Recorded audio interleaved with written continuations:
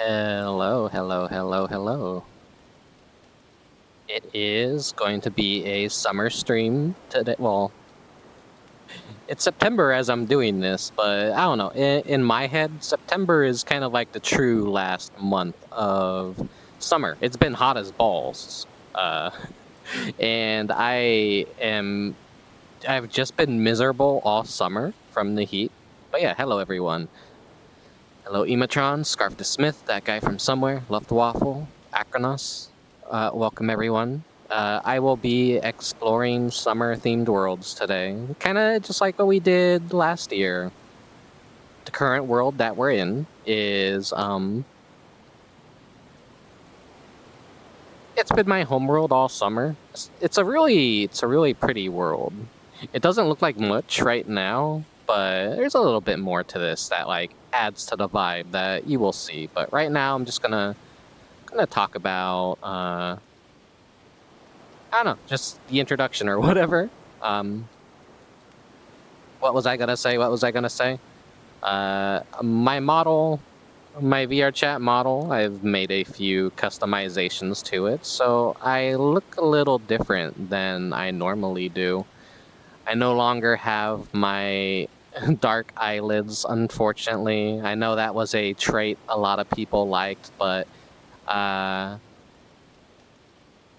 while back I dived into Unity again, and I kind of learned how to do some things. So I fixed up my facial expressions so I could do a whole bunch of different, expressions now.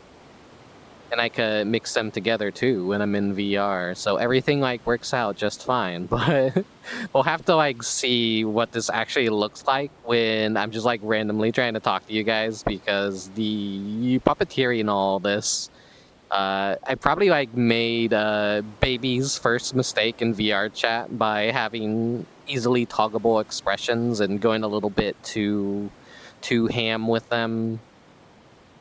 It probably I'm gonna be making a lot of faces that probably don't really fit in with the setting, but it was just kind of like me playing around in Unity and learning things, and bit by bit I'm getting a little bit better at it, but a lot of it still eludes me. Unity is it's witchcraft. It's insane. It's a mystery, and it will always continue to be a mystery as long as it exists. I am not a tech brain person.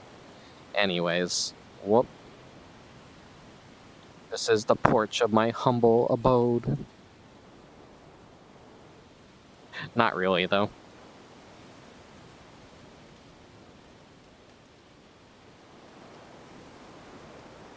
So today's stream will kind of be a test of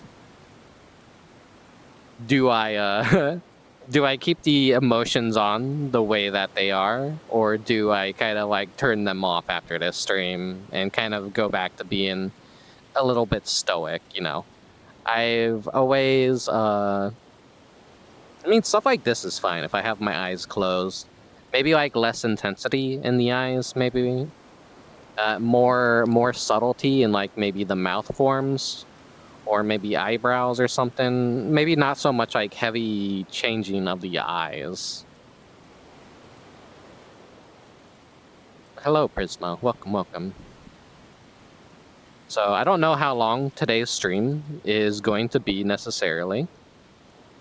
It could be long, it could be short. It depends. But yeah, here is the indoors of my little homeworld.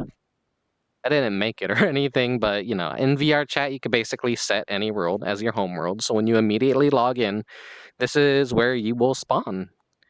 And this has had like nice summer vibes, and I've like AFK'd here many a times with stuff on the television. And yeah, everyone that joins in seems to like it, and I know I like it a lot. Oh.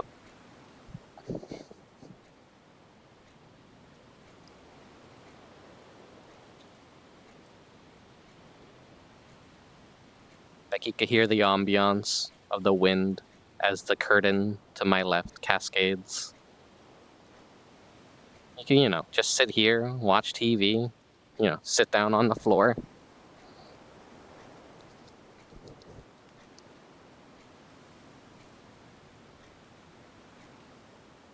This has kind of just been a nice little hangout. I don't have anything on the TV right now. Got some chips here.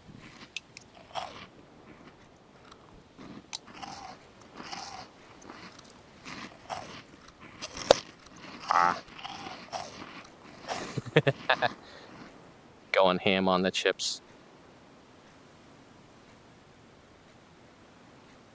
One of the pros of caffeine, I can actually watch a Rick stream.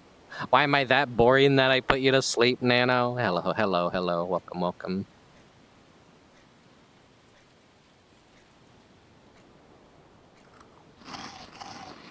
I've been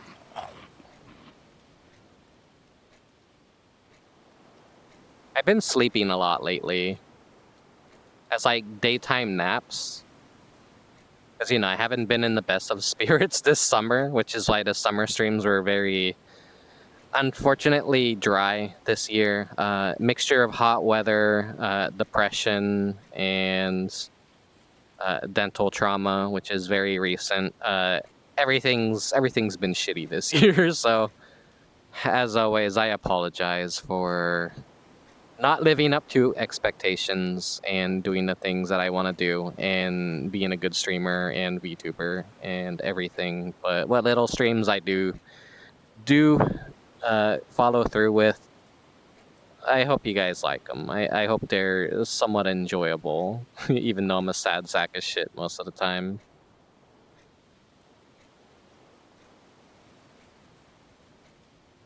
You know nothing about VRC, so this is really a first time for me.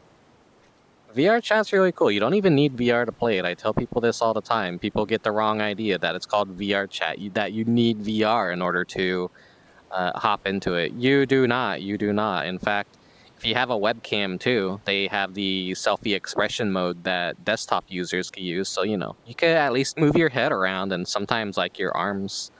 And it's actually like nice for people that just want to exist in desktop but don't want to look like a complete plank of wood. After work, I usually crash around 6 or 7 p.m. Oh, I see. And that's like usually around the time that I start streams nowadays. I wish I could start streams earlier in the day, but it's kind of like tough for me to, like, I'm more of a night mind person. Like, my brain becomes active at night, and during the day, I'm just, like, still a little bit exhausted, because usually for work, I wake up very early, go to work, come back home, and then it's kind of like a coin flip of whether or not I have energy left in me. And even if I went to bed early that night, I think just the disruption of my sleeping cycle completely throws everything off.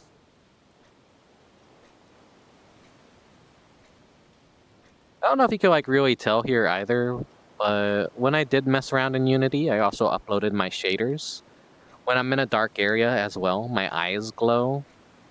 They have priority, so like the emissions have been changed on the avatar. That added a little bit more detail to the eyes to bring them more close to how my normal VTuber model looks and everything. And my ears are actually interactable now too.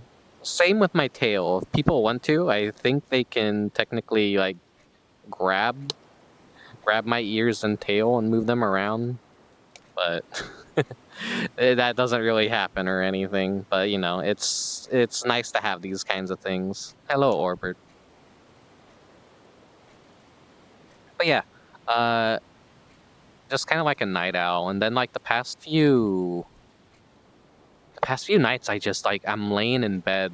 It's really hot because it's summer. It's still hot weather for me, and the frogs are going crazy at night. The crickets are going crazy at night. It still feels like summer. It still feels like summer to me.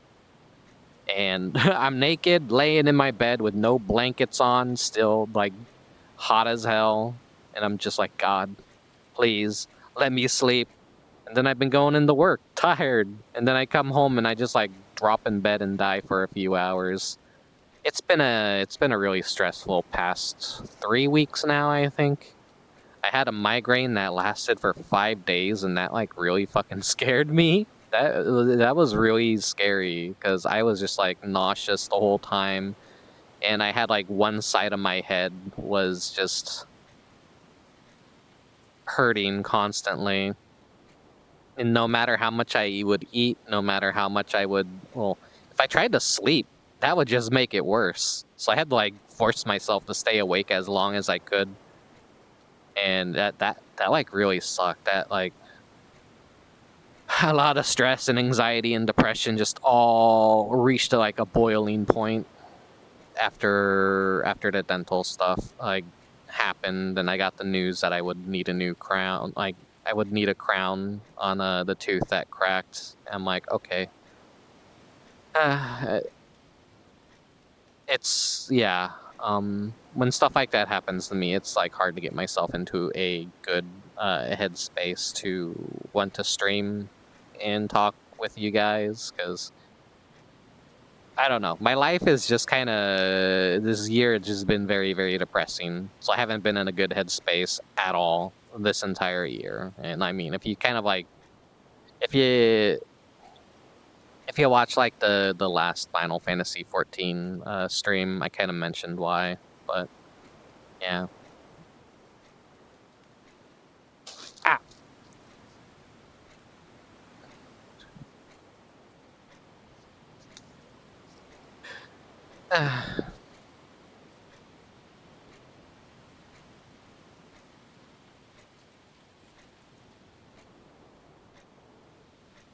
You see how relaxing this little homeworld is?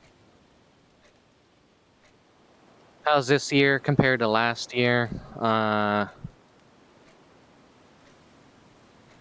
be real with you, when the tail end of last year was amazing. It was like the best time of my life. Kind of, it felt like. Even though there was like dental trauma last October. Some really nice things happened at the second half of the year, which made it really nice. And then as soon as this year kind of started, 2 months in, everything went to shit. So I'm just kind of like, yeah.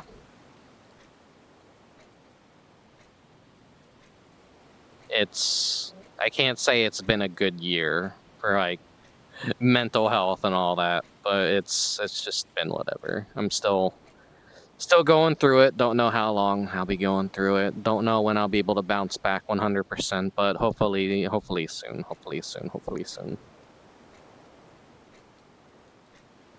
So I will move us over to another world. So sit tight, everyone.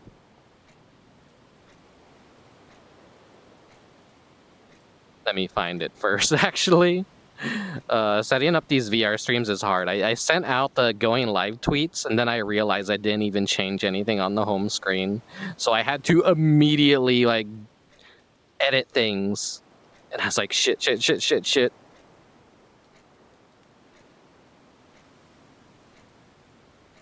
Okay, so I know where we will go now.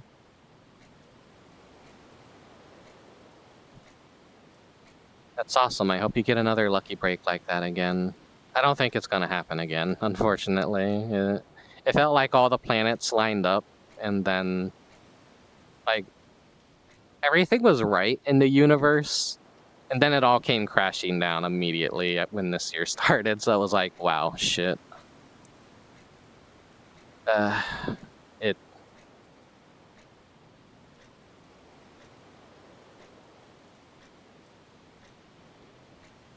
I don't know. I just trust that I'm like really depressed for a good reason, guys.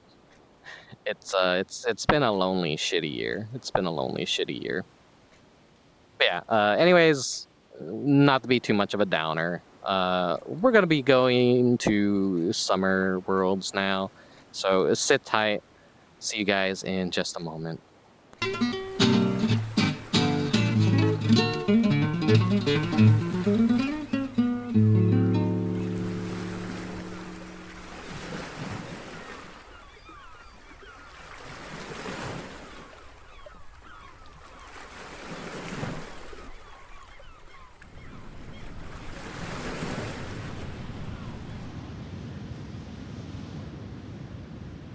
Ah, see, that was fast.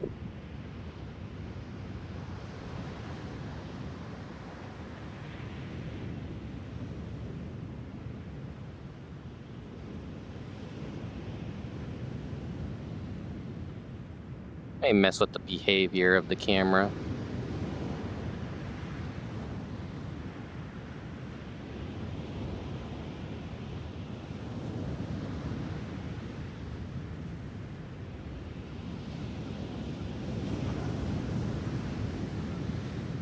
I believe this is a world that uses this new ocean technology someone came up with, and it's really nice.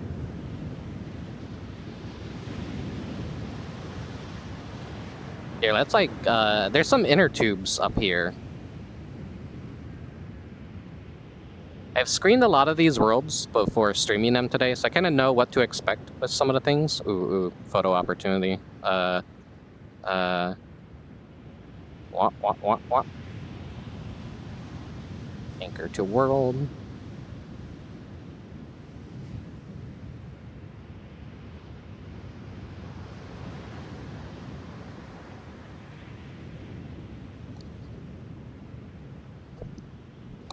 Welcome to the summer hissing booth.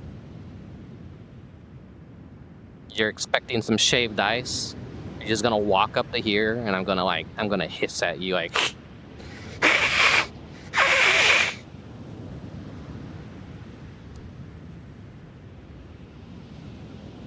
No kissing, just hissing. I'm not a cat boy, so I don't have. Well, only in VR am I a cat boy. I don't have the experience of doing stuff like this, making cat noises. Can I just angle myself correctly?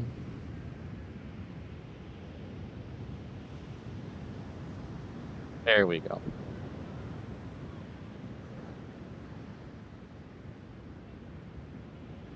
Okay, well, I got an inner tube on.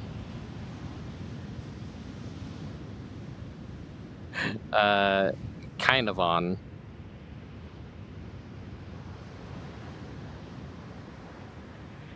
Oh well, let's head down to the beach.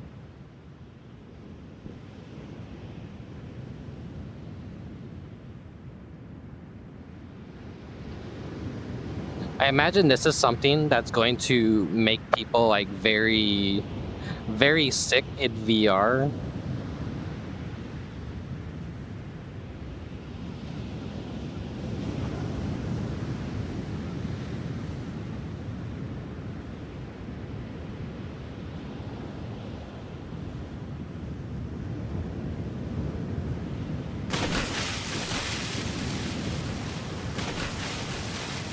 Let me get way out here. We gotta get the big waves.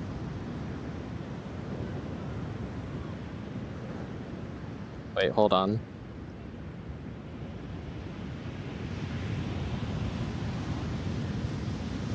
Where am I? Where am I?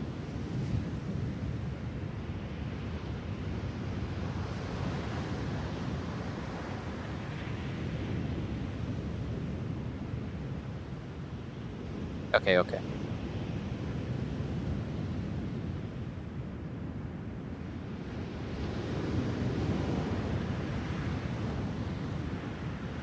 That's not what I wanted to do. Anchor to world. There we go.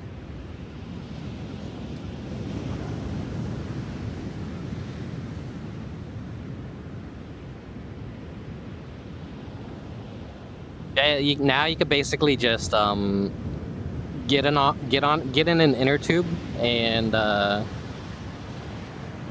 just hang out in the ocean, and the waves will pick you up and move you around.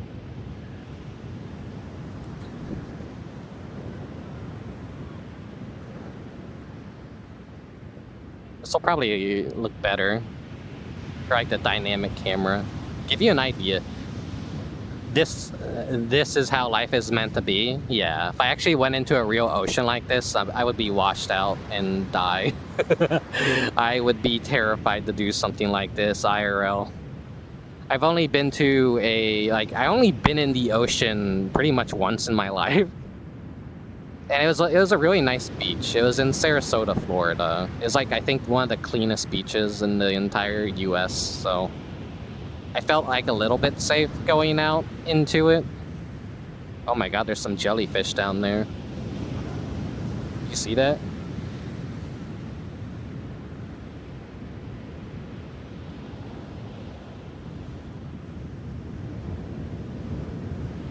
Yeah, this is just something that I've liked doing. When I do hop on VRChat, like coming out to these summer worlds and seeing the new tech, new prefabs, new shaders that everyone's been coming up with.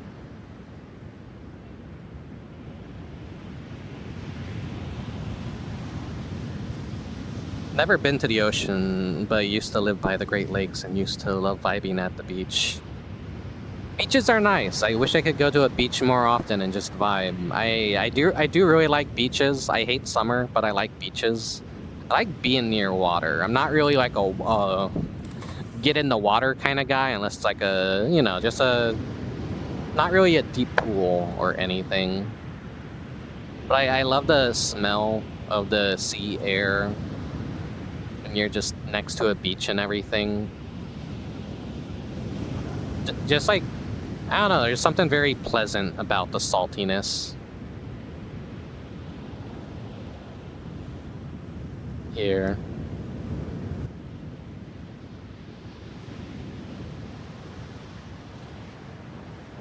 Whoop.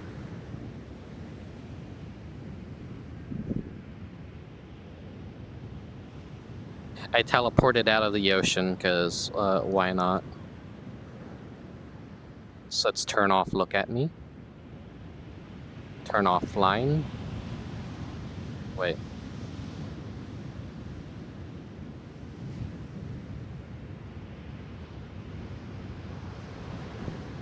It's not really too much other activities here. I dropped the, there we go. I got some beach balls.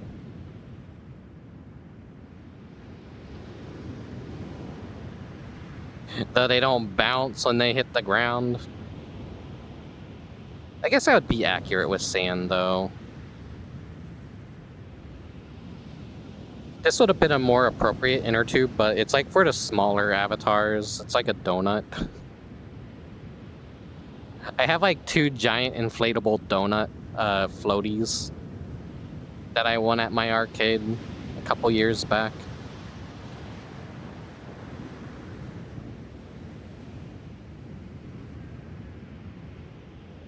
So one of these days, I'll have a pool that I can go to and be able to use the pool floaties, and it hasn't happened yet. Hasn't happened yet. I'm never gonna have my own pool. I'm never gonna be rich and make it big. Be like one of these dumb YouTube celebrities that buys an entire mansion that they can't maintain and have to sell it after a year or go bankrupt. It's not really my end goal or anything, but there's like, it feels like there's a million stories like that.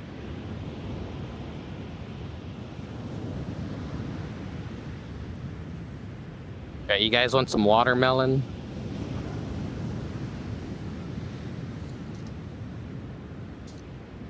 Why aren't you breaking? Oh. Oh, I see, I see. You have to hold the trigger button to blind yourself and then do it. Okay, okay, okay. I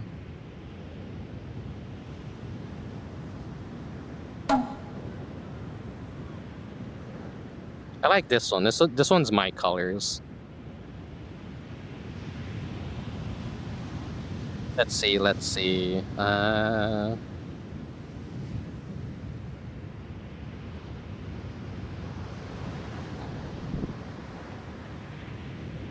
Let's do this right. I'll be blind as I do this one. Whoa.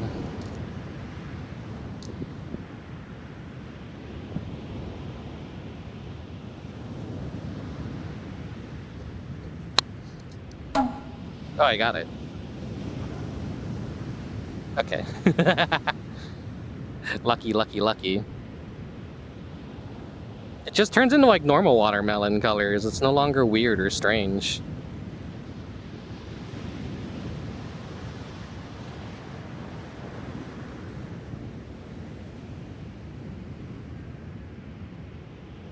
Then we have the orange Halloween watermelon right here.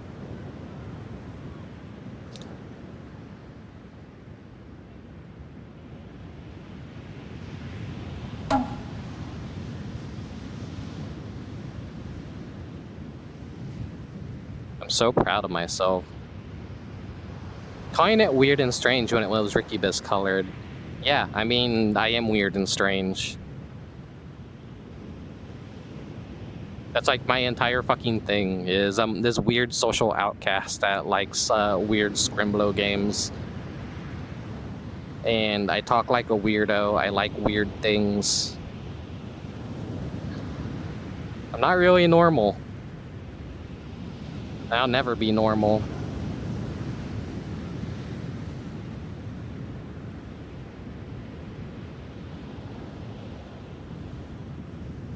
You always hated this Japanese custom, such a waste of good fruits. What do you mean always? They break open the watermelon with a stick and then they eat it. It's not like they just leave it there to rot, right? It's just a goofy little thing that they do to like crack the watermelon open. Maybe it's like some bits and pieces, like, will go flying everywhere, I guess, if that's what you mean. I don't know. It's something I'll never get to do IRL. I'm never going to Japan in my lifetime. I only get to go there in VR. Some leave it there? Is that in Brazil, by any chance?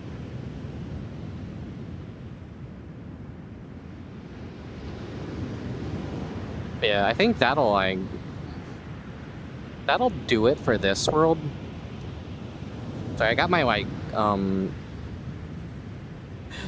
my wire tangled around me. You're gonna be seeing me do like dances around and like untangling myself every so often. Can't wait for Steam's new headset, like the Deckard, to come out. Code word Deckard, whatever the hell it's gonna be.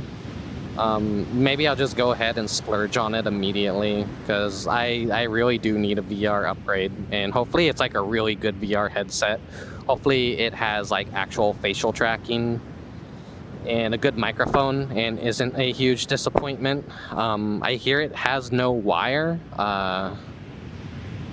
so that'll be a new thing I probably have to learn and set up. Like, I don't know.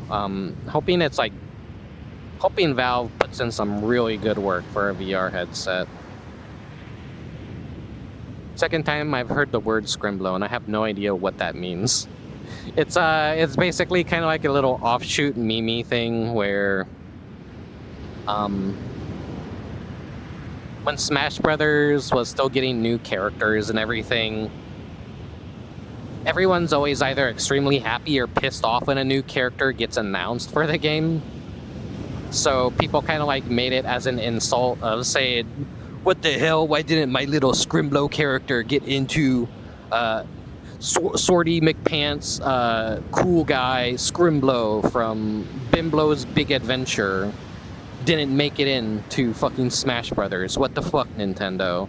That's like that's where it comes from.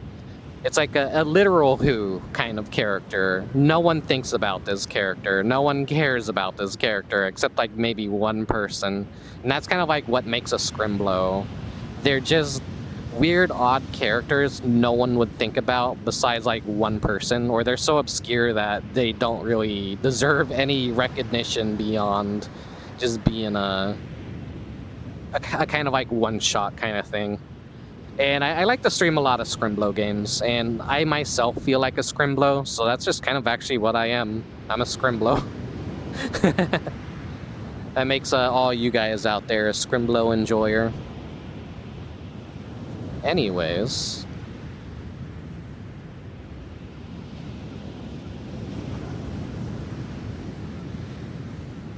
We're gonna head over to a new world.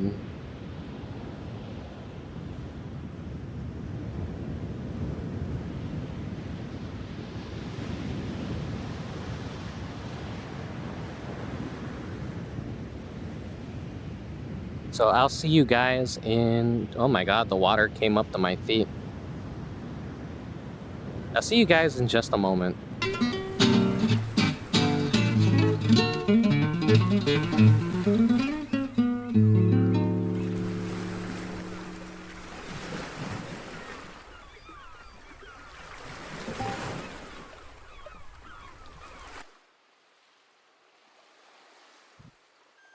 Well, you see, Nan, it applies to well-known characters too, like Banjo. Banjo actually got into Smash, so I don't think Banjo is really a scrimblow. Maybe like years ago, he would be considered a scrimblow, but I think Banjo-Kazooie is too notorious and well-loved and well-known to be kind of like considered a proper scrimblow at this point. Bomberman, on the other hand, he's like the video game world's punching bag. He used to be a very important character in video games and had like hundreds of games throughout his entire history, and yet no one talks about him, no one cares about him. He gets into Smash Brothers and he's a fucking assist trophy. So he's kind of like more of a scrimblow at this point because modern gamers don't care about Bomberman. And I mean, his most recent video game that is actually popular is just Bomberman characters as women. It's arcade Coomer slop. It kind of like, it sucks to be a Bomberman fan right now. But I guess like Bomberman kind of embodies the scrimblow vibe a little bit. Bubsy being a scrimblow, I guess kind of. There's a lot of like Bubsy love right now because Bubsy kind of just like got a whole bunch of stuff announced, and the collection came out for all the games up to Bubsy 3D. But yeah, I don't know when I'm ever gonna play a Bubsy game on stream, but it is a series I actually have a past with. I used to rent it, and I do own Bubsy 3D. I wanted to like challenge myself with Bubsy 3D one day, but right now it's like too much of the hot thing to do, so I ain't gonna be touching that for a while.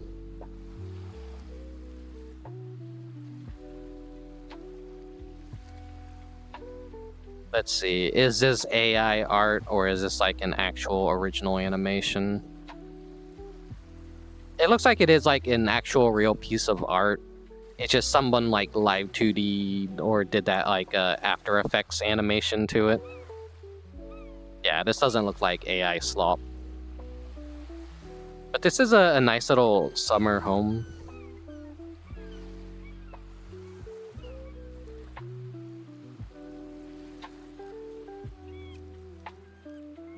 Feel a little bit too tall for being in here.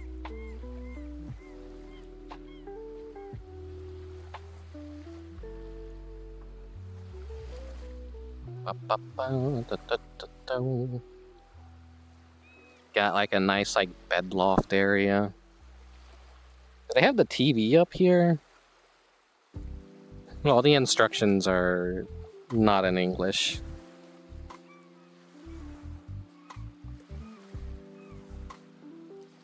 Oh, okay, you can't stand there.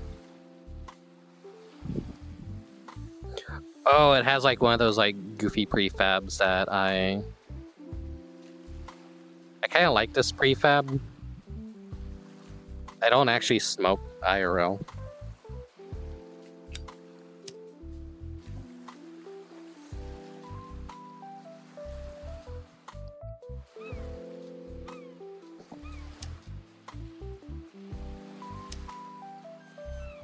This one doesn't work. You have to like... There's ones where you could just light it and it naturally works. And then this one, you just like... It ruins the illusion a bit. Anyways, don't smoke. Smoking actually sucks. It's lame. Sucks that all the good streamers, though, did smoke at some point in their life, and that's what gave them their really nice, soothing voice to listen to. I'm just naturally froggy, because I'm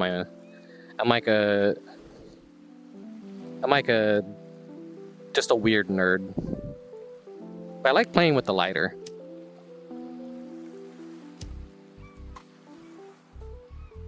Not a pyromaniac. Let's see what's in the basement. Because I don't think I've checked out the basement before.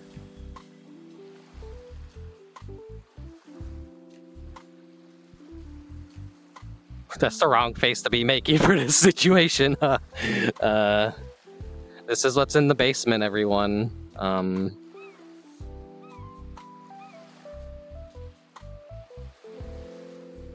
Oh my god. What is this?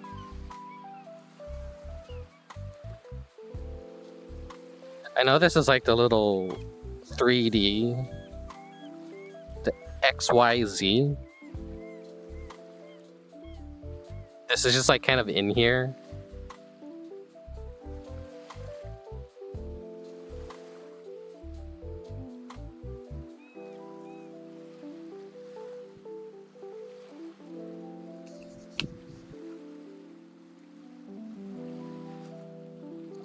Help me, I'm stuck in the ERP basement.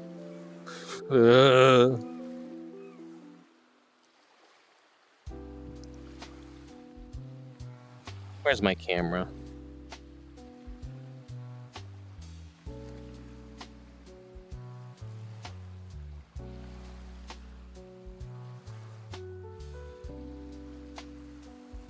This isn't how I imagined this summer adventure would be going.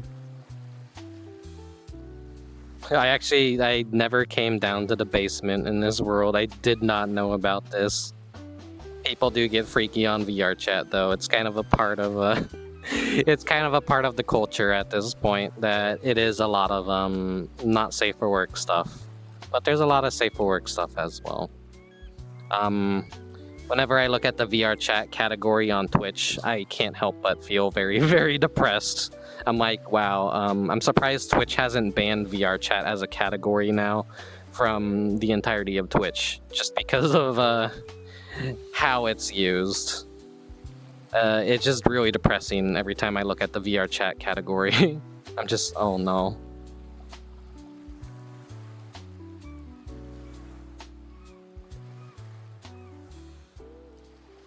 We got like a nice little cave over here. This is like someone's secret little tropical resort with a boat on the beach.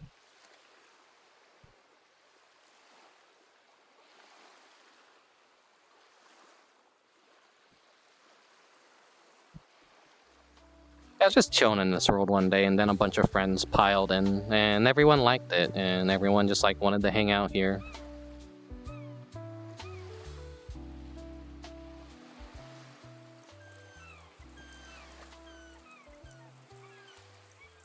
Oh hey, we have the marshmallow roasting thing. Here. Trying to... Where am I? Okay. Trying not to fall into stuff in my room.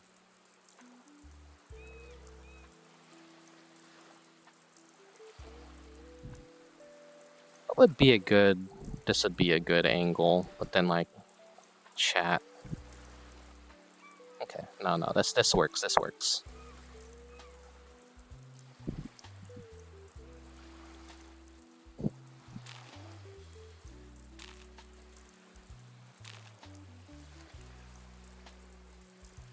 So I got the marshmallow.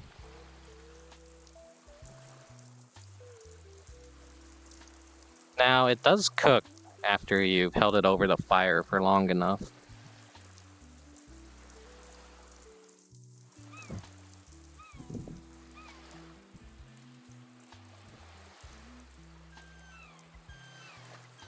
I think I burnt it.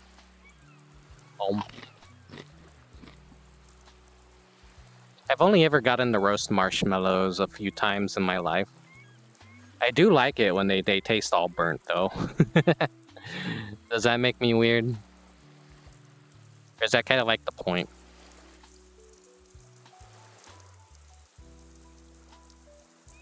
No, you're not supposed to put it directly into the fire. But if I just, like, hold it over even more...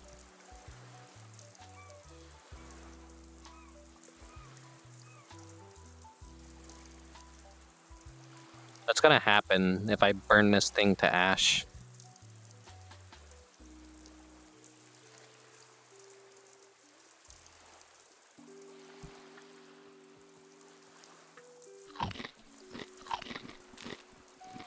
It'd be funny if it, like, exploded and sent me flying.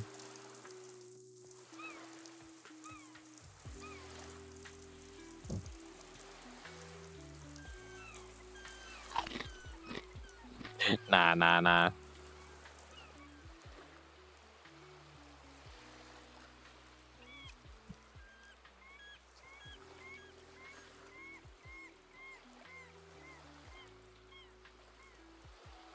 Nice Soul Calibur arena, that cave. I wish I knew how to do the announcer meme voice everyone's been doing in videos.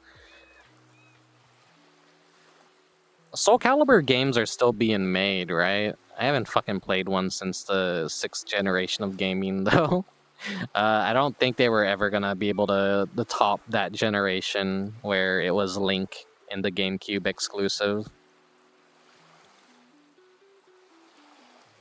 I feel like fighting games now are just kind of Guilty Gear,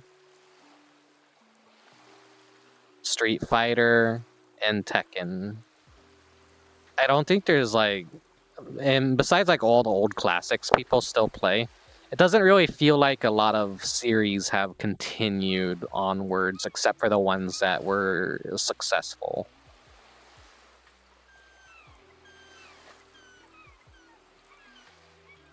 Soul Calibur 6 killed the series. I see. That's unfortunate. 6 in 2018. Yeah. City of Wolves, Grand Blue versus Rising, Under the Night. Those are like ones that, I don't know. I don't really hear much about fighting games, so I'm not like an expert on this.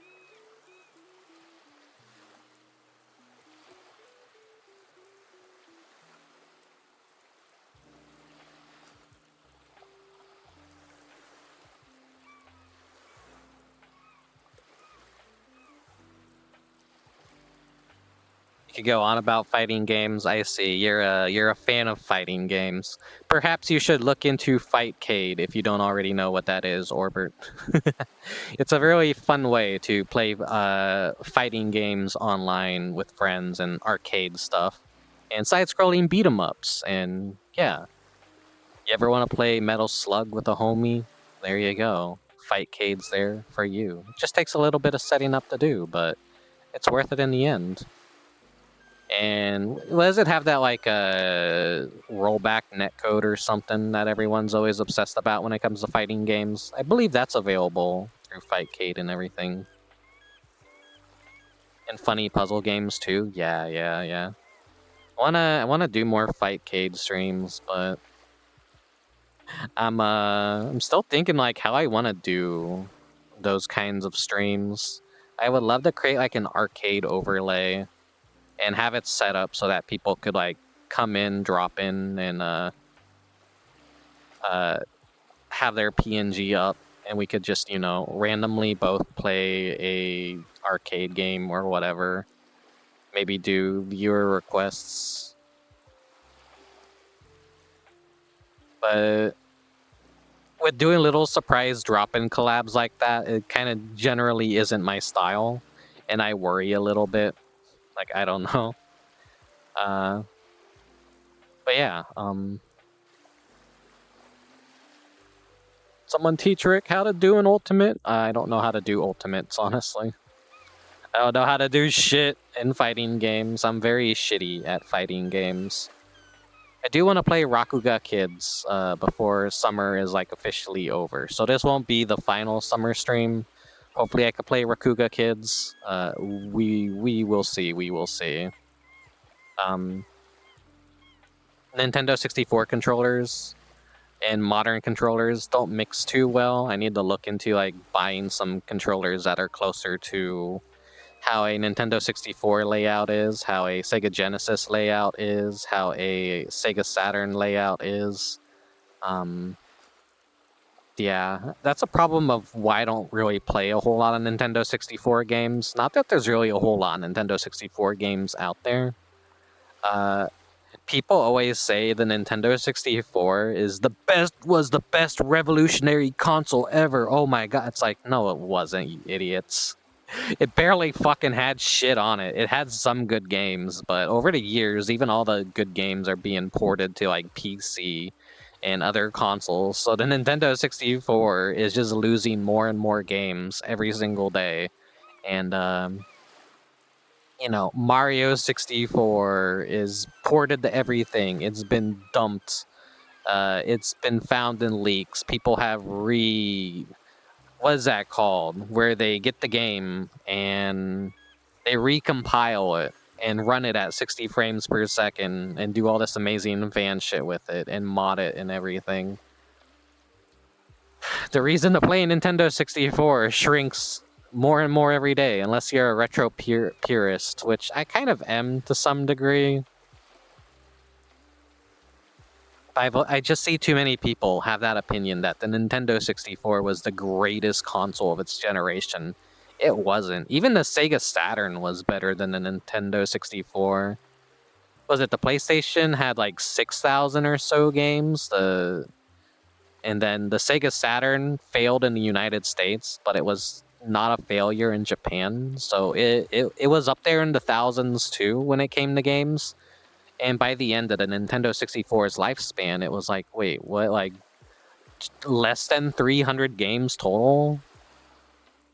I think American-wise, it might be a couple hundred if you add all the Japanese exclusives too.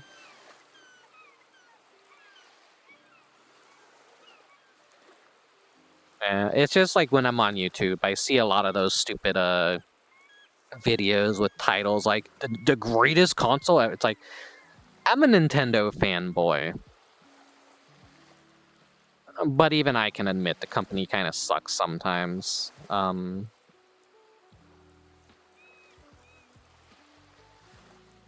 Essentially, how I feel about Nintendo is I like what they do, I like their vibe, but I don't like them when they're successful. I like when they're failures, because they're at their best when they're failing.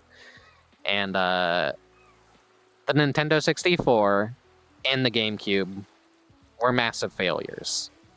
But I did like a lot of what the GameCube had to offer. But you won't ever see me saying Nintendo won the 5th and the 6th generation of gaming, because they didn't. They clearly didn't. PS1 and PS2 are king of those generations, and they have all the best games.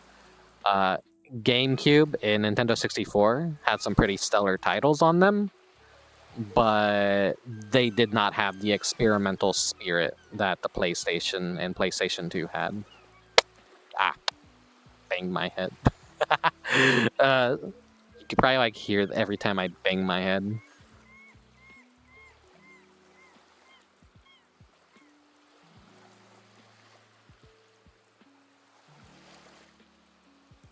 The zoom in facial animation was appropriate there. Yeah, this is like gonna be a weird stream to probably like watch in post. Well, I don't really watch my streams in post, but I kind of like I skim through them sometimes because I just want to see how, like, learn from my framing work. Because when you're streaming VRChat, there's a lot of framing that goes into it, a lot of messing around with the camera, learning the tricks and picking them up. Messing with the behaviors. We have look at me, auto level, so every time I move, it'll do this. I can fly the camera around, it'll always look at me. It'll always have like a slight bit of movement. There's even things that you could do where you could set up cameras that would just kind of do this, but I think those are a little too complex for me to set up.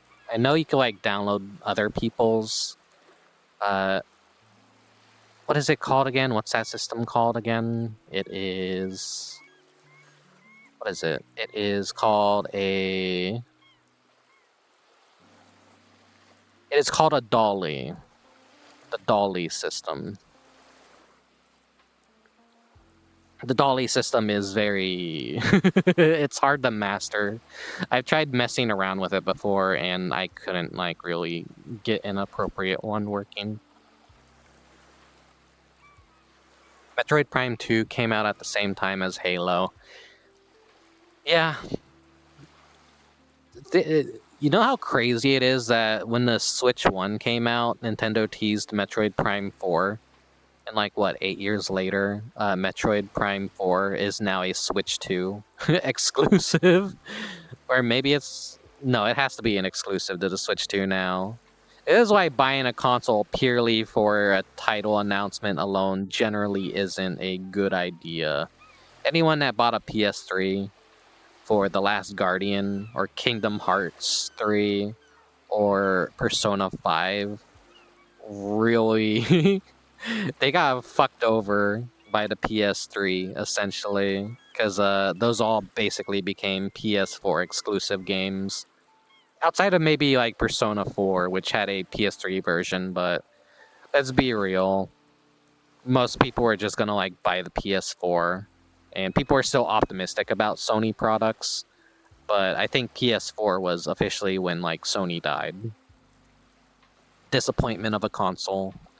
Disappointment, no fun experimental games, more of a globalization of the market, less weird and quirky stuff. Everything just became like Hollywood video games and cinematic walking experiences, and that's what I just really hate about modern Sony. They're not fun, they're not interesting. You don't have stuff like Jumping Flash anymore. And if they do give you like any games, they're gonna be like their failed PlayStation VR. Sega liked to bring back a lot of their games. They brought back Cosmic Smash, and then it was exclusive to PlayStation VR, so no one fucking played it. There was a new Space Channel 5, and guess what? It was PlayStation VR exclusive, I think, as well. So once again, no one fucking played it. And then I think there's gonna be a Jumping Flash VR game, and then they canceled it. So who the fuck knows anymore? Who knows anymore?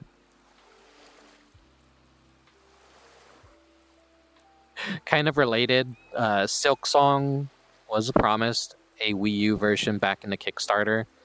Many such cases. There's been so many games that are like, hey, we have a you'll get your Wii U version, and then they realize like, oh yeah, no, video game development takes like 500 years to do. So new consoles have come out since then. Anyways, we've been sitting here for a while. Let's get up.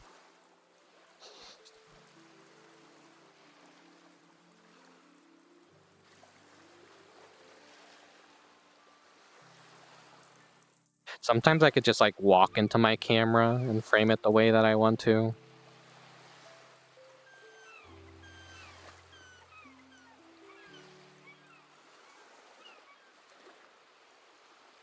Dear God, Rick, use pins. Please, for the love of, use pins. I can actually set those up right now. Let's like actually get a good like behind the view.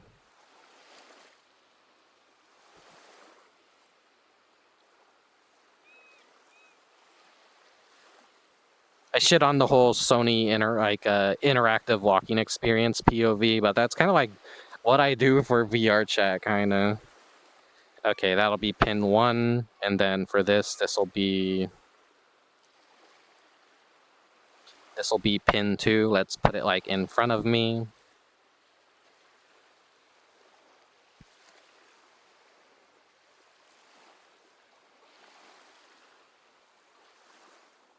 Let's do look at me for that, and then pin 3. What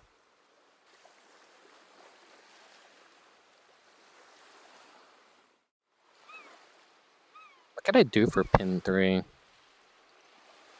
I guess like more of an outer view. Okay, so it'll just be as easy as doing this.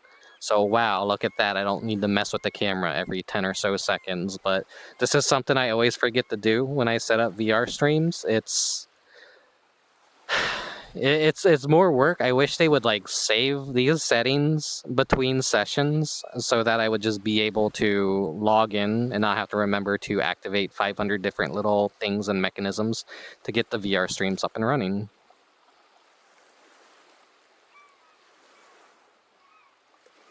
So we just got a wait a second.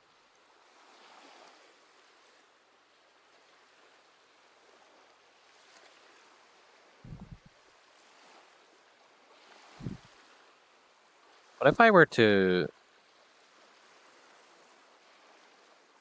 Okay, no, pin 3 doesn't work the way that I thought it would.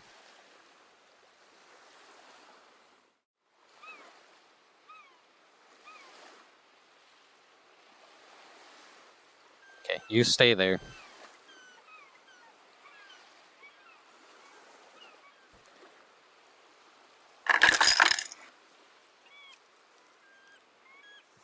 Does this actually work? Get some lemon. Put the strainer on top. It kind of works.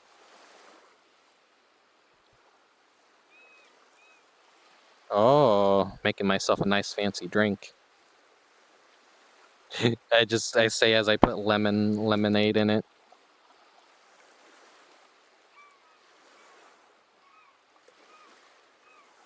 Put a strawberry.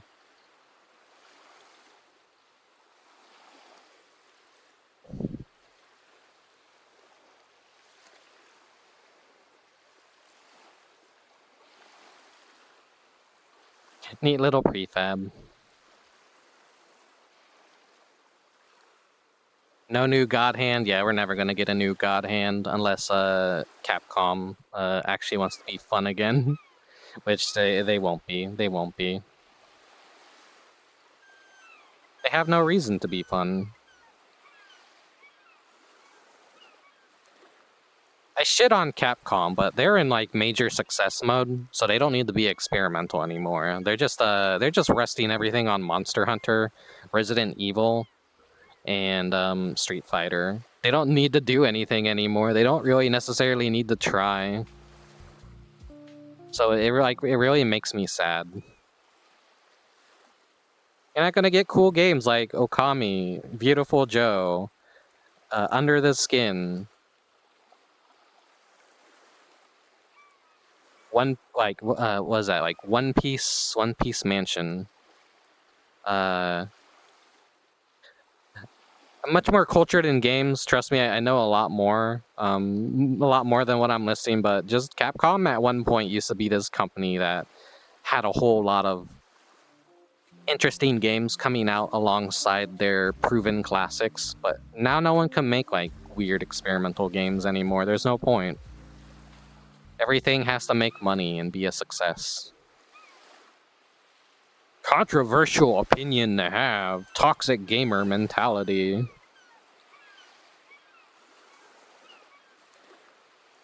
This is unfortunate. This breaks the illusion a bit, but you can't swim in this ocean.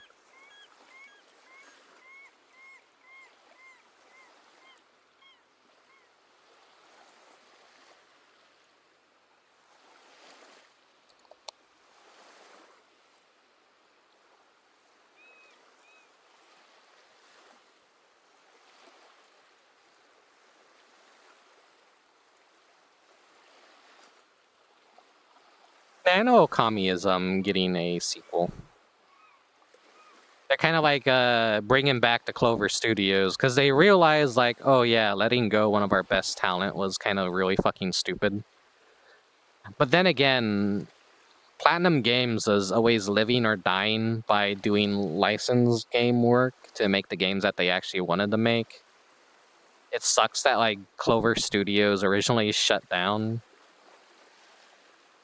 And Cameo like just kind of like went off to do whatever.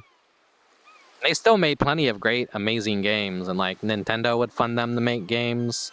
Nintendo owns Bayonetta. They got Astral Chain, which I never played Astral Chain, but it looked like really, really cool.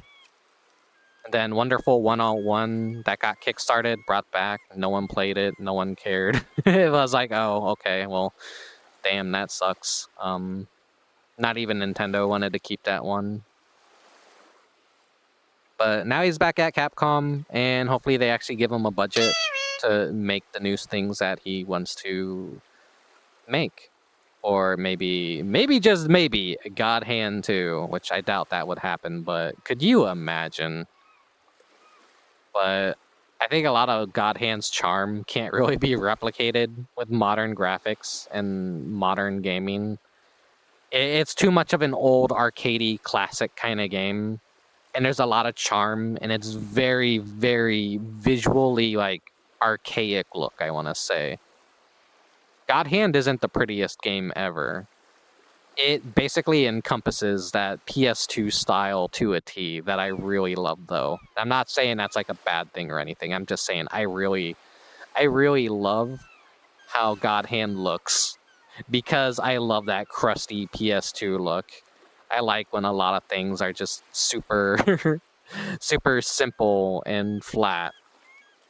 It's a great game. It's a great game. I want to play it eventually soon on stream. I own it. I bought it when it came out. I'm a God Hand OG. I can't promise I'm good at it though. I'm kind of a scrub, I probably imagine. But I do know some of the tips and tricks on how to just like generate money to buy all the good moves and stuff. Anyways, hello Mechanic Cat. Thank you for the redeem. Where did I put my water? Yeah, I got my water right here.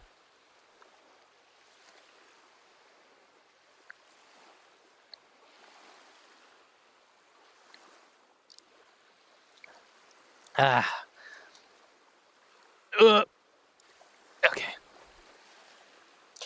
Never want a God Hand 2 because I don't think it needs one. It probably can't be done right again, but a sort of port of a new version to get more attention would be nice.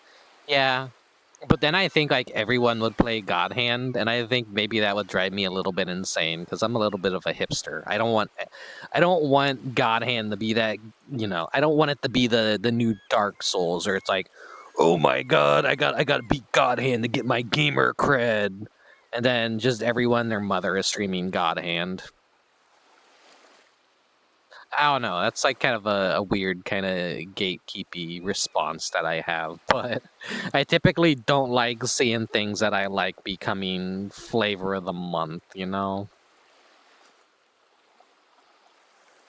And in Dark Souls' case, that became flavor of fucking every year. I'm so fucking tired of people streaming Dark Souls and Souls likes. It's like, it's. I don't.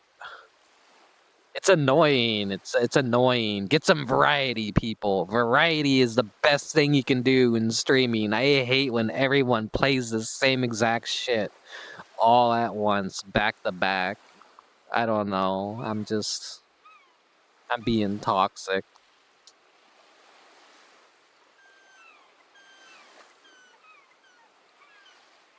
Speaking of things that need a port over here, Baroque, yeah. They announced that like collection, and unfortunately it's just gonna be Japanese only.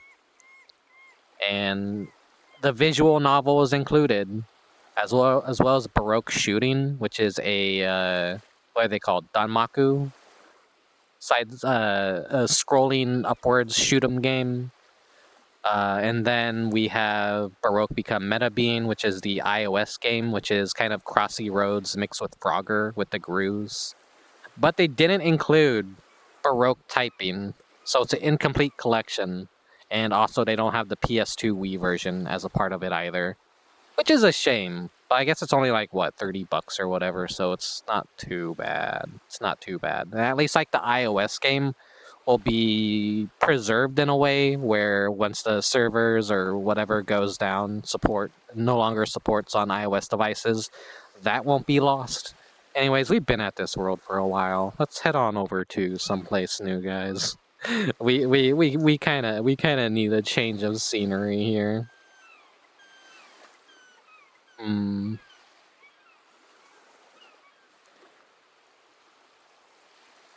Right, see you guys in just a moment.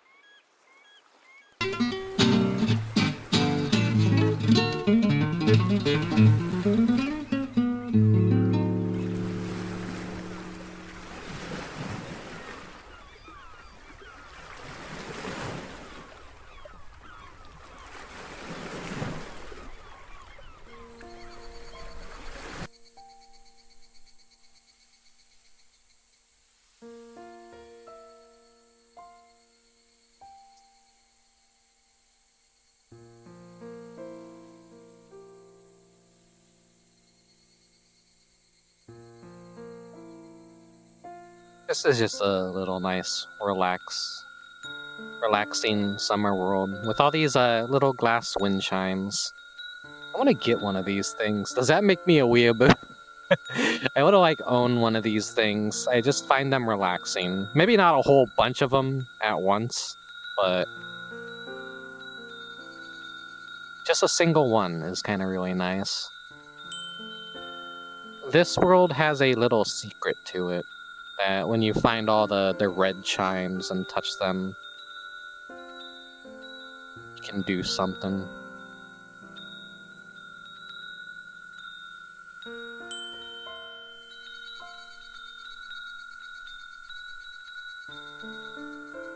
This is like the purifying water right here. But you gotta like what? You gotta put on yourself, throw over your shoulder or something to purify yourself before entering the shrine.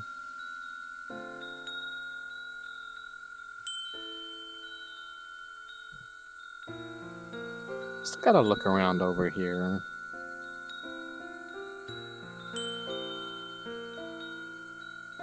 I think that's all the red chimes in this area.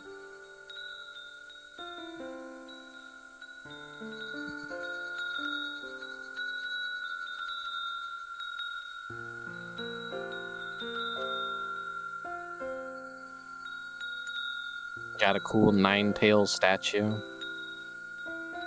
By the way, does anyone remember that one rock in Japan that was supposed to like be a seal keeping a nine-tails demon and then it broke? That was like during COVID times too. So maybe that's another reason why everything in the real world's kind of gone to shit lately.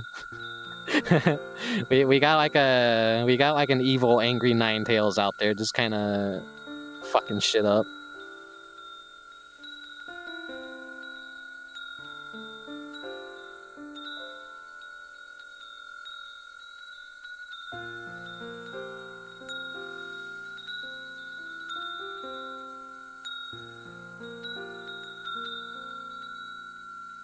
I wanted the beach scene for my streams to have a little wind chime in the background. Since it is present in that little beach scene that I have, I wanted the audio for it, but I couldn't really like find good audio to use that like sounded decent enough. There's another red one.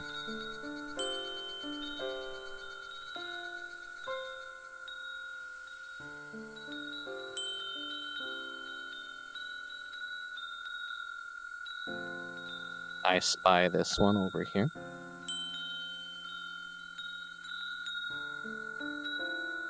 You guys could you guys could go look over here. You can see all the chimes. I'm not allowed to go beyond this gate.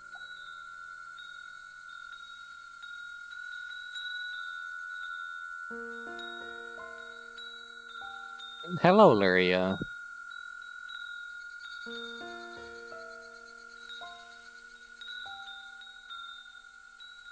Hello, Slump Neko. Your ears like this? My ears like this too. It's nice when they all like really harmonize with one another.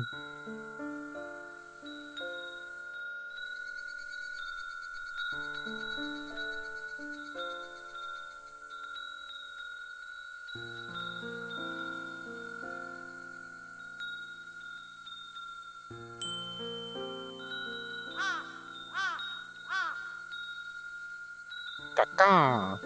That crow is the signal that we found everything here. So what we do is we head back to the starting area.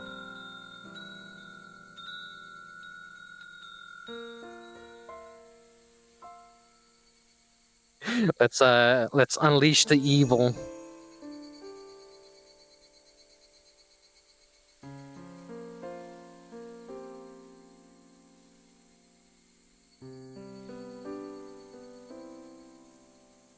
I don't necessarily think we unleashed evil, but we unlocked like a nice dusk mode. Like, look at this.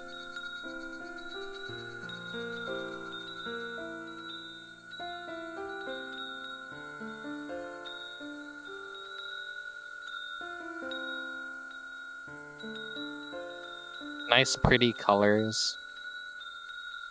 I really love when things are like in dusk mode.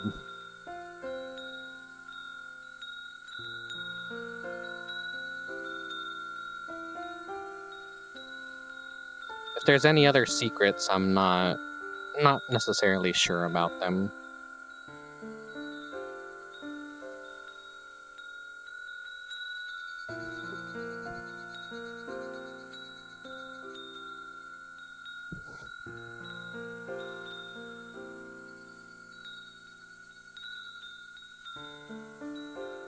Relaxing world? Yeah.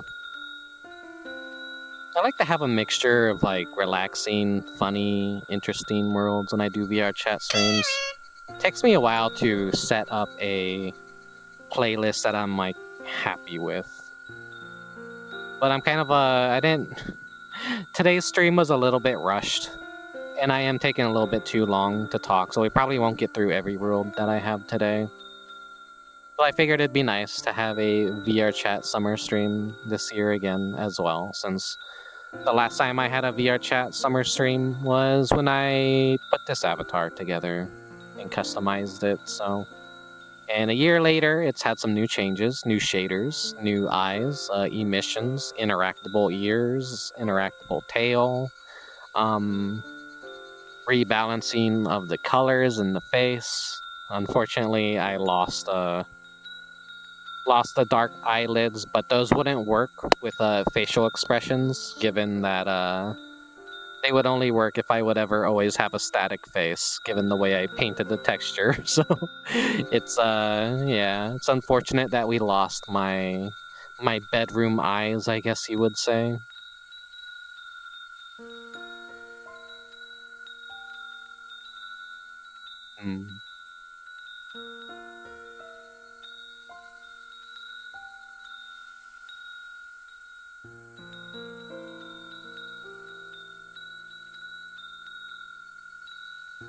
I guess these are my new bedroom eyes.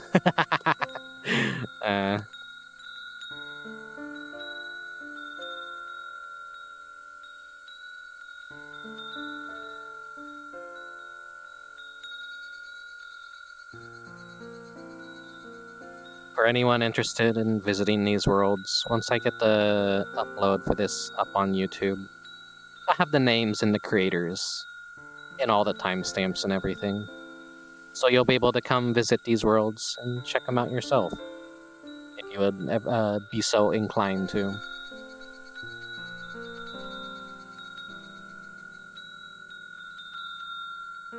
By the way, is the Kiwi from Billy and Mandy? Sorry if it was a bit off topic. No, the Kiwi's from Jumping Flash. So the Kiwi sound effect is basically kind of a sound effect that's used across multiple things. Like, anytime there's a macaw or a bird or a parrot in like older media, that Kiwi sound effect would generally be used for it, because they wouldn't use real like bird sounds. Because if they used a real macaw sound, it would basically just be a screech that would be very unpleasant to your ears. So Foley artist basically came up with the whole Kiwi sound effect for, oh, just slap that on a bird, it'll sound nice or something. I don't know.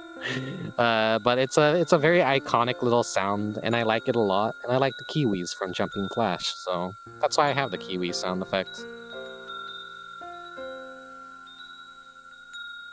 The expressions are adorable. Thank you, thank you, thank you. I worry they might be a little bit too much sometimes.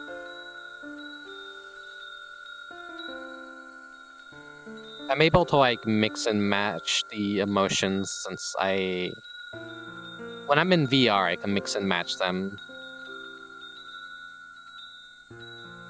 Which is like nice, because that like doubles my expressive capabilities. But it's also just kind of a nightmare to get the right expression for like the right moment that you want it. I like this face a lot, because it's like the smug eyes, the smug bastard aura. The unsure smug bastard, which is more appropriate for me.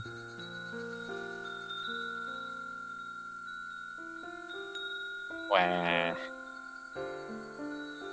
This one doesn't really look too good.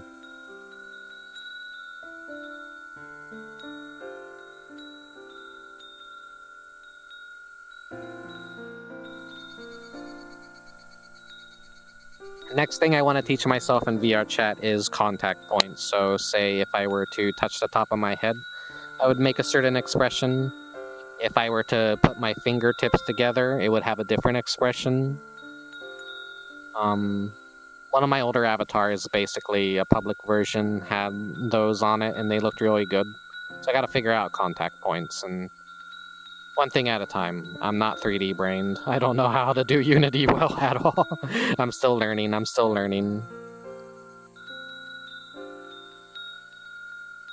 But I had to like put all the expressions together myself, like activate the sliders and say, okay, that looked good. So those weren't like pre-packaged emotions or anymore. They're just kind of like I had to manually raise the eyebrows, eyelids, eye smile, mouth forms, mess around with all that and say, I like that one, save animation, and then tie it to a controller.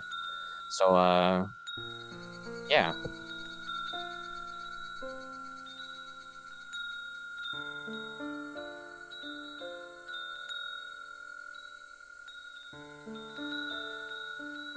Now I don't have like permanent resting bitch face, which some people will probably miss, some people probably won't miss. I don't know.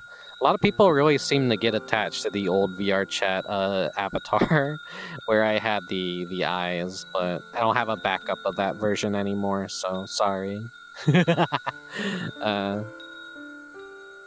This is fine though, this is fine. Hopefully, eventually, I will be able to get stuff like glasses, horns, a tail, maybe even have some clothes. I've been, experimenting with a lot in Unity. But yeah, we're going to hop on over to another world now. So I'll see you guys in just a moment.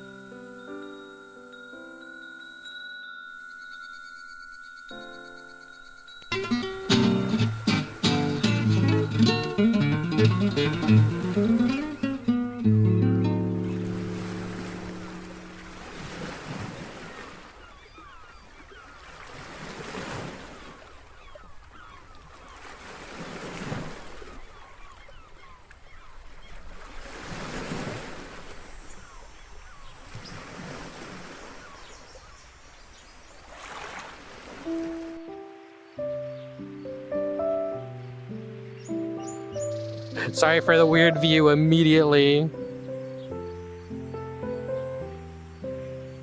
Let's see, I'm on pin number 2. Back to pin 1.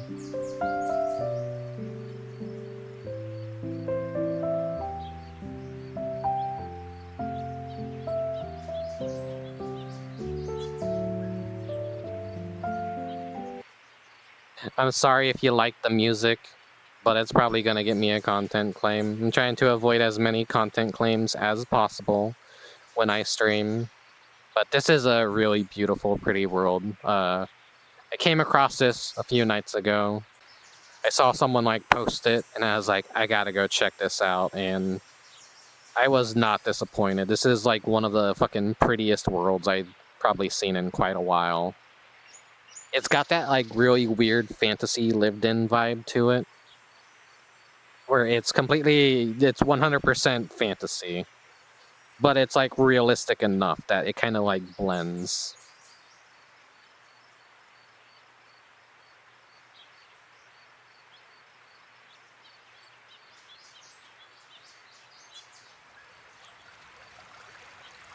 It's got really nice sound effects too.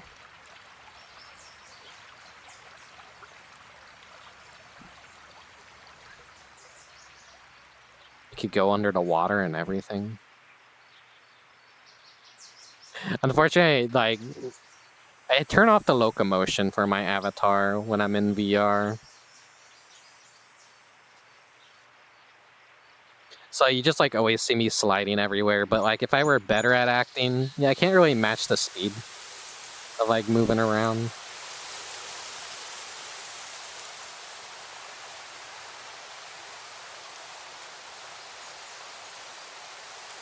I like this hidden grove. Can only reach by going underwater.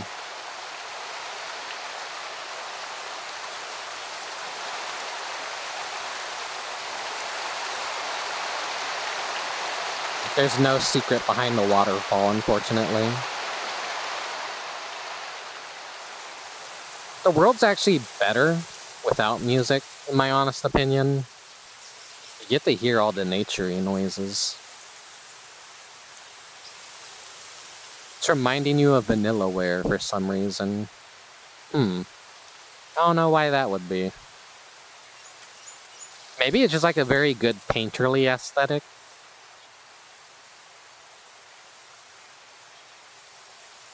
Maybe. Because when I think of Vanillaware, I just think of like really pretty painting. One day I'll get to play Dragon's Crown.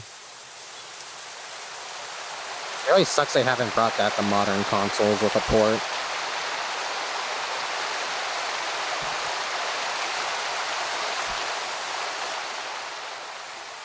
Hold on.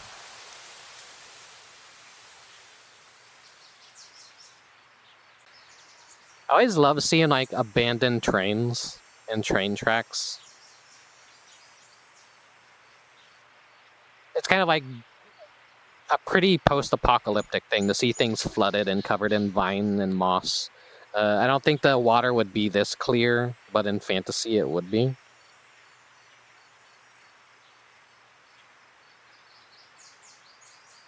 Here we go, we got some pens.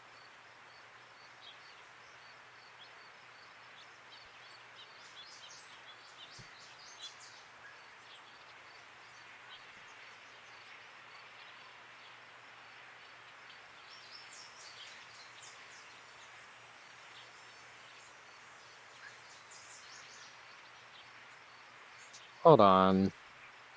You guys can see my artistic process here. Too damn tall for this canvas.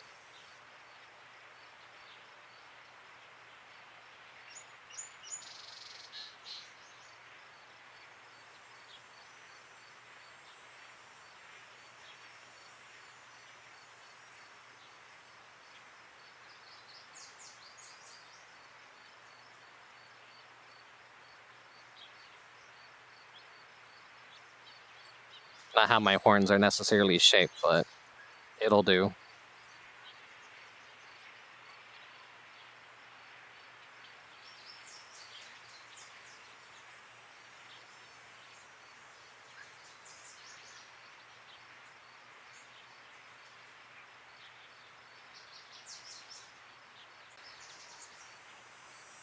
Don't forget the hair slime.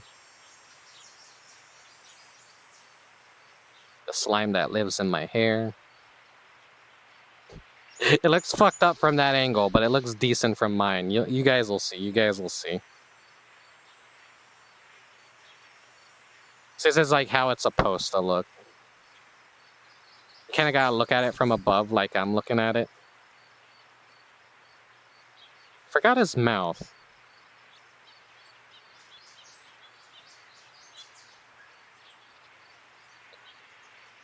Yeah. Beautiful piece of art.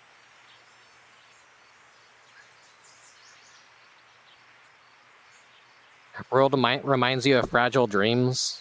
Yeah, that's a game I've wanted to play on stream. That's a game I own, and it's really fucking cool. I would have to get my Wii U hooked up and play it through that means, and I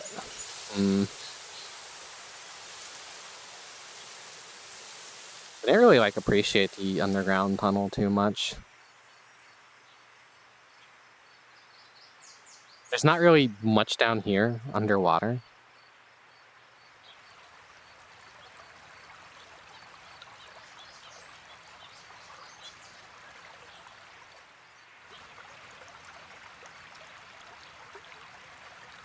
I love how the hue of everything changes when you're underwater. This would like be a really nice photo to take.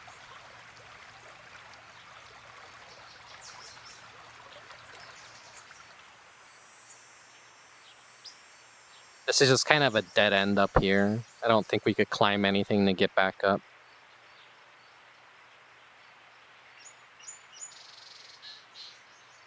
We can kind of platform up here though.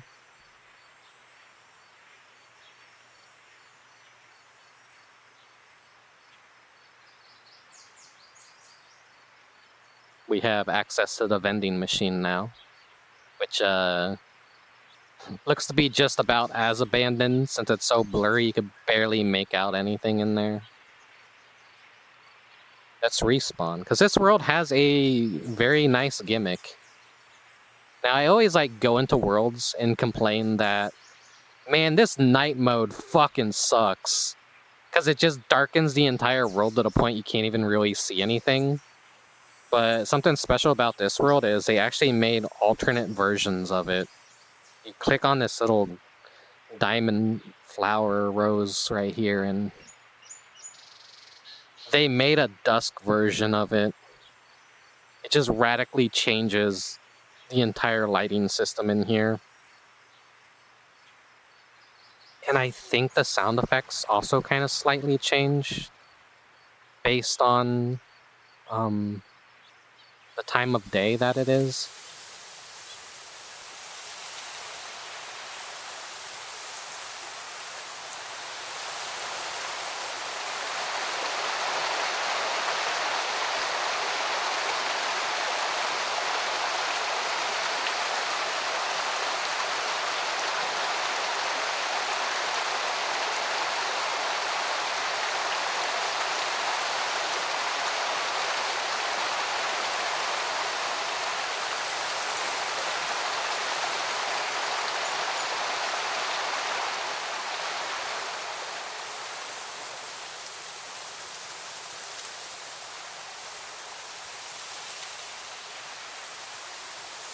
I love all the little fireflies.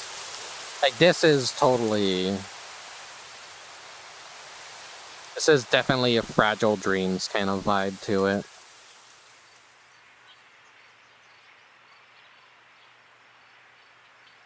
The god rays are so pretty too. I think those are like technically called god rays. Like a singular ray kind of shining through the treetops, and you can see them like they look like they're fading in intensity.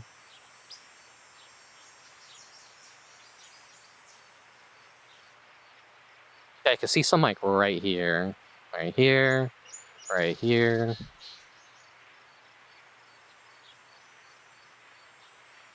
But yeah, this world is absolutely beautiful. Probably one that I'll definitely be keeping on my favorites list afterwards.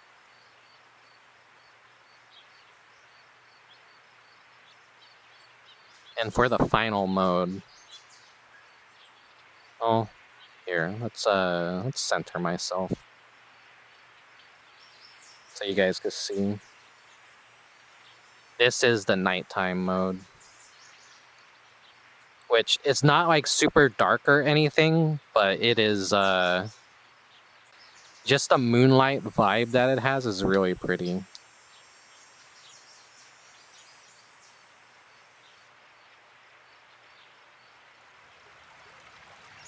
We have the new bugs and some birds too.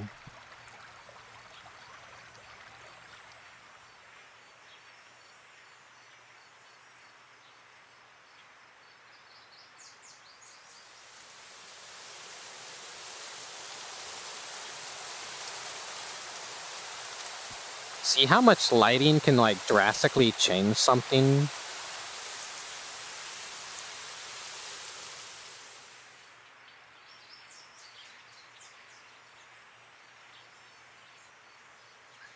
Still trying to think of like, what can I use as a thumbnail for this stream?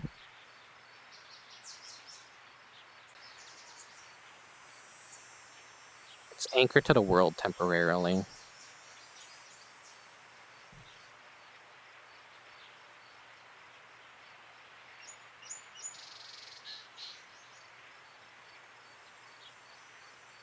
Let me try and take a little bit of a glamour shot here.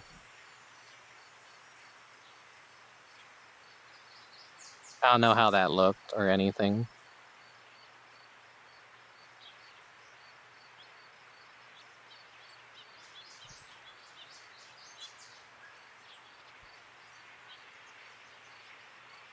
Yeah, but this world definitely has a little bit of a urbex vibe to it. I wouldn't say like it's true urbex or anything, but it's just like more of post-apocalyptic. Everything has probably like everything living has died except for nature.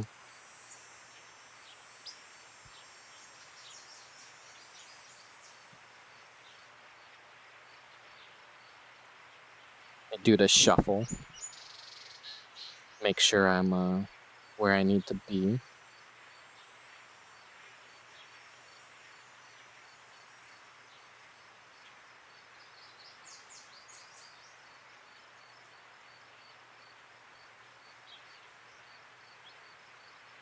This wouldn't be a good thumbnail for the stream.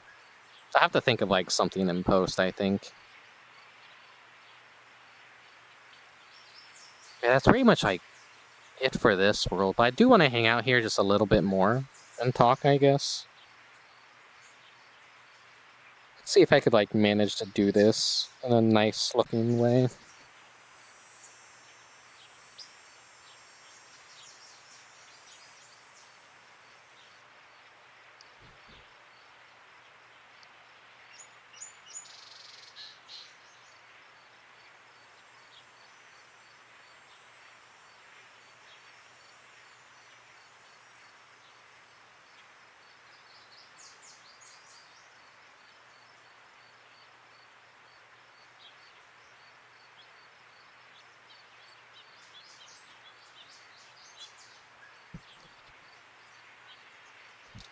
My foot looks all kinds of fucked up. Maybe I need to recalibrate soon. But yeah. Just a really nice, pretty place to hang out.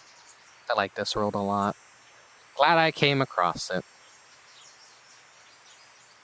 Pretty intensive on the PC, though. I don't know if you guys could hear my PC fan in the background, but it's been going this entire stream. It ain't doing that weird clackety thing, though. I think I set my fan speeds to a nice medium where it's not going to spin them too fast that they get noisy. I can't wait for like the cool weather to start happening.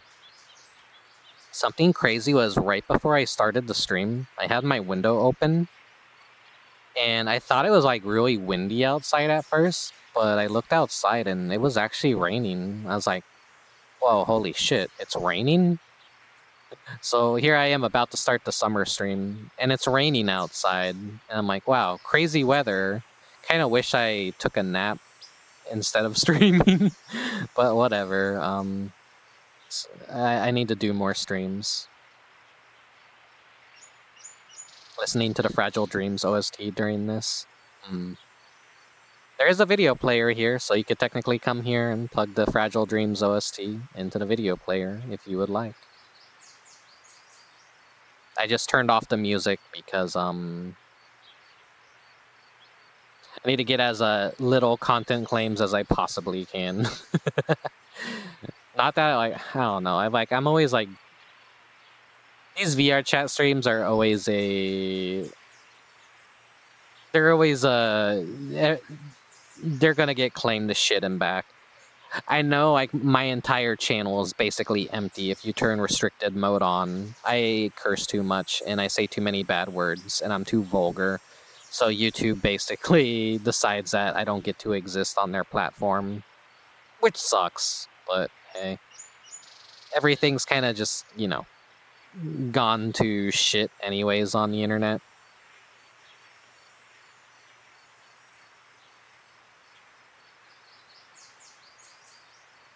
The whole point of VRChat streams is to be kind of chill, yeah. So I like them. They're kind of like a nice, like, sit down and talk.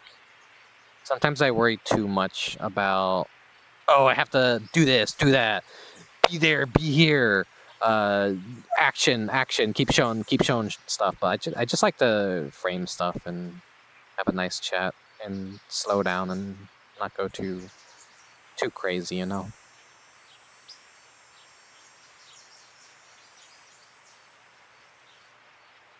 VRChat has a very, like, negative connotation.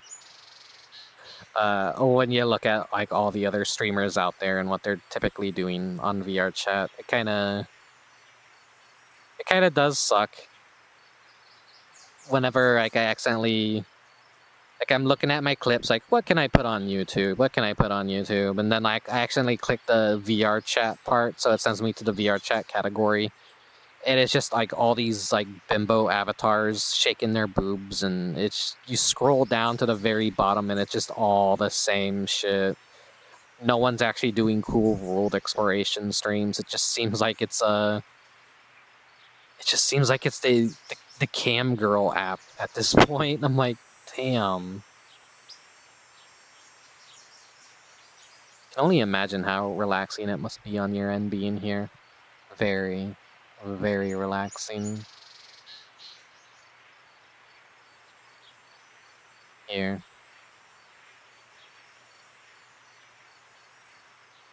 Like, this is my view right now. Which is, it's less prettier than your view.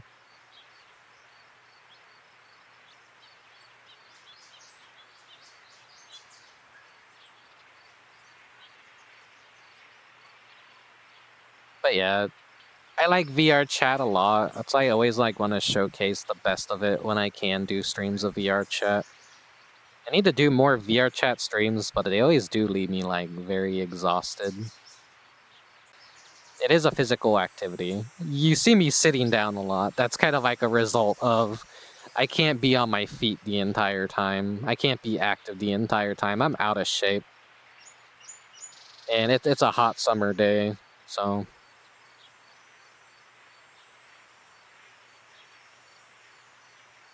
Because it did rain, though, I imagine it's going to be a very muggy night. And that's not good.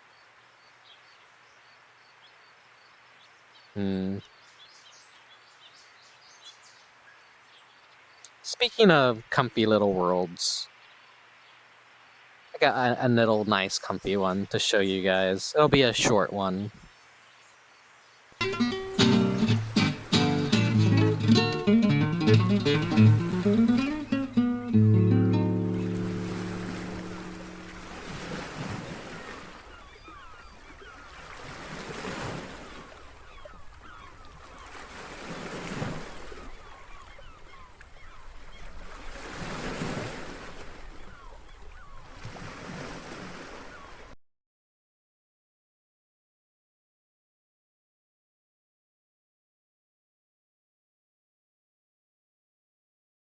Now this world, I don't know, it gives me, like, the vibe that I'm just in a Mr. Mosquito level. And that's kind of, like, why I like it. It's like UFO, A Day in the Life, Mr. Mosquito, just like a summery...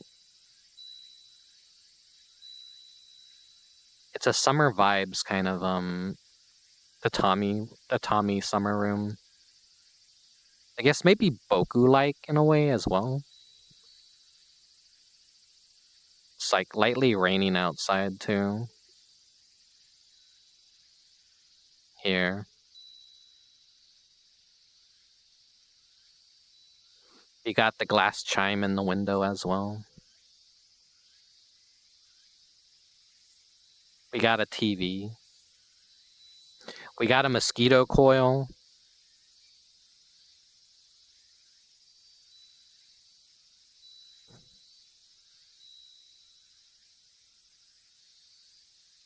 Gotta stop giving you guys the bedroom eyes.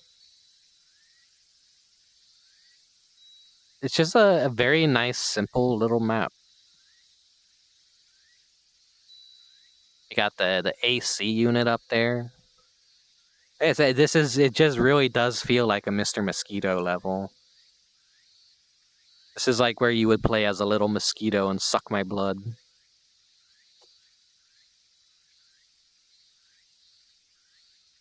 Real talk, for a moment, I thought we were entering Sayako's apartment. Hopefully, maybe one day someone makes that world. If no one does, I will. I will learn how to make VRChat worlds, and I will make the Sayako world. I don't know. This is like less gloomier than I imagine what Sayako's place would be like. It's pretty dark in the game. But then again, given the nature of the game and the whole vibe of it, she would just be talking to us at night anyway, so we probably wouldn't see what it would look like during daytime.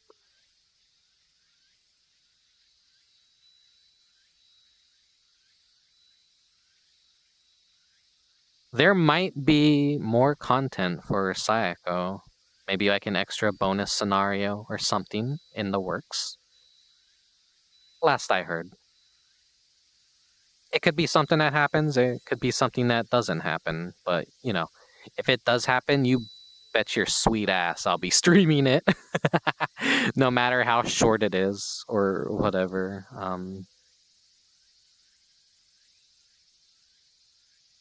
I have the Sayako brain rot, so I like it a lot. My personal game of the year.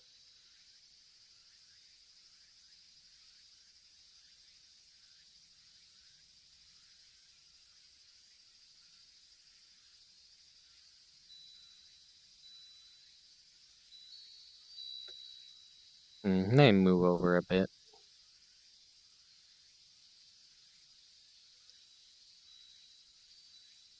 That's what's always useful about having the play space mover. If you're gonna stream VRChat, like advanced OVR settings is pretty much like necessary, I would say. Being able to like frame yourself and pose yourself. You could do a lot of like really nice framing and things with it. It used to be completely free, but now they have to charge money for it, unfortunately. It's free to keep if you claimed it long ago, but people gotta pay bills and things have gotten way more expensive. Real world sucks. Rather live in the digital world instead. Yeah, my foot's like all kinds of fucked up. Hold on.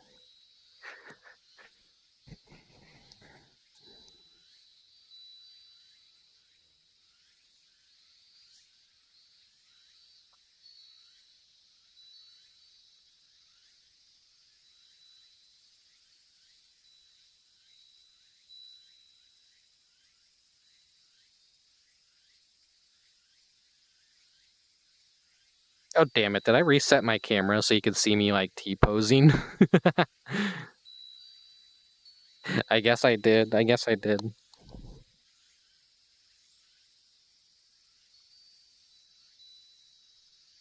You saw me doing something you shouldn't have been seeing me do. Saw me T-posing, that's like seeing someone naked in VRChat.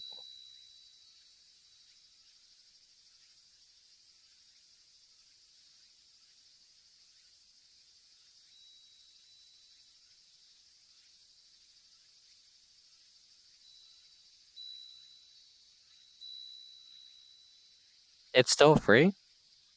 Oh, but you have to download it off GitHub. I see.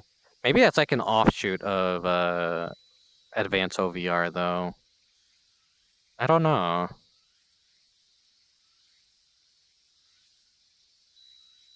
What is that emote?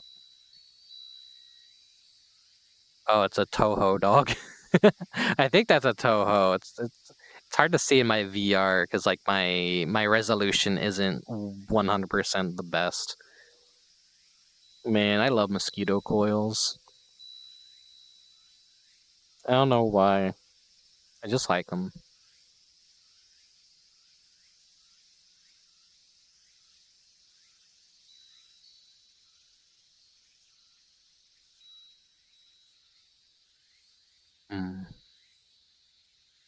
The only downside of this world is if you just want to like hang out in it and watch a video, you're gonna have to like do it old style because this is your television right here. this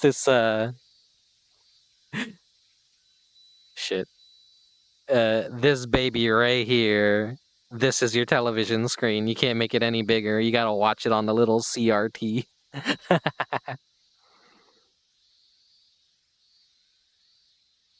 Got some pens here as well. I fell off the windowsill. Oh well, so it's alright.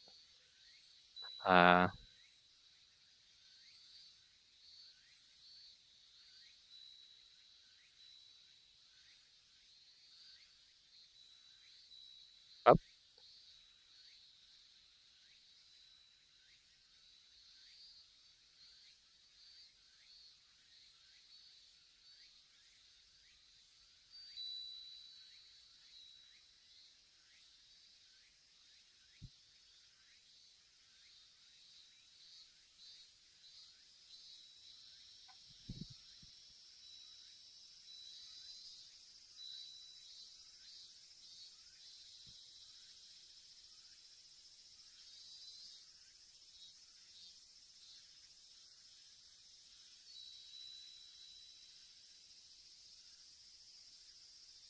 Drawn a little fucked up version of myself.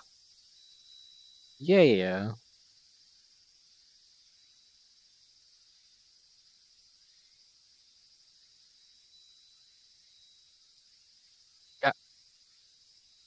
Collision, please. I'm trying to make art here. Drawing in VR is like really fun when you just have these like 3D pens and spaces. It's a little bit difficult, but it's me. It's me.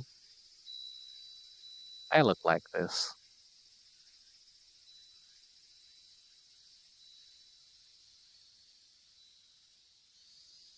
Incubus friend, yeah. I know that's like Varg Skeletor's thing, but I do love the little friend look he has. It's it's not like 100% here, but it's I don't know. I think it'd be funny to make a little Rickubus friend, but using it as an emote would probably feel a little bit wrong since it's like that's taking something from a big streamer. I don't know. There's probably like other people out there that have like their little friends and they make that an emote on their channel. Maybe it's like a Wiggly situation where everyone used to kind of have their own Wiggly. Not so much anymore. They've kind of fallen out of style. I still have mine that Mechanicat made me.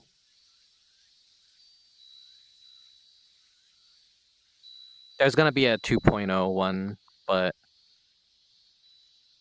it never got finished. I'm not the kind of person that's gonna be like, hey, how's the thing coming along? Like if something comes up, I'm not gonna bug people to like finish something because they don't have to if they don't want to.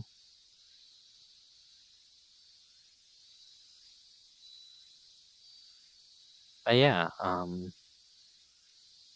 over here we have a nice fan.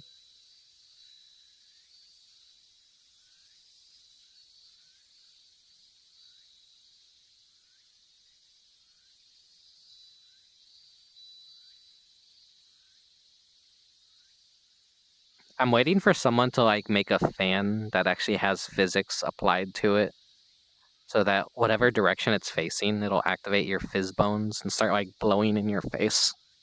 That'll be pretty funny and cool. And like maybe if it would have like a voice alteration thing, it's like when you were to talk into it, it'd be like bah. So that used to be something I would do as a kid a lot. Would be just sit in front of a fan and talk into it. I don't know, when you're a kid, pre-smartphones and pre-internet, you do a lot of dumb shit to entertain yourself. But I imagine that's not really much of a problem nowadays for kids since they're all riddled with ADHD and glued to phones 24/7 and computers and the internet. It actually really is depressing to think about. I've been watching a lot of like Halloween retro commercials on YouTube lately. And it just reminding me like how much life has changed.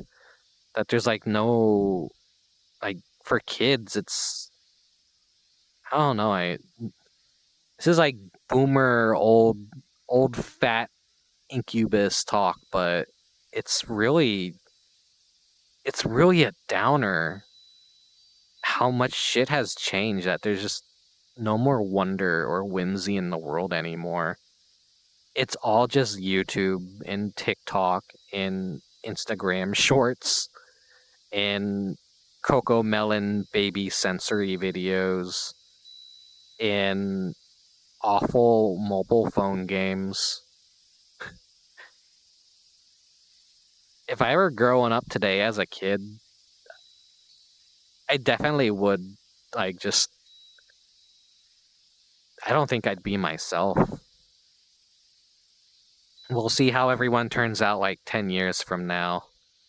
I know my soul is gonna die the moment I hear kids say like, "Oh man, Subway Surfers, that was my entire childhood." Meanwhile, I'm over here just like, yeah, I remember actually playing real video games. They're like, "What the fuck is a Super Mario?" And I'm like, "Oh God, kids don't care about Super Mario anymore. They don't care about Sonic the Hedgehog. They don't care about Pokemon. They're just nostalgic for Fortnite and mobile games. I don't know. Fills me with a lot of dread to think about. We're already kind of getting there where people are saying the Wii was their childhood.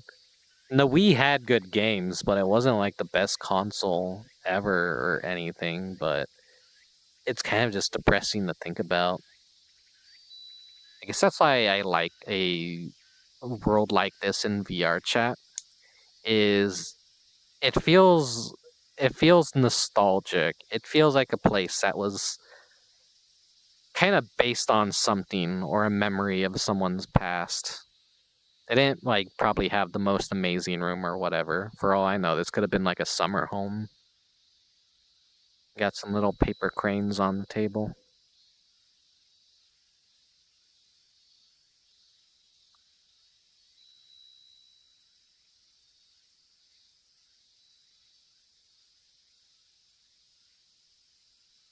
It's like our fathers when we all started playing video games. Each generation has its changes. Yeah. I've said this a lot, but I think what made a lot of older video games like interesting was that they were made by old men that used to have like hobbies before video games. And that's why a lot of video games kind of had really good art styles and like experimental vibes to them that you don't really get with games nowadays because it's kind of a feedback loop of people who played video games grew up and started making video games. So their frame of reference for things that weren't video games and the internet just isn't there. When people have different hobbies other than video games, I think they make good video games. There are people that do know video games and play video games that do make good video games. But what I'm just saying is a little part of that, like, that inspirational frame of reference from something completely detached from video games just isn't as present as it used to be. Like, the Boku games would have never existed had an old man not had a summer vacation in the countryside or the seaside of Japan, you know? Miyamoto probably never would have made Pikmin had he didn't have a hobby of gardening. And a lot of like racing video games probably wouldn't have existed if people didn't like have hobbies with cars and like obsessions that weren't just video games. What's another example? A lot of Love Deluxe stuff is in Onion Games. They grew up inspired by a lot of alternative musicians, and they're just like they have all kinds of musical references in their games, and they had a unique signature style to what they would make because they were interested in music culture. You guys like basically get what I'm saying though, right? It's kind of outside influences coming into video games created some really interesting art, and now it just feels a little bit more stagnant because the idea now is just make a video game. Just make a video game. It's a cynical way of like looking at it. Just make a video game. We need to sell an interactive piece of media and make a shit ton of money and make the player waste a lot of time and crawl up ladders and rankings and everything. There's just no more moments where you could just enjoy something in a much more calm sense, I guess. There's a whole generation of like cozy gaming that's being made, and it's not bad, but at the same time I'm kind of sick of cozy games because it seems like such an overdone genre, and everyone out there is calling themselves comfy and cozy. But I don't think you really get to decide that for yourself. You don't like quite get to say, "Oh, I'm a comfy and cozy streamer. This is my comfy and cozy video game." I think that kind of like has to be earned by your total vibe and like what you do, and people will decide that. You won't decide that for yourself. I don't know. Don't pay attention to me. I'm just like kind of dumb with how I like feel about that, I guess. You have to have a comfy vibe. You don't decide that you have a comfy vibe, because I've seen so many streamers that say, "Oh, I'm a comfy streamer," and it's just them screaming for like 20 minutes straight, and it's like, "Oh, this isn't comfy at all. This isn't relaxing." What do you mean you're more chaotic aligned? I don't know. Ugh.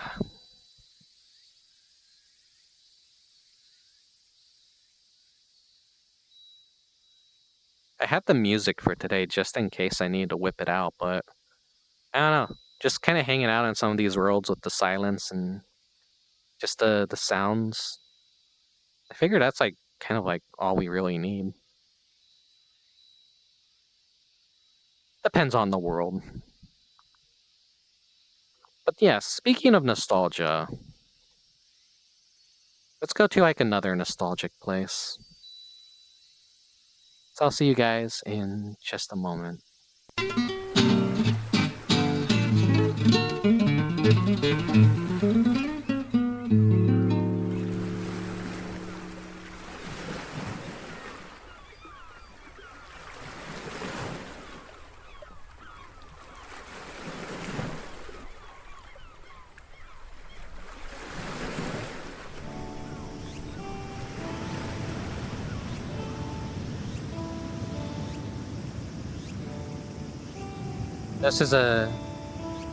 I would say this is a really comfy little world.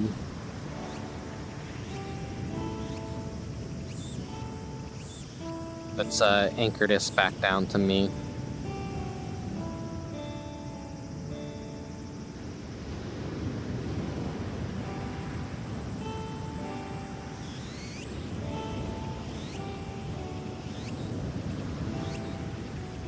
Cute little logo fading away as well.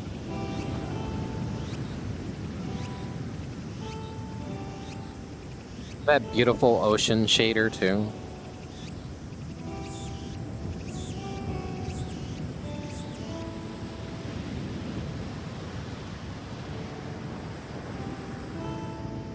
As you can see, we have our little retro candy shop in the background.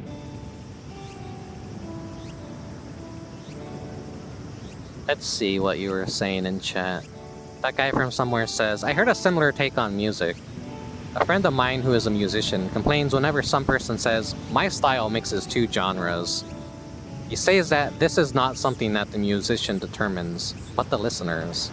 As in, the people listening will determine what your style mixes of what genres. Kind of, yeah. Like, I don't know. When it comes to my art and what I do, I don't know what style to ever, like, call myself. I kind of like hearing what other people have to say about my style and what it reminds them of.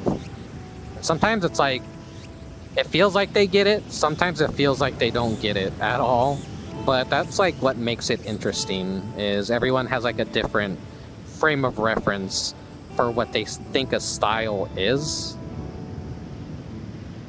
And it's like good to have more like an open mind on different styles and everything. I kind of get sad that everything nowadays is just boiling down to anime, and that's the only style that's starting to exist in all kinds of media. I like when there's all kinds of crazy different styles in animation and comics and media.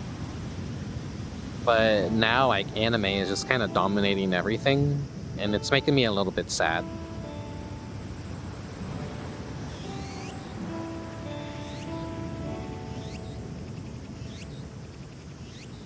For avatars, they look cute in a safe Halloween style to me. Yeah, and I like hearing that, because I really do like Halloween. Like horror without the gruesome. Yeah.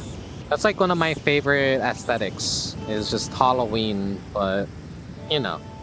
You don't need the blood and guts and everything, but cutesy horror is something that I like a lot.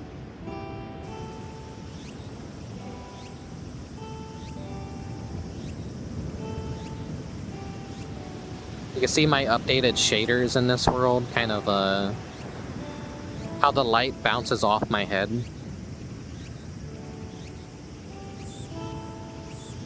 It looks a bit funny in some worlds, but it's a nice little immersion thing. I really like cell shading, and I like cartoonish styles in video games and media. I've seen these on Game Center CX a lot. And what's cool about this world is it actually works. It actually works. Here, let me...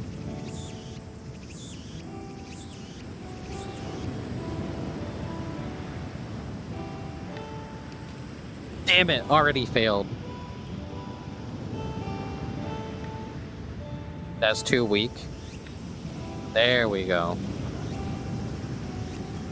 Ah, failed it again.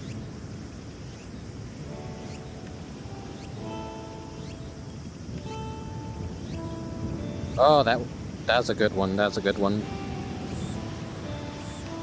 Ah, went too strong. You actually do get the little yen prize card, where it's like, what, you get like 10 yen worth of like candy or whatever for free. Which probably isn't a whole lot nowadays, but probably back then it probably was like a, yeah, like a free piece of candy or two. Ah. I've only won this like once.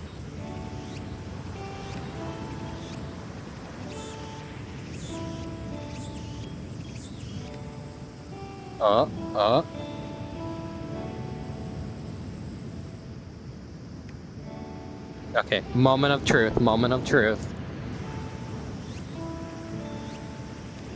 Ah, so close.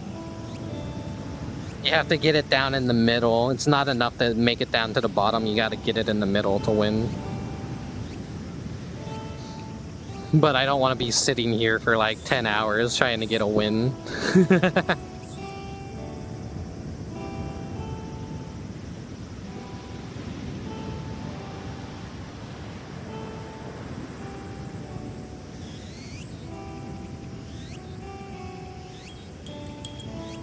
You got the ice cream cooler.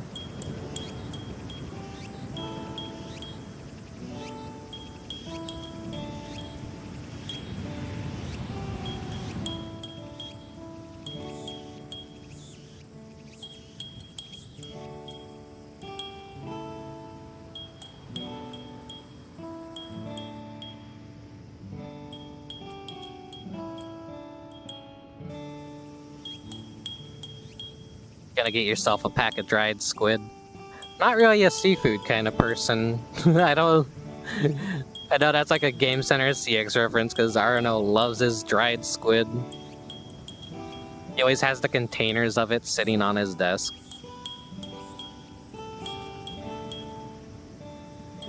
There's a bunch of bottle caps in around the world too. Yeah. Do they unlock anything? I'm not sure if they unlock anything. The worst part is how anime has just become normalized. Yeah, back on that earlier topic of everything just becoming anime now. It's like, it's become so normalized. It's like K-pop, I would say, is a very normie thing now. And now it's happened with anime. There's a lot of people that never knew this kind of stuff existed, and now they're like huge fans of it. And then they're just invading all the spaces online and flushing out all the old heads. And they're being a lot more rude about it, a lot more detrimental to the hobbies. They're not respectful. It's depressing to think about. Like, they're changing everything and like how the hobbies used to function. It's kind of like how collecting Pokemon cards now is just... Hobbies have just become something to milk on social media and influencers and stuff. People aren't doing things because they like these things anymore in quiet. Everyone has to broadcast it. Everyone has to, like... They have to make money from it now. You can't just buy a pack of Pokemon cards and open it quietly to yourself and get excited when you get a foil card. You have to fucking... Sorry for the language. You have to stream yourself opening that pack of Pokemon cards. And you have to have like hundreds of people watching you and donating money to you so you could buy more Pokemon cards. That's where the hobbies are kind of just all at now. People just have to make content out of everything, and it's kind of depressing. I don't like that. If I can help it, I never want to do a Pokemon card pack opening stream. As a kid, let me tell you one of my weird, dumb little dreams that I could totally do as an adult now, but as a kid, I dreamed of buying a Pokemon booster card box and just being able to open like 36 packs all at once. And now that's just like shit people do regularly on a daily basis. The good news about like all this Pokemon card hype stuff though is this is gonna be the most worthless generations of Pokemon cards in the future. They're not gonna be worth anything. There's gonna be so many counterfeits out there too as well that I think the hobby is gonna become very volatile and unprofitable, and people are gonna get scammed left and right. And it's maybe gonna like tank the value of Pokemon cards. Hard to say though. Remember when Pokemon packs used to cost $3.99 before tax? Yeah. I think they were maybe even cheaper back during Pokemon Mania. What were they? Maybe like $2.99? Inflation prices have really kind of ruined everything. There's nothing wrong with it, Orbert. I'm just like... I just hate that everyone does it. Like, there's people that never had any interest in Pokemon cards in the past, and now, like, that's the only thing they do on stream. It's like... They're doing it because it's, like, the thing to do.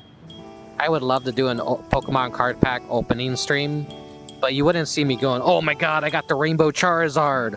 Oh, I got the Secret Chaser Pikachu full art card! Like, that's worth 500. No, I wouldn't be doing that. I'd be like, open the card pack. Wow, cool, look at this card. This is one of my favorite Pokemon, guys. Okay, next card pack. We didn't get a foil or anything, but I like the art on this card. It's like, I'd be such a boring normie about it. Because that's like what opening Pokemon card packs is for me. I don't care about... I just don't care about going after chaser cards and what the cards are worth. I just like owning them. I like getting them. They do it, yeah. They do it to make bank, not for the love of it.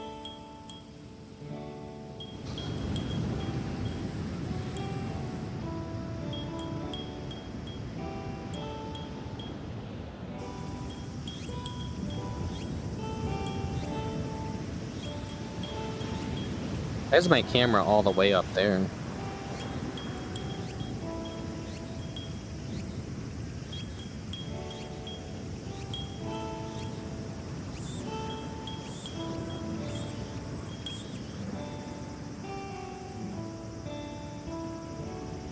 Here's where I would sit down with friends and trade candy with them if I had friends. I imagine this was a very Japanese childhood kind of thing, to come to like an empty construction lot and just like use all the crates and wood to like make makeshift seats and tables, and just kind of like everyone buys a bunch of different candy and then everyone like gets to sample all the candies together with each other. Like, hey, I'll trade you this for that. Give me some of that snack. These are the ice pops.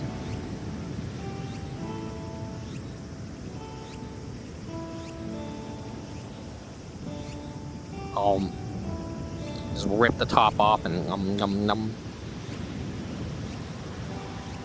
I grew up eating like ice pops all the time. I really liked otter pops. I had a friend, every time I'd go over to her house, she'd have otter pops. What was my favorite flavor? I think maybe grape? Grape or lime? What's my favorite Pokemon? It's Mareep. Mareep, Fluffy, and Ampharos. Secondary favorite Pokemon? Probably Scyther, because as a kid I had a Scyther action figure, and that was the one I played with the most. I played with it so much, all of its wings and arms fell off. It was just a Scyther with 2 legs, and that was it. The poor thing. I didn't always play video games as a kid. I had video games ever since I was young, but I also entertained myself in other ways. I had Bionicles, I had Kinects, I had Lego, I had Pokemon figures. I'd play with them, and, you know, I guess you could call them well-loved toys because they would have scratches and they would break and they would fall apart.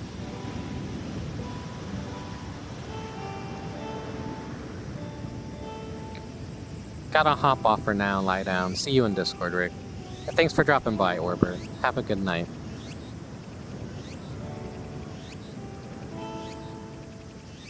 Let's see.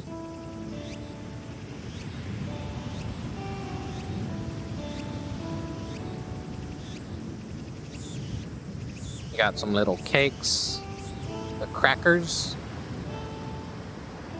Oh, I can't say that. Twitch is gonna think it's a slur and kill me. I don't know what this is, but it's like some sort of like pork-based snack, I guess. You know what? Instead of me grabbing everything, why don't you guys just like take a look? You like the up close of everything. Pretty sure this is like the world creator's persona right here.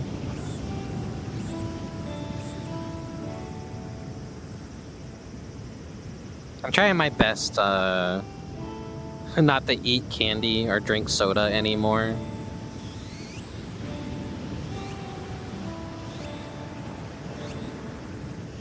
Man, I love these old like fruit drop tins.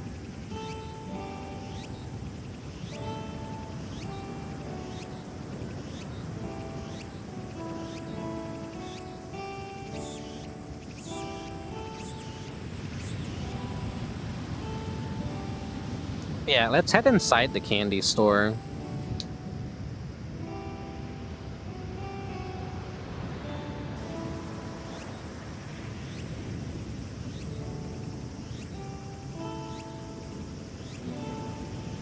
Whenever I see these, I just think of Tulip and how the girl lives in it.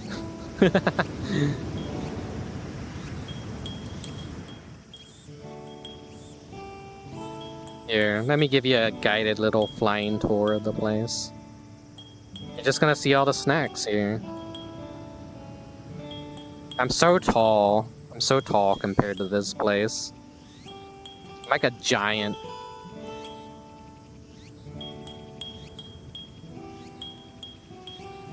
Donuts.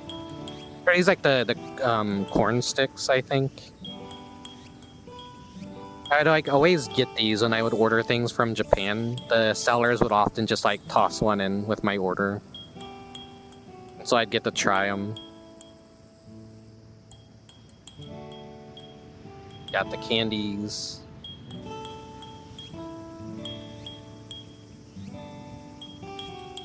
Here's the dried squid. Dried beef. Jerky, I guess.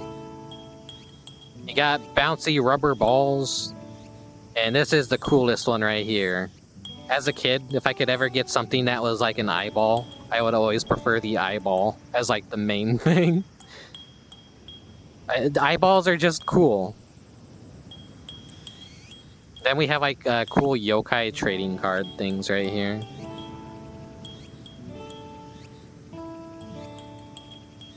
I think these are like lottery systems. I can't quite remember, but say there's like something you really like and they have these booklets in the store. What you do, I think, is you pay, and then you can rip one of the pages out of this, and whatever you pulled out of there was the one you got to keep. So it was kind of like a little lottery thing.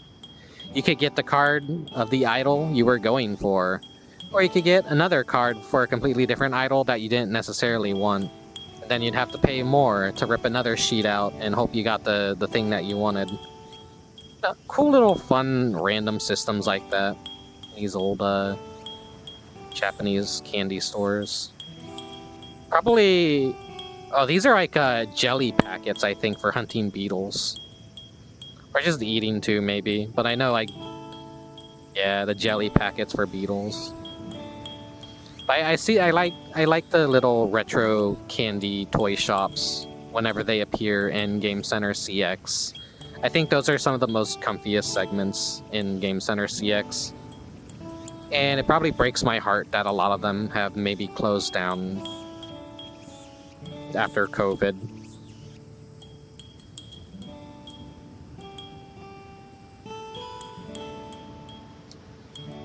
And grab a soda.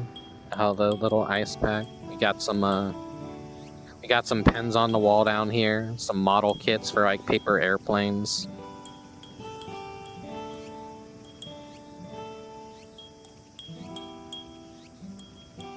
Then there is a back room in here where you could just kind of hang out and watch TV. This is a television right here.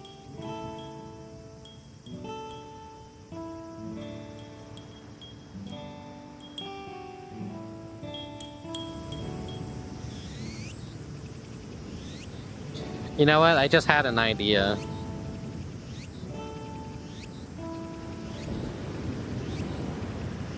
Stay put.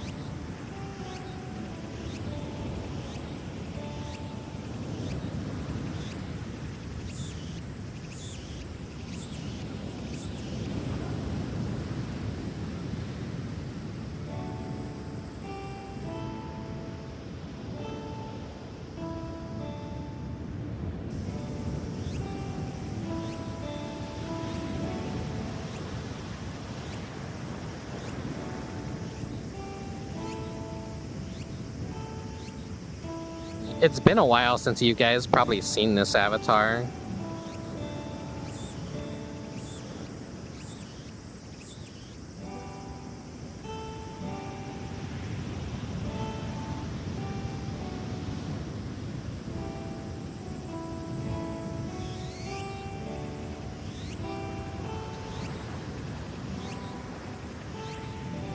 Let me just sit over here, actually.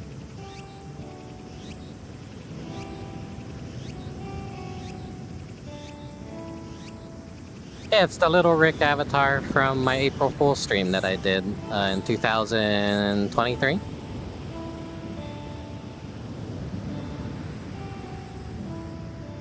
They do lottery for everything in Japan. Yeah, I could imagine it gets annoying after a while. But it's kind of like cool in a way, because it's like gacha before gacha became such a poison term. Yeah, at least like win a lot of practical prizes from lottery stuff, and it's like a little gambling here or there, but like you actually get something out of it, at least, is nice. That's why I hate when people shit on a lot of you know those little machines that you put, gashapon machines. You put a coin in, you get a little prize out of it. Might not be the one you want, but hey, you still get something in the end. And that's what gacha is to me, but ever since mobile games kind of took over everything, gacha has become such a poison term that people will actually point at like those old gashapon machines and go like, "That's gacha. I hate gacha." It's like you're actually getting something out of that, unlike mobile games, you know?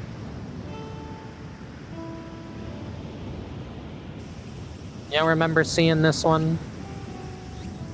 Yeah, it was the WarioWare stream, where the whole joke of that stream was various points in my life where, you know, I'm a kid, I'm human right now.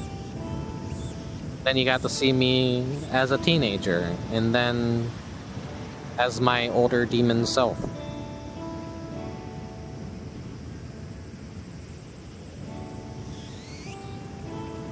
It's not an avatar I really whip out a lot.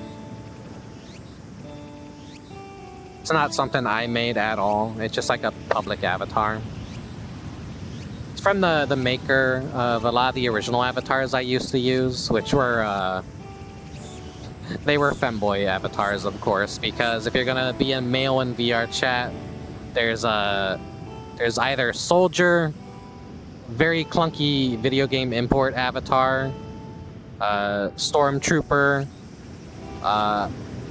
or femboy. There's never really any like good male avatars out there that are just normal. Nope. I thought I still had flying on.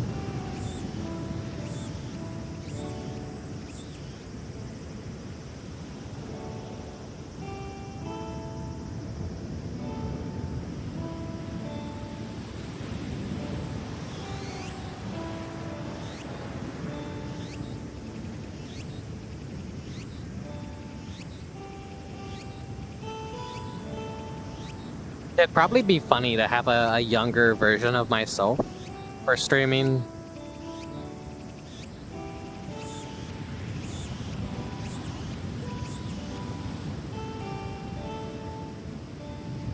Like, I'm like getting the ideas of like what kind of streams I could do for such a thing, where like if there's like certain SNES games I wanted to stream that were a big part of my childhood, actually having a live 2D avatar to reflect my age, like when I played them, would be kind of like fun and interesting in a way. But I'm not really good at the whole kayfabe and roleplay element, so the WarioWare stream was really awkward. But maybe people actually liked that and thought it was cute. I don't know. At the time, like, people seem to be enjoying it, but I'm like, man, my acting is ass. And some of you will probably go and watch it and go like, wait, he thinks this is acting? Like, yeah, I'm not good at acting at all. Yeah, nostalgia and childhood games. It's... I want to say maybe I kind of have arrested development in a way where I don't feel old. I always feel like I'm young. Younger than I actually am. Which is... it's odd. I never really act my age. That's always something like, when you're drawing your OC and everything, does sometimes, like, some people's OCs don't grow up with them. Sometimes they just stay forever young, or stay, like, frozen at, like, that point in time. Kind of like how my persona, when I drew it, it hasn't changed over the years. I never really made it, like, older looking. Never really thought to do that. It just always kind of remains eternally how it was when I first conceived my original character. Interesting, like, things to talk about, essentially. But yeah, time to put this avatar away. Like I said, this is like a part of the act of the April Fool stream. Let me find the other one that I had as well.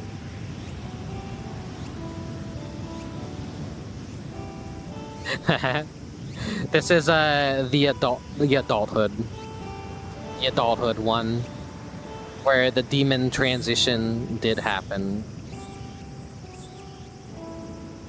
I wasn't quite a demon when I was a kid just yet, but something happened in my life that I did end up becoming a demon. Lore implications that I was once alive and something happened. And I'm dead. In my partial undeath, I'm reborn as a demon. Where's the other one that I have, though? This was more of the middle point one. You know, still human. Still human.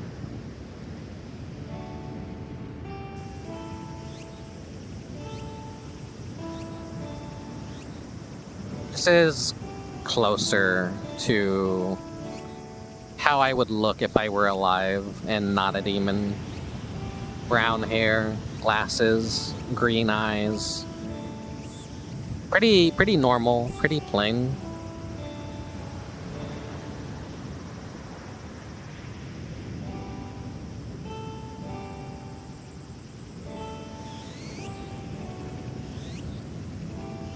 I don't know. I think that April Fool's stream I did had a funny gimmick behind it. All things considered, I think I did pretty well with it. I think it was a funny kind of little shitpost April Fool's Day stream. I need to like get glasses like this for my normal avatar. Which, let's change back.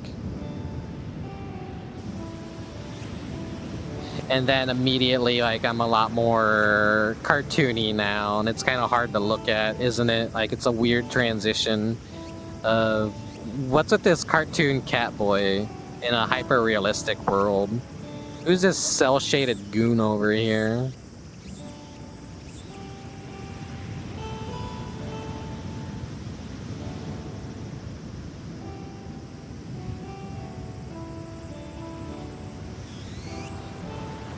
But yeah, there's not much more to this world.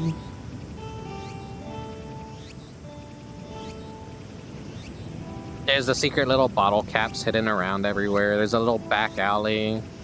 Come over here, there's a shrine with a bottle cap on it. And the creator's little character.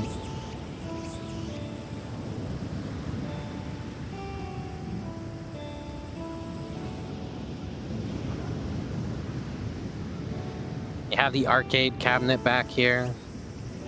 This is where Arano would play Metal Slug with the shop owner. The little old lady that runs this place.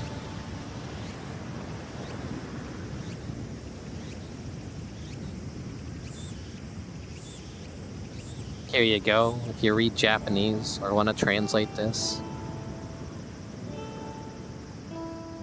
Are the ones you're going to showcase all Japanese? Not every single one of them. But it just ends up being a lot of the Japanese worlds often end up being some of the best in VRChat.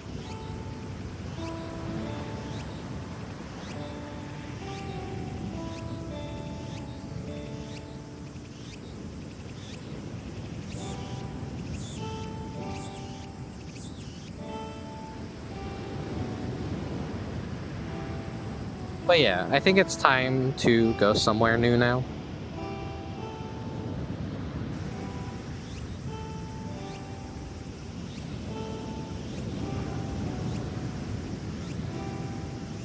Looking through the worlds and where I could take you guys. Okay, maybe all of them might be Japanese. I think we need to do something fun.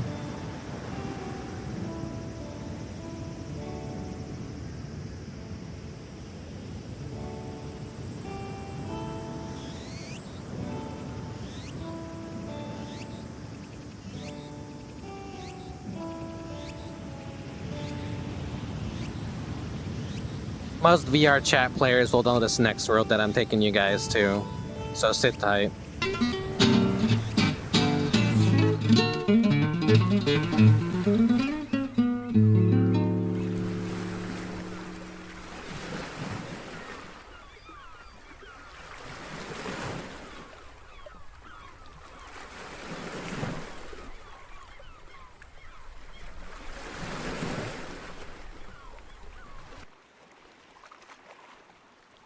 I guess I just like have a preference that heavily leans for a lot of like what the Japanese map creators make and put out. So this looks like a pretty normal world, does it not?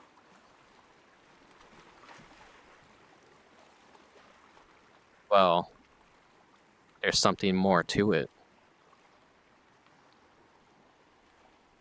Welcome to Jetski Islet. Or Isle, or Islet. How do you pronounce that? Anyways, duck. There's ducks around this world that you could collect to unlock a duck jet ski. But you need to... I think the last time I did this, I didn't save my code. But it don't matter, it don't matter. They have like an actual game world dedicated to this that you can race your friends in. Okay, I've selected my jet ski. Whoop.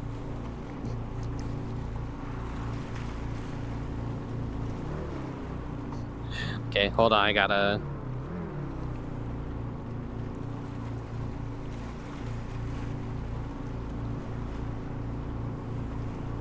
I gotta get a good angle on this.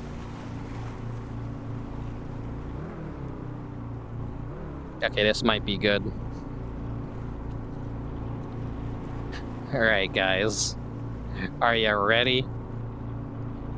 You know what? Let's get some, like, music on. We need some music. Here we go.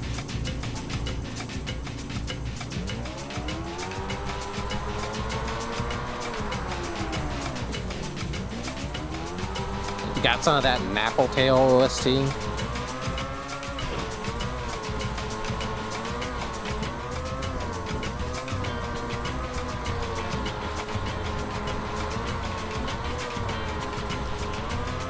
Oh,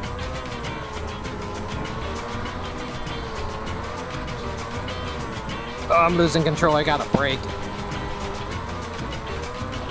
I would be so ass at racing jet skis IRL.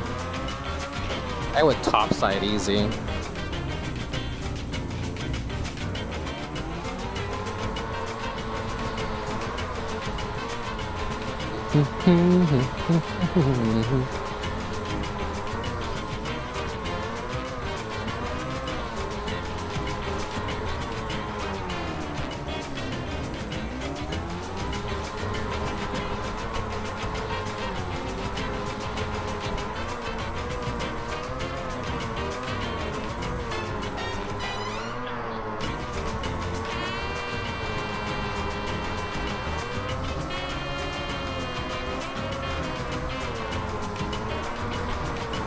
Let's jump the bridge.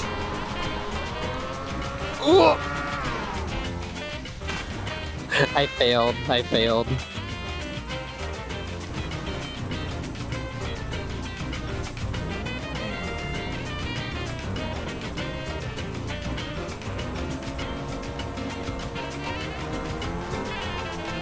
Okay, okay.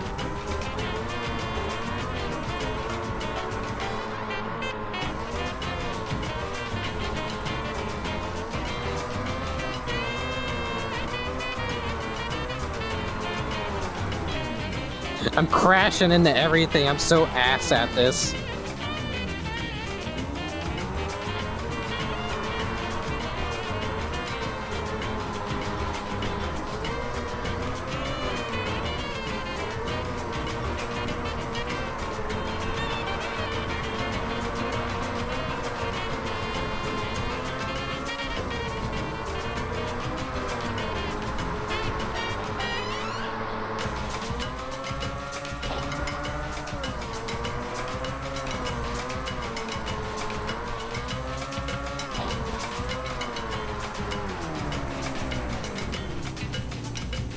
Let's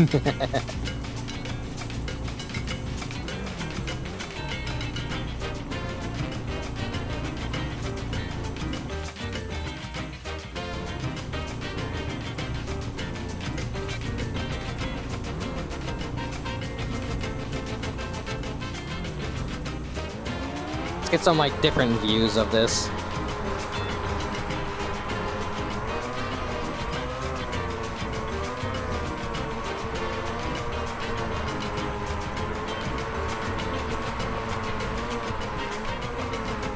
Oh, it's clipping like crazy. Okay, 1 second.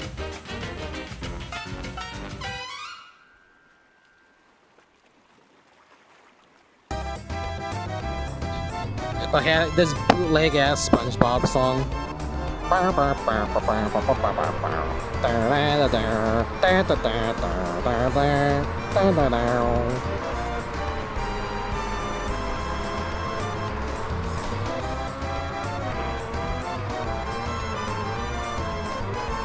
I wanted to show this world off last summer stream and I forgot to at the last minute. And I'm like, man, I'm so upset.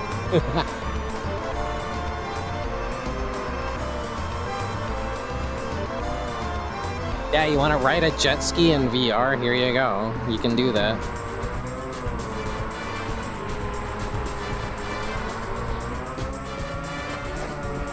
It's a little wonky.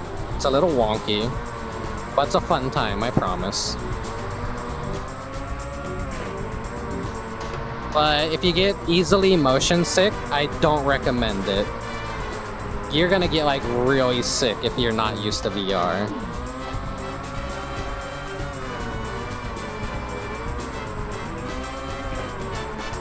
I really suck at hitting these jumps.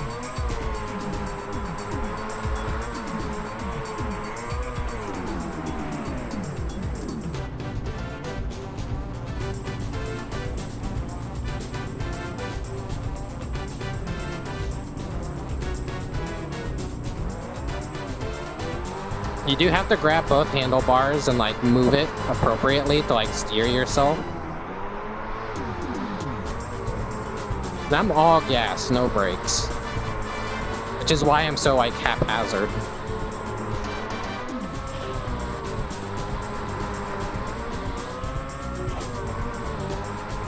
When I did the VRChat stream, there is a game world based around this entire mechanic where you can race your friends Mario Kart style.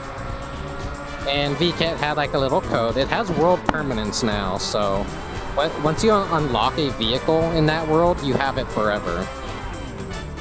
And in this world, you can unlock a little duck jet ski and bring it to that world. And then VRChat gave us a VRChat-inspired jet ski.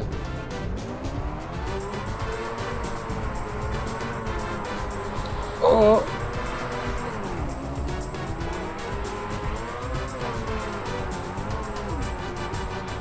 Oh! Crashed out.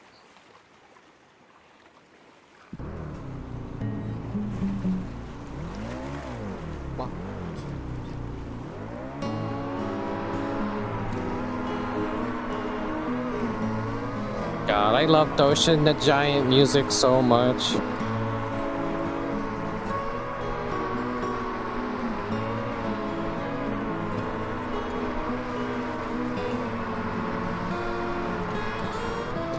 Ah, messed up.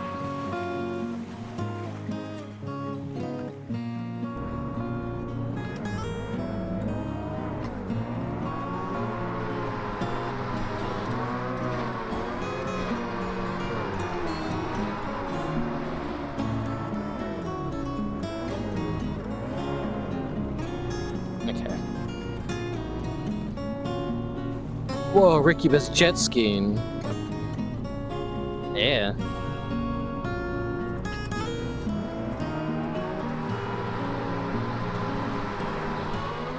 Woo! Did it. Jumped it.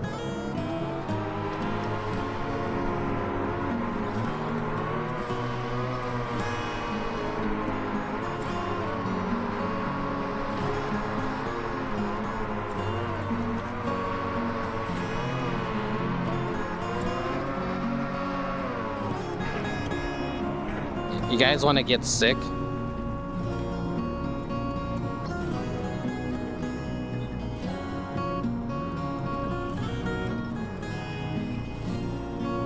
Here, you have a first-person view of this now.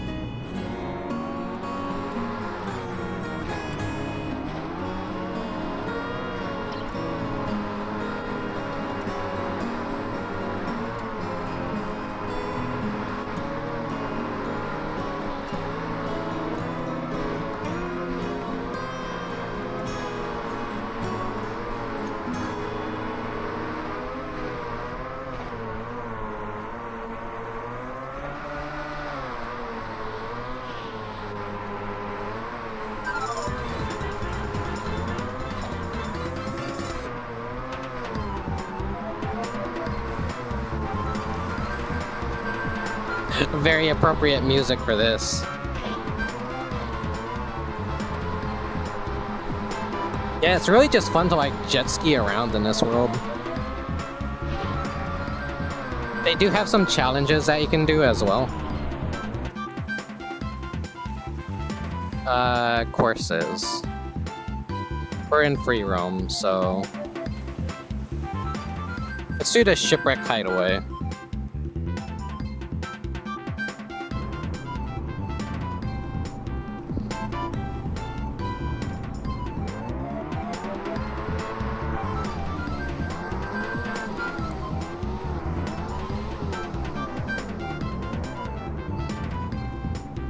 Get my camera out so I can stop making you guys sick.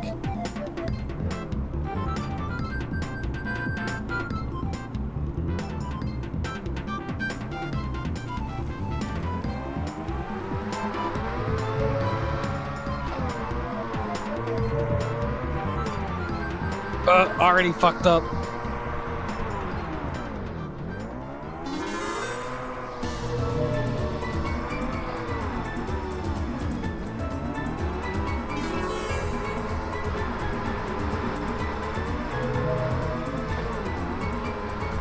No.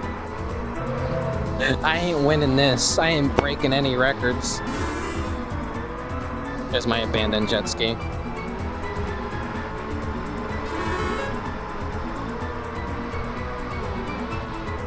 I'm too chaotic and too fast for this.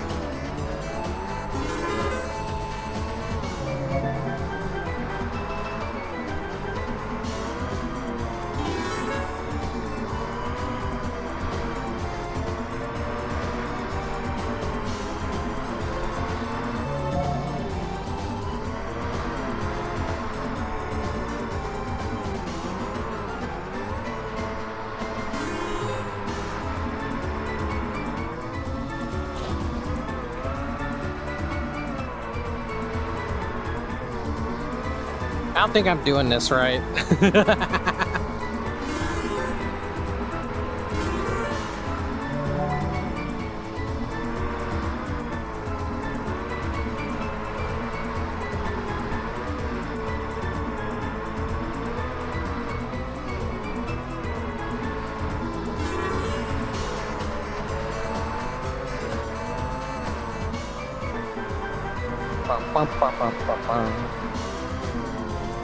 I definitely didn't do this right, but I need to stop doing this because I'm gonna make myself sick.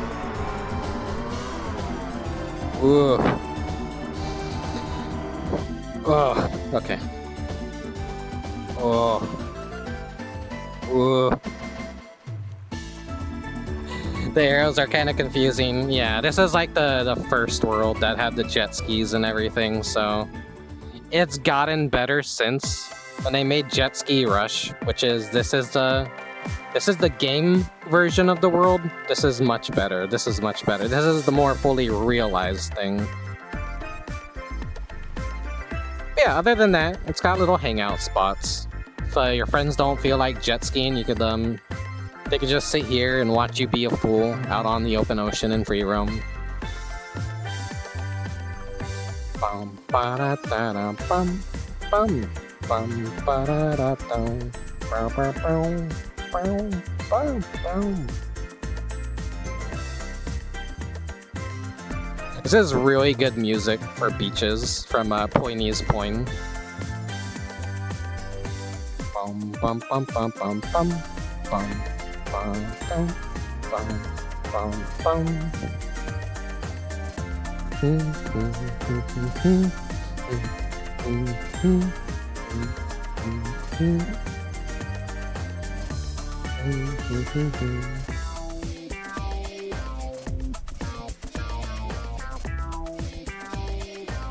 I figured we'll go explore the rest of the map on foot.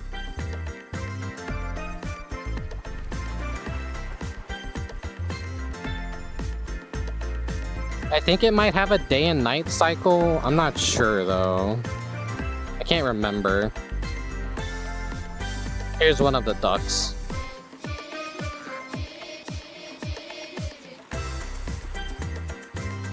A mallard. Here's that sick jump I did over the bridge. Some of the ducks are in really tricky places to find.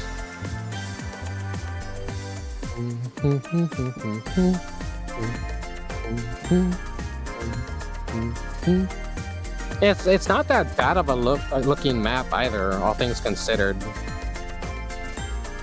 It's not overly cartoony and low poly. It's realistic enough that it's like really nice looking, but it also like kind of has a little bit of a cartoony style to it.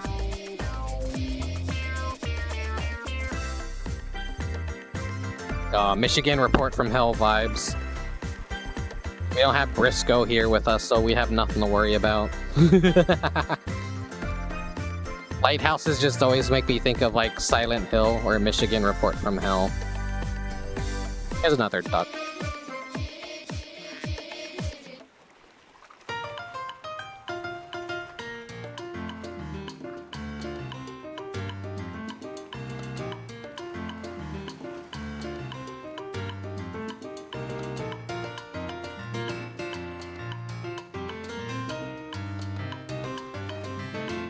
Wave Racer 64 full of tubes would be chaos.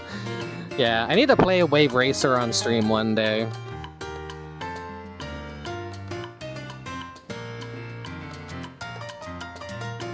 I need to play like, there's so many Nintendo games that I need to actually play. For as big of a Nintendo fan as I am, like I never really stream anything Nintendo. But Nintendo's a little hard ass on people that do stream their games, so maybe it works out for the best.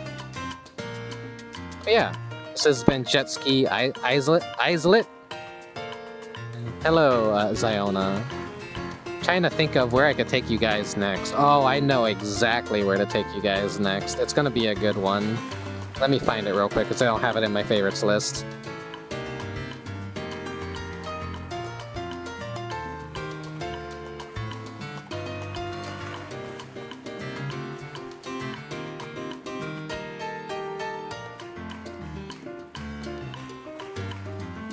Let's see.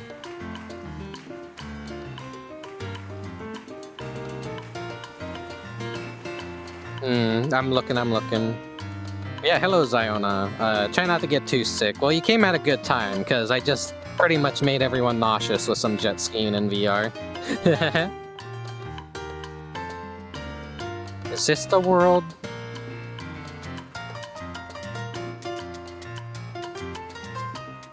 Let's give it a try.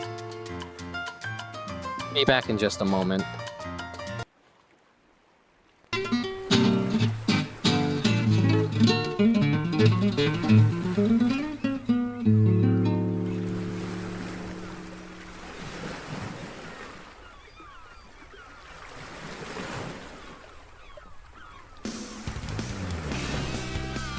You know what that song means.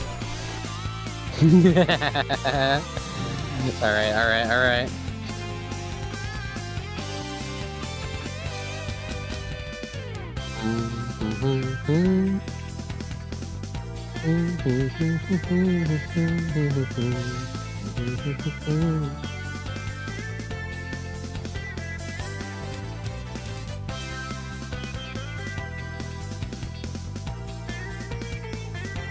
Alright. Let's go. We gotta go rescue Tails. Alright. Wait.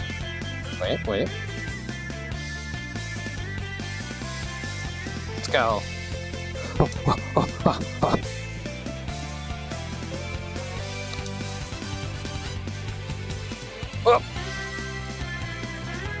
They don't have the bounce pads.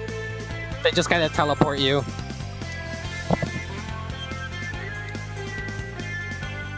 Oh! I fucked that up, but I got it. I got it. Gotta run up along the wall because it looks cool. Whoa!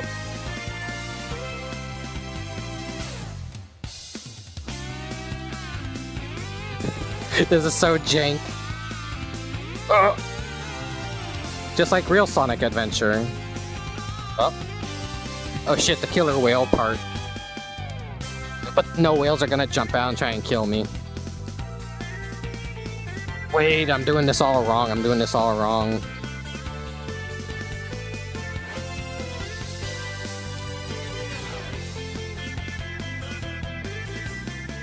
Here we go.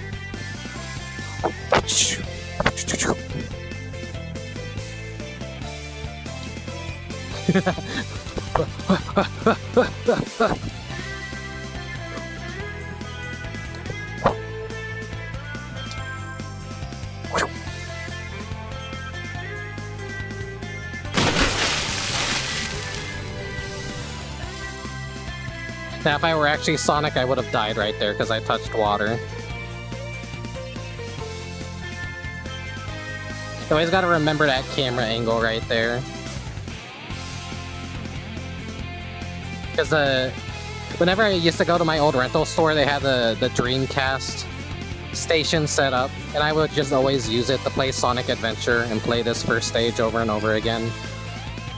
While my mom was like checking out movies and looking for movies, I'd like sneak away. Like, here's the video game I want to rent, Mom. Okay, I'm gonna go play the Dreamcast demo now. I had always wanted a Dreamcast so fucking bad. I finally did get one, but it's like kind of like right before they announced its death. And I was like, shit. Oop.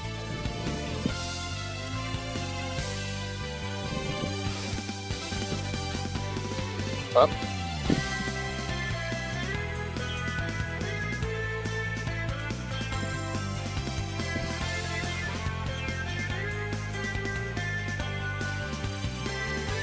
Dong.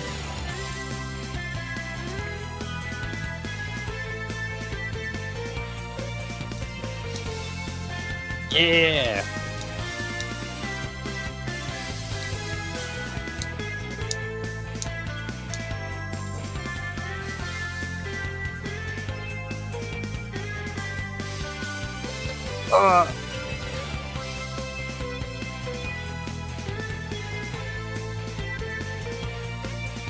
I gotta get out of here. Okay, we gotta do some careful jumps here. This world flings you so fast forward, though. You gotta be careful with your jumps because you can overshoot it. Oh. Okay.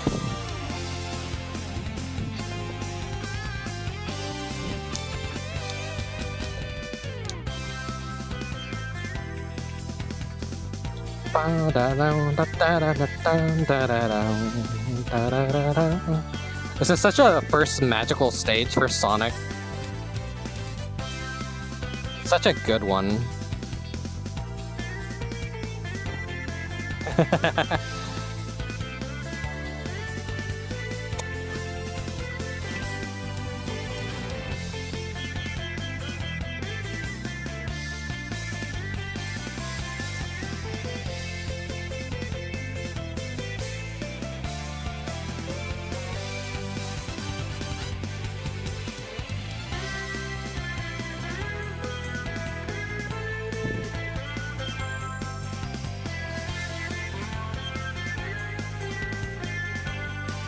Alright.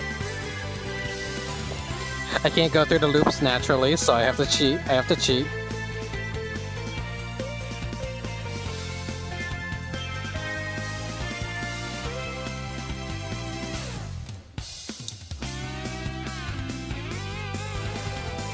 Yeah.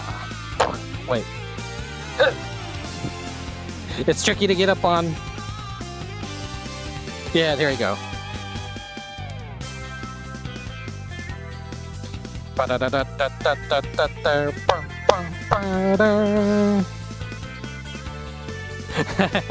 Okay, it's just been a goofy little excursion. I wanted to do the Sonic Adventure map. Does this one count as a Japanese map? I'm pretty sure this is probably a Western-made map, but it is basically just a direct import of Sonic Adventure into VRChat with a script of being able to run through all the levels.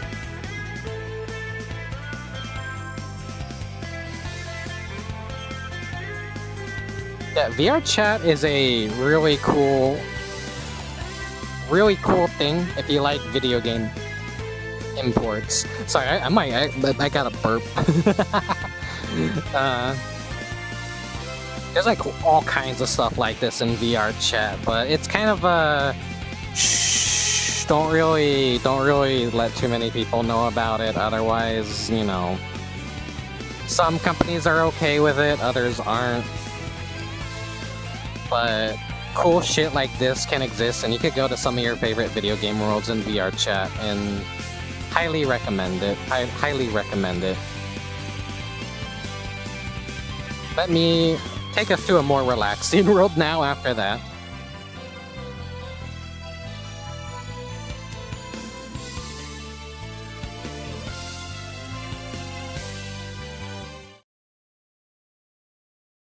Oh, I forgot to do the thing.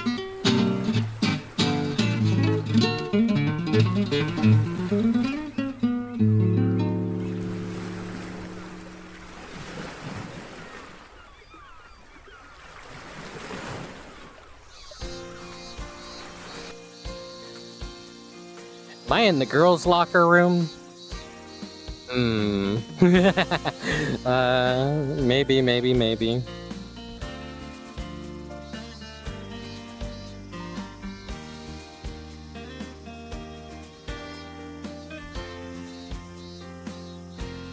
Welcome to the pool, everyone.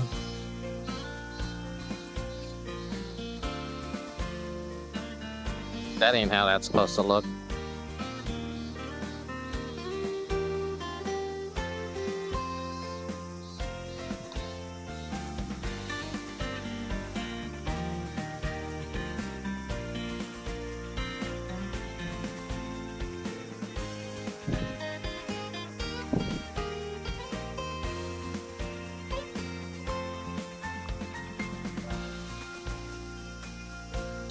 Get wet, get squirted on, get squirted on, get wet, get squirted on, get pregnant, get wet.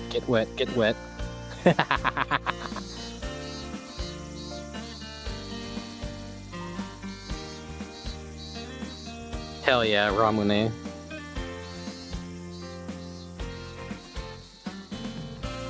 The Japanese drink for people who aren't adventurous at all whatsoever. You go to your World Market store, and this is like their exotic soda. Still good though. Overpriced as hell, but still good. I feel like that's like Weeaboo's first trappings. It was like, oh my god, exotic Japanese soda. And, you know, it's the marble soda.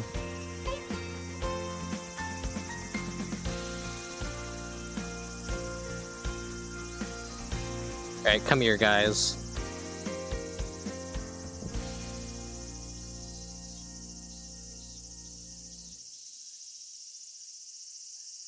Wait. I'm so disoriented right now. I'm not even, like, able to do my camera work properly.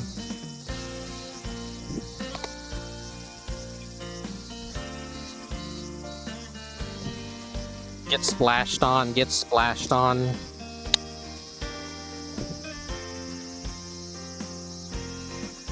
Get wet.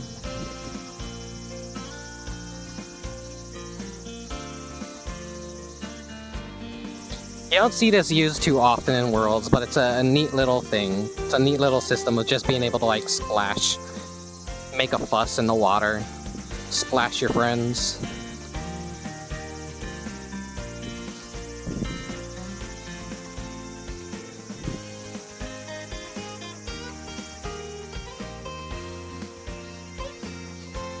Hmm.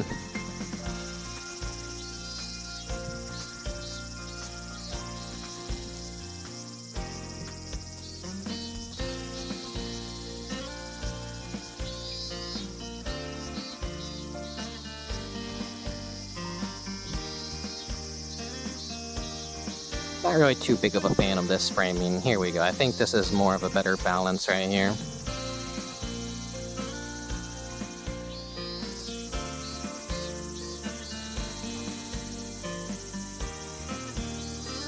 These have been some real cool places you've shown us. Yeah, that's like always like what I want to do with VRChat streams is showcase cool worlds and things you might not have expected to maybe exist in VRChat. I'm always on the search for cool worlds and things that I like, and this is kind of like a way for me to archive the experiences and showcase them and stuff. Your urge to jump and splash. Get wet. Get wet. I just like I like floating around in pools a lot. I don't like deep pools. I like shallow pools. You know what, let's like turn this fucking music off. If you want the music off for this world, oh, I gotta use the ladder. There we go. You come into... There's this door right here. And inside this closet, you can turn the BGM off. And there is a video player in here. It's a little bit of a cramped room in here, but... Oh, this is like a little custom splash effect that you could do. Whoa. Oh!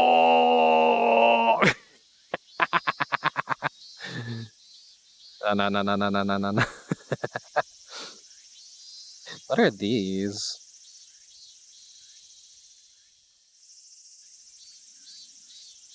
Or are these those things that like you throw into the pool, and then the whole idea is you go down inside and like grab them when you dive? Maybe.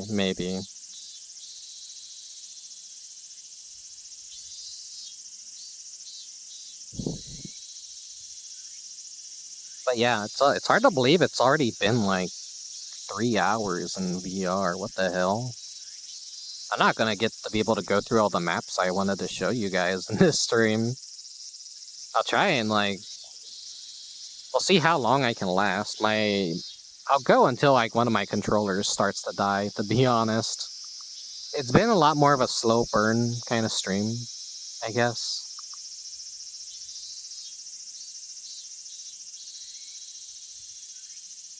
Let me see. Yeah. It's nice listening to the cicada.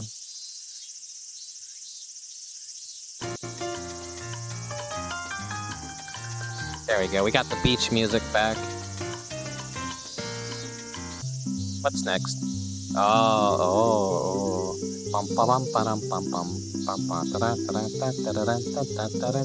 Kind of throws off the vibe a bit. This isn't really like a Banjo-Kazooie like Beach World. This is just more of a Japanese pool.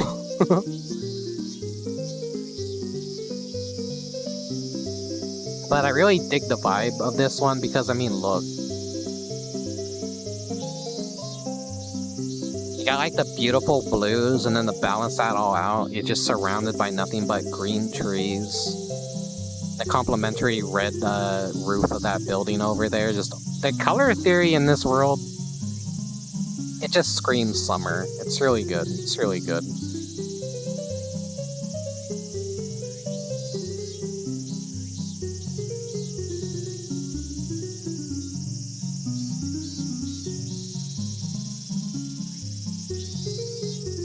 Aren't cats normally supposed to hate water? It's a thought that just occurred in my mind.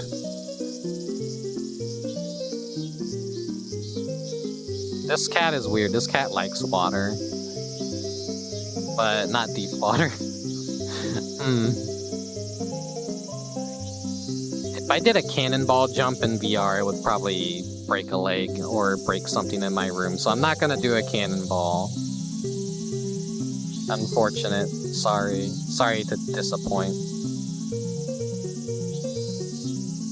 What world can I take you guys to next to showcase? Let's do another, like, calm one.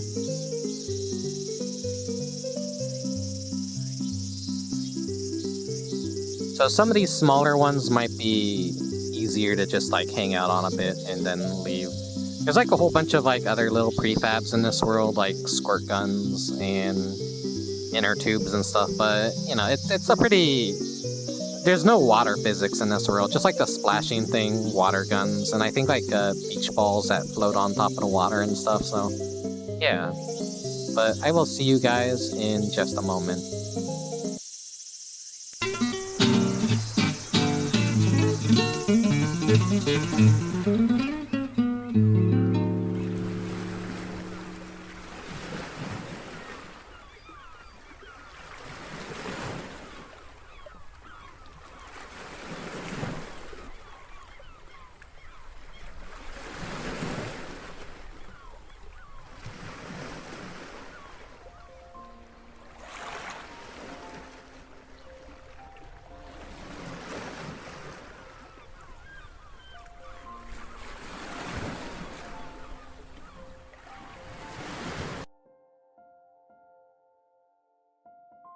This is more of a kind of, you know, summer night kind of vibe of a world.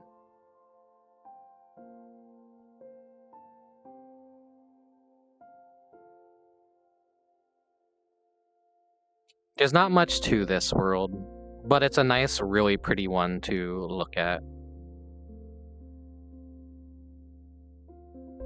Got all the stars. Got the lights in the houses. You're just up here with your moped. What do they call these things?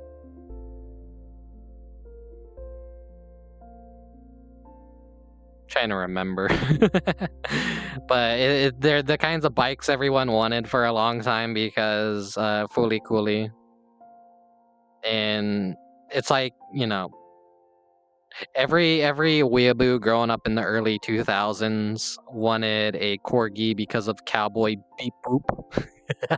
And then one of these Vespas because of Fooly Cooly.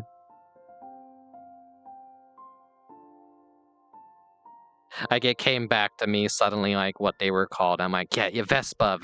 I know it's like, it sounded cooler. Moped wasn't what I thought. Yeah, this is just really nice world. I like this a lot. The whole idea is to just hang out up here and just look at the city in the background. Would this count as a city? I think it would count as a city. There's a lot of homes back there. It's more of like a country city, maybe.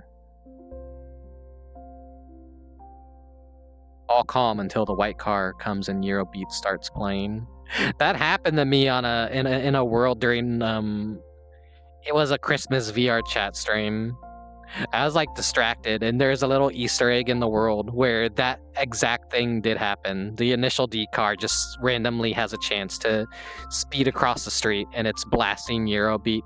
It like spooked me. It was like perfectly framed too when I captured it. I had completely forgotten about it, and I got caught off guard and like jump scared for like one of the few actual times in streaming. It's not hard. No, I mean, it's kind of hard to scare me and jump scare me, but I could get jump scared. So it's more of a funny jump scare. It just kind of caught me off guard, you know?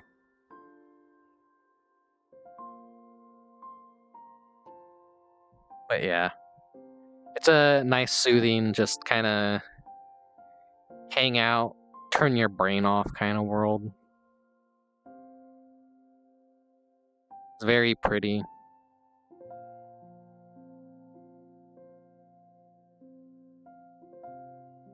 Then of course there's me down here. I think there is a video player in this world as well.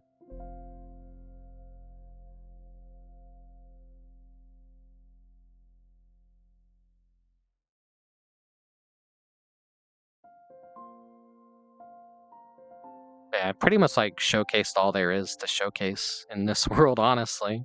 There's not much to it. It's just really pretty and nice and soothing to hang out in and look at. So yeah, let me see where I'm gonna take you guys next. We'll do some got another small world I could take you guys to, actually. So see you guys in just a moment.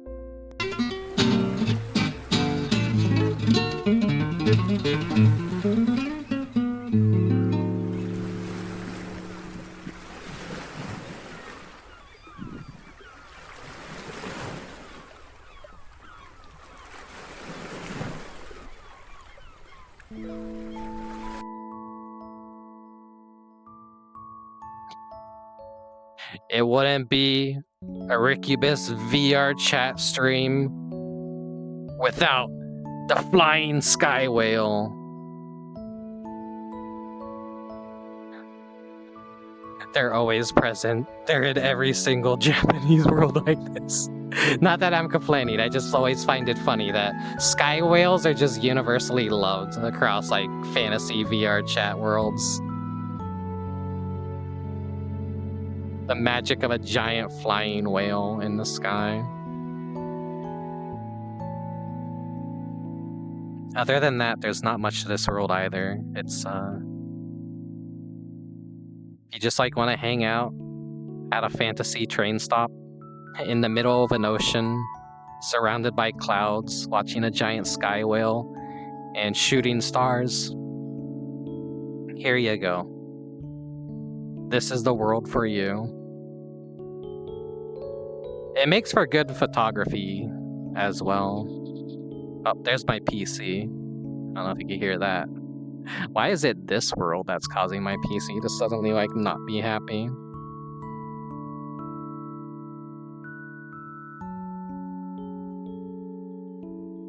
Let's see. Can I angle this a little bit?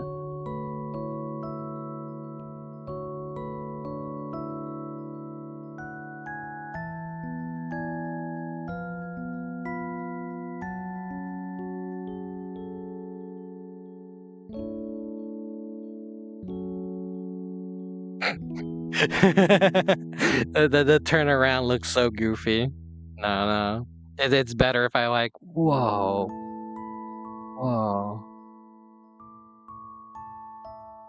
It looks better like that.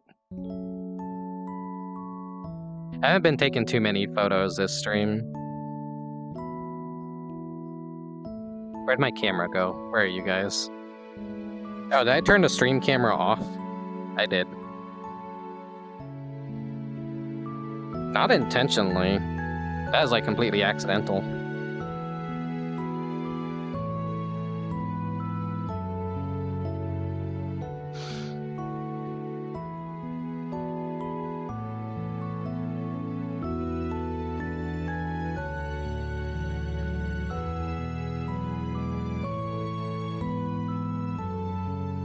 I know picking up the flowers will spawn something.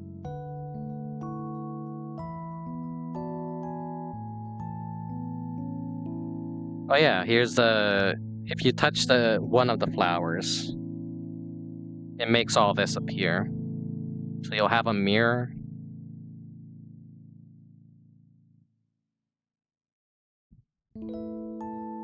This one's cute because they put some like summery stickers on it.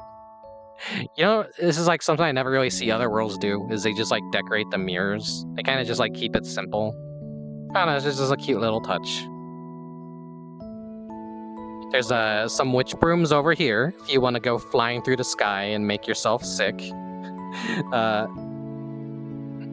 don't necessarily want to do that right now, but that's an option that exists. And you can see my camera and what I have to deal with every VR stream, like this thing right here. Let me get closer and show you guys. This is like how the camera works in VRChat. You know, I have to turn flying on. This is take a photo, timed, camera mode, spout stream, audio from camera, So if I was like really far away, but I left my camera here, and you guys would still be hearing me talking all the way over there. Well, it's weird how it works, but you need it.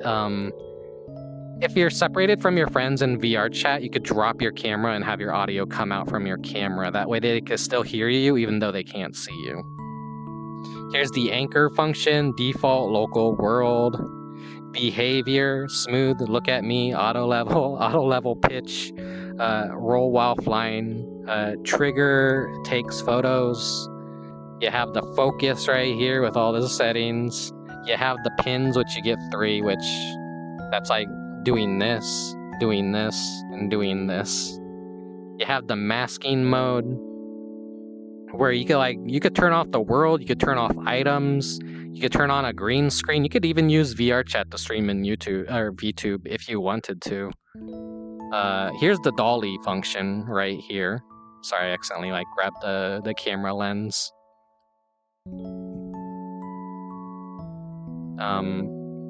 We're gonna be a little bit off-centered, but lens visibility, that lets you change how your lens looks in a world. You got filters, you got photo resolution, stream resolution. It's a really complex little device. You see, it's kind of mastering a camera within VRChat. This thing will make or break your VRChat stream, so learn it, get familiar with it, and master it is all I can recommend you do if you want to try streaming VRChat. First things I always do, though, is I go into behavior immediately and turn on smooth. That way, you know. It kind of smooths this out. Auto level will kind of fix the camera. There you go. So.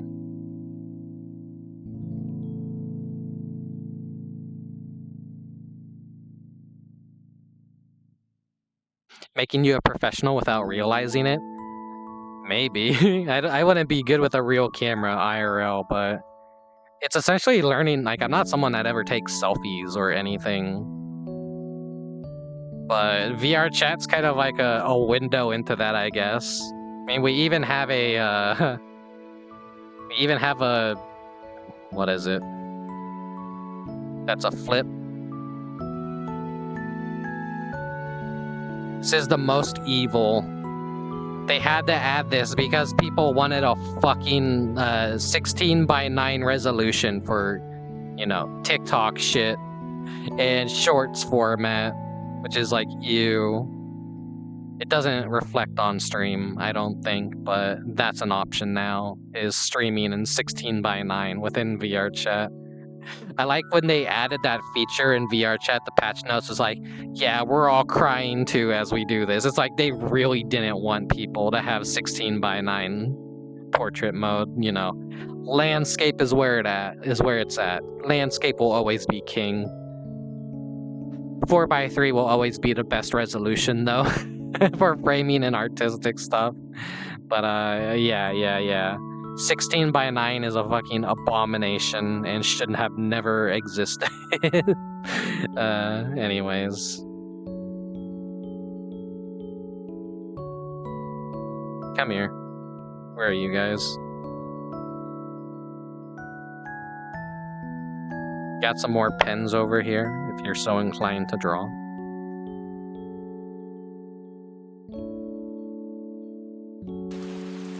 You could turn rain on, you could turn YouTube on.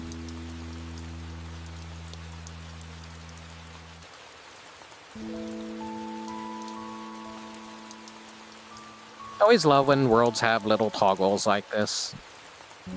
Just to add some optional flair. Sometimes you could customize the vibe to a world to be something that you like. Yeah.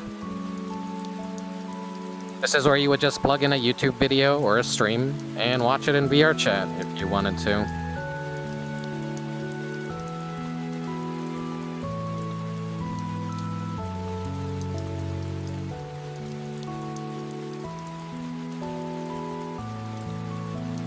If I'm ever on late at night, I'm usually just kind of multitasking and sitting AFK in a VRChat world.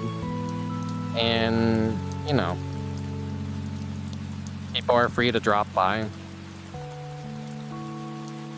But I just like existing somewhere that's not like just my room or anything, so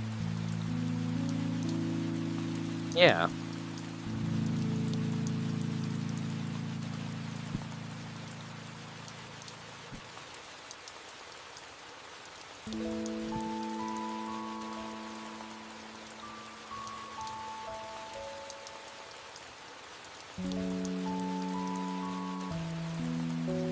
You can get a pretty solid base with this and just go for a physical camera. Why do I have my hard eyes?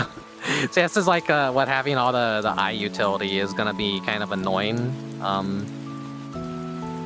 Gonna have to get going, Rick. It was fun and relaxing stream. Thanks for showing me something really cool. Oh, you're welcome. You're welcome. Thanks for stopping by today, Love Waffle. Like, thanks to everyone else today too that has dropped by for the VRChat stream. It's really surprising how fast time can fly when doing these. It doesn't feel like it's been nearly 4 hours, but we're gonna like have 30 minutes away till like 4 hours, so let's find another world to go to real quick. So I'll see you guys in just a moment.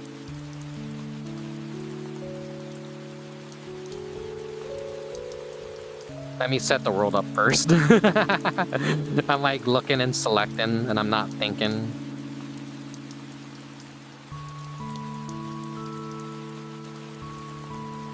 Okay, we're gonna go to another goofy, funny, short one.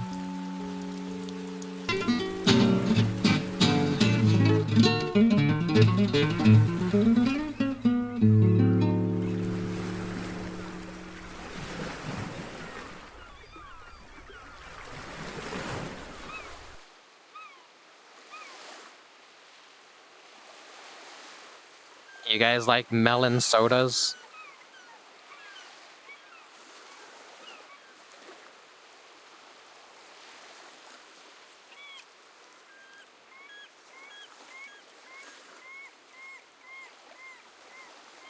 I know there's a video player somewhere in this world. Maybe I'm lucky and it glitched out because the music isn't playing.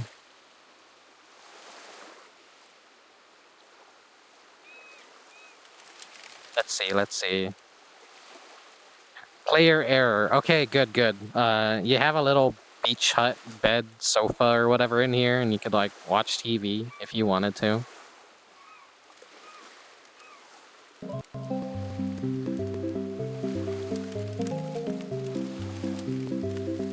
So the entire gimmick of this world is there's just giant like melon soda floats. And you can get on top of them and like, look at this.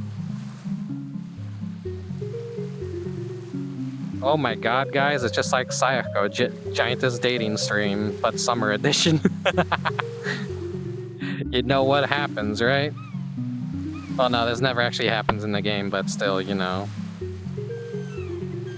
Anytime you, like, in a video game, you go into a drink like this, you know what happens next. You can swim around in this. Here's the straw.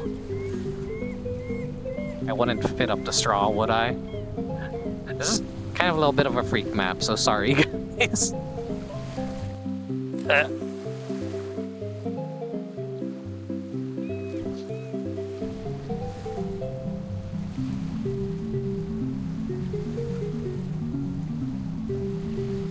Oh.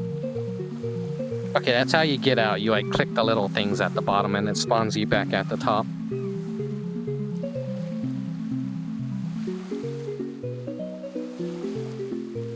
Well, that ain't how I want it to be.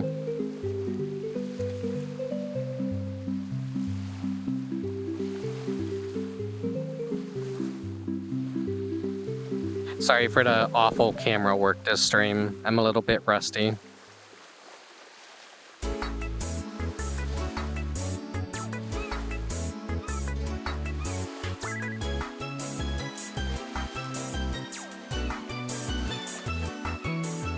Nah, green is always the best. Green is always the best.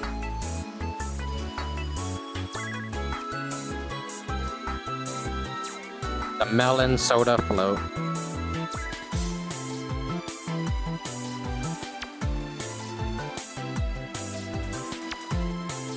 Time to go swimming in this.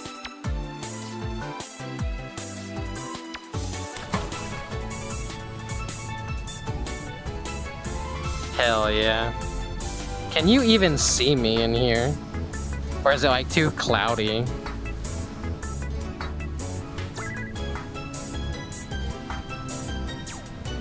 I think it's not transparent enough to see me in here. I think I just completely disappear.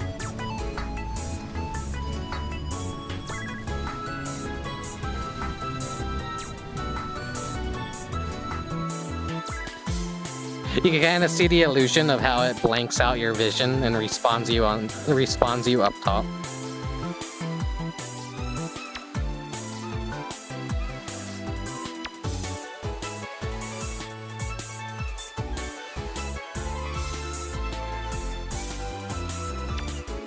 This looks more like a tropical lemonade.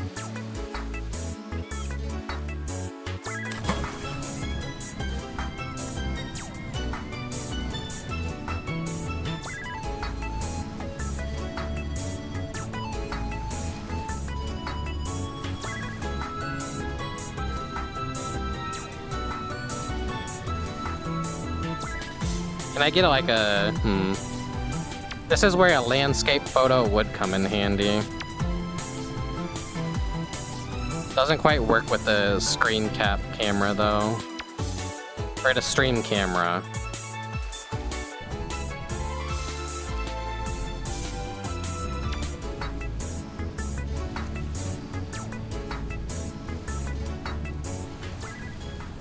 It's just a goofy little world if you wanna go swimming in some tropical sodas.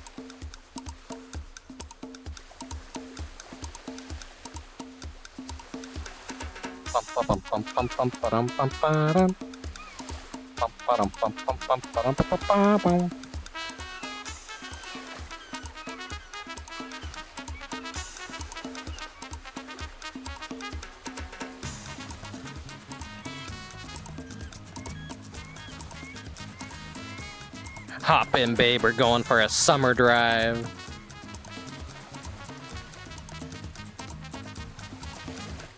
It's such a goofy little world because it's just giant sodas and random summer assets. There's really no rhyme or reason to like any of this, but I came across this right before I started the stream and I'm like, yeah, I'll toss this in because it's relevant to my insanity, my brain damage.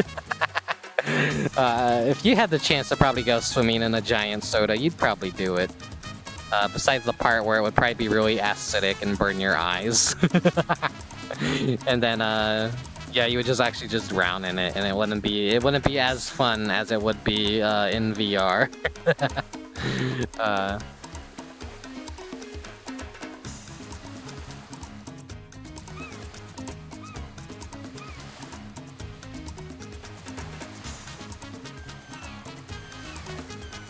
Alright guys, stay put. I gotta jump in this. It's like a water park. I have to climb this little fixture.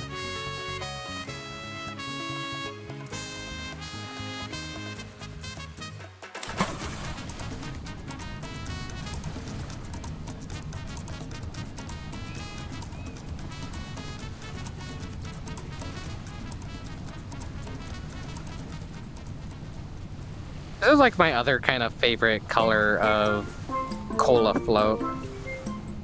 The ramune with like the cherry and the ice cream. It's really nice blue color.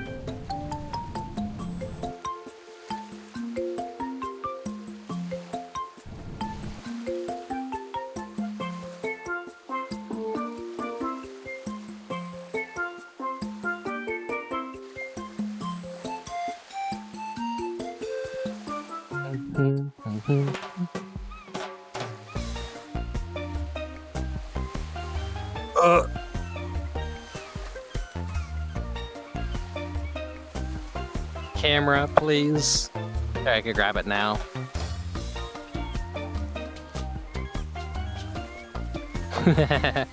I gotta get a screenshot. I'm sorry for being a weirdo.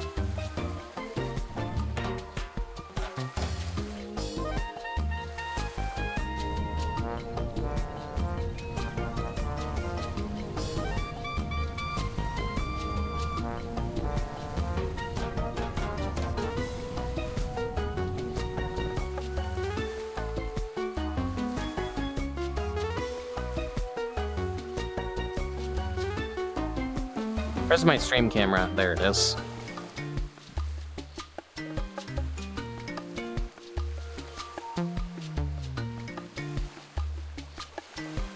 This would be like nice and cool and refreshing to do on a hot summer day.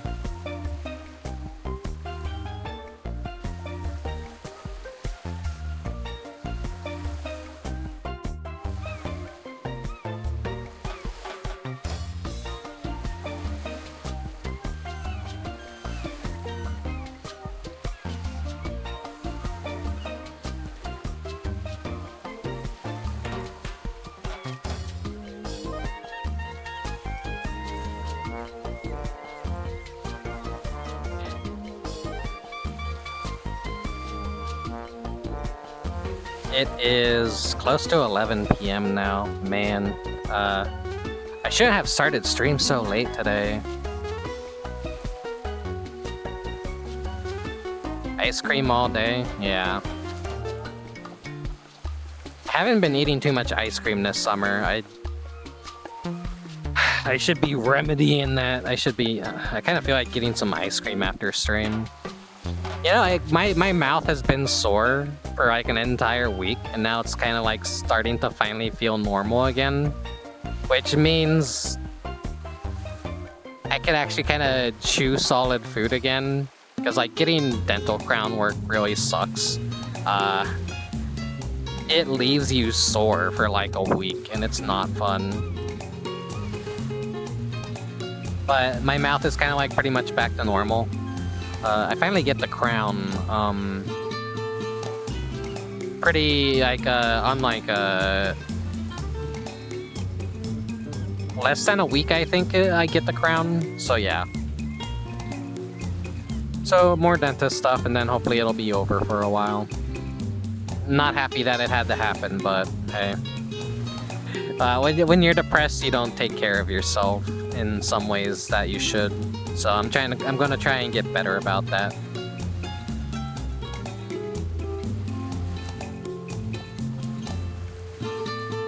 I wanna go back onto the green one.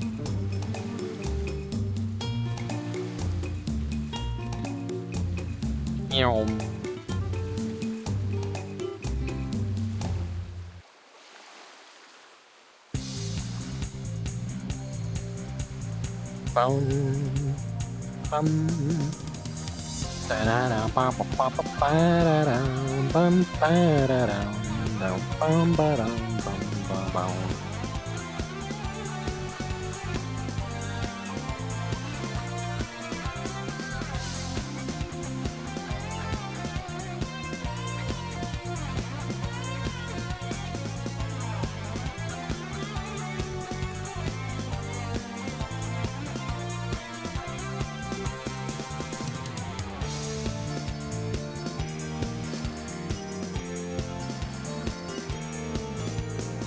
Maybe that's a good photo, I don't know. Like cool spots bonus stage. Oh right, don't you actually like go swimming in a soda? you go swimming in 7-Up in his bonus stages. That's another game I rented a lot as a kid.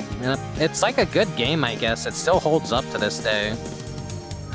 But it's like just a product placement video game, so no one talks about it. Alright, what world can I take you guys to next?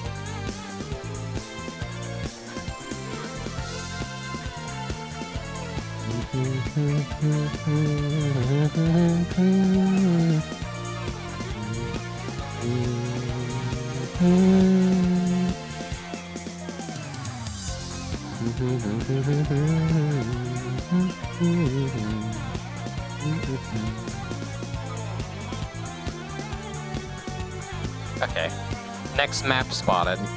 Be right back.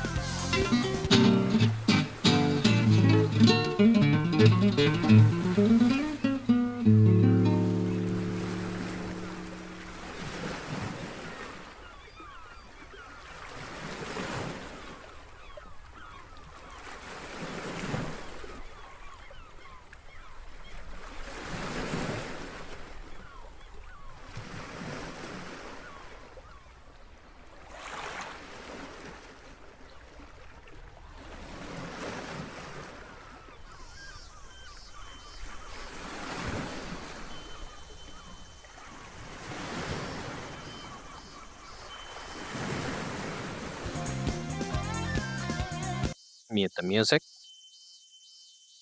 This is a cute little Showa era styled world. There we go.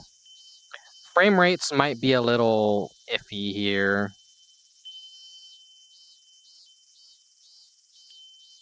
It's a really high fidelity map.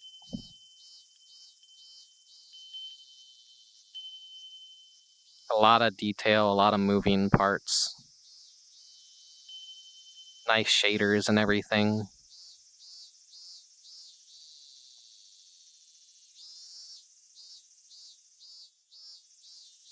Got the little shrine area over here. I wonder what they have sealed away in here, what evil spirit or god this shrine is probably for. Are those talismans for, like, sealing something? I don't know, I'm a little bit uncultured. It's the wrong face to be making here on this holy ground.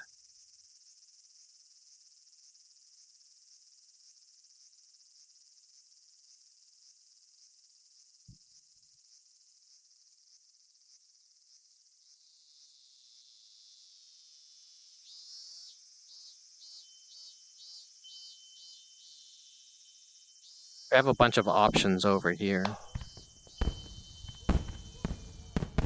We can make it nighttime and then look up in the sky.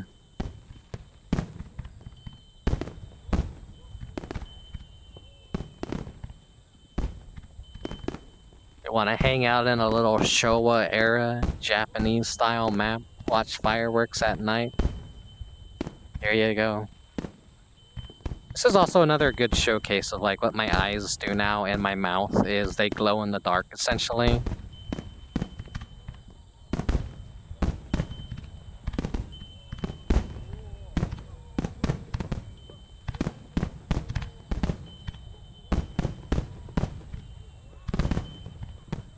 Yeah, this is a nice, cute little... Just a nice, cute little world. And I think it's still, like, a in-progress thing, so it might look completely different if you come visit this in the future. And of course, they have the little candy store. They got...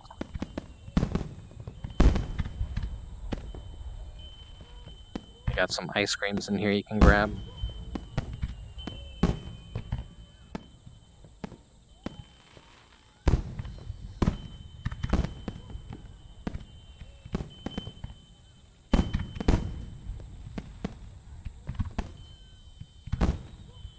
Let's see. I'm not gonna fall down and break my ass.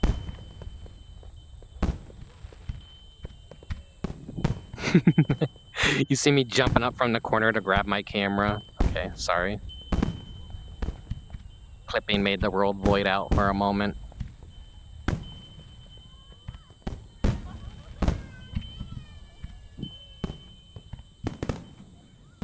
I got my ramune popsicle. Home.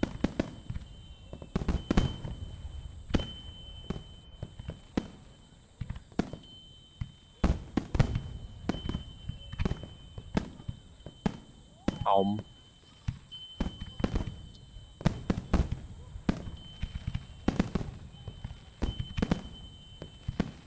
I don't think I have any cicadas where I live, unfortunately. I don't think they're native to California, so I never have to really deal with them.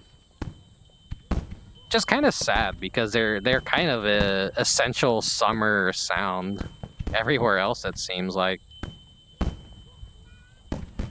On the bright side is you don't, like, have to clean their dead husks off everything.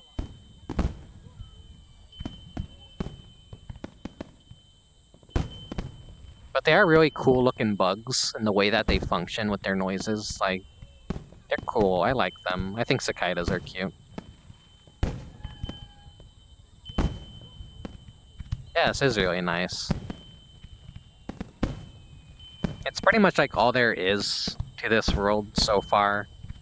You just, like, come over here, you turn on night mode, and then, you know, just watch fireworks up in the sky and eat an ice cream.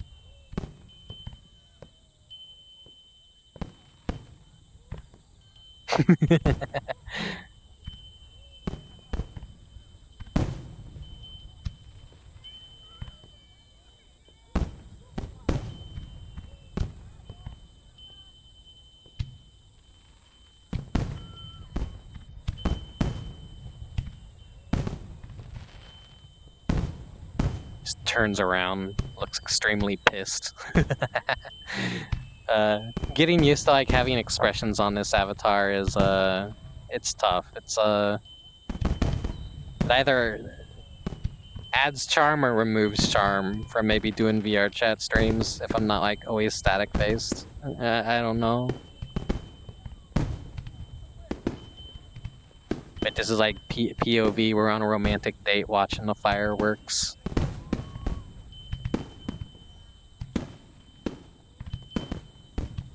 A Rickubus boyfriend experience. As he eats his ice cream. Oh. Why am I drifting? Why am I drifting? This isn't a part of the date.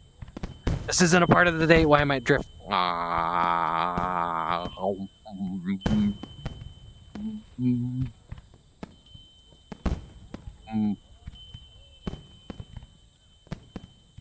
Ha. Okay. This is why I can never like actually do a boyfriend experience stream because I think I'm too mentally broken and damaged to actually be any sort of like hot or attractive. I'm just always gonna be a fucking goofball weirdo. Wow.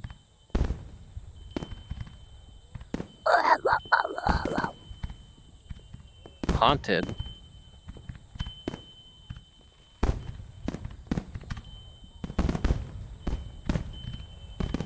What do you mean haunted? Did you see something that I didn't see? Is there something running around out there? Was there a ghost? Was there a spooky? What do you mean haunted?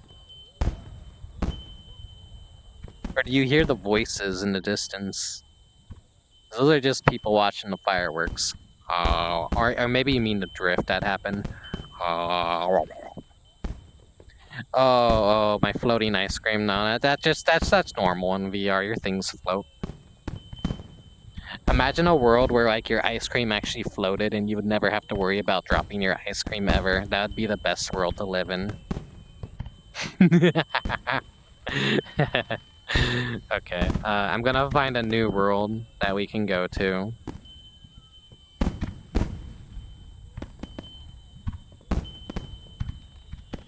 We have to...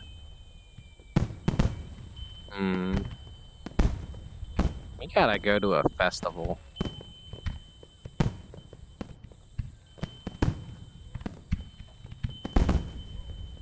Okay, see you guys in a bit.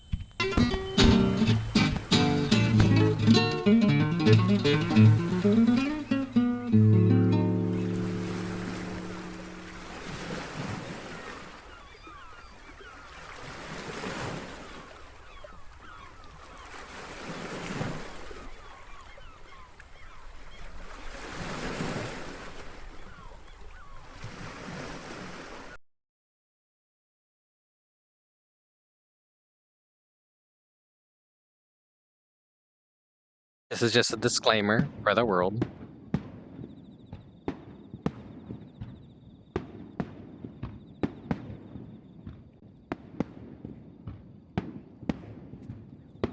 I have a nice little summer festival and everything, though.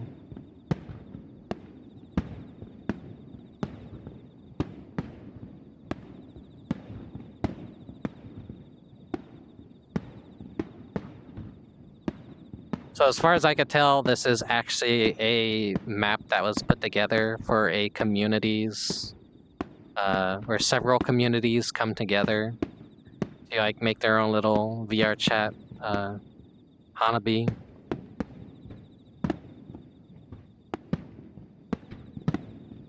I like all the lanterns and everything here. And of course, we got the food. We got the food. Come in closer, guys.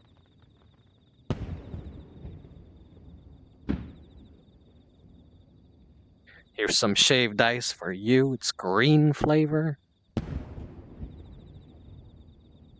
Here's some more shaved ice. This is the red cherry flavor for you.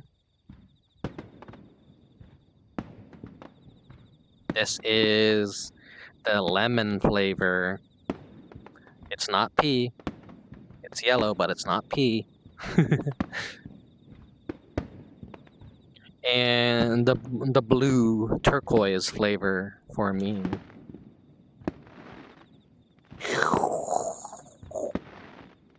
That's a straw, by the way. It's not a spoon. I think I've done that in the past where I'm like, I used a spoon as like a spoon as a straw, and I'm like, wait a second. No, that's not how you eat this. Okay. It's not pea? What, you're disappointed? Like, alright, here you go, Nano. Coming up. Okay. Here you go, Nano, just for you. The the piss flavor you so desire.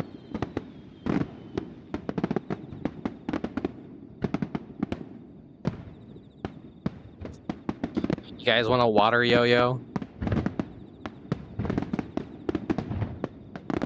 I want the blue one. Whoa, woo.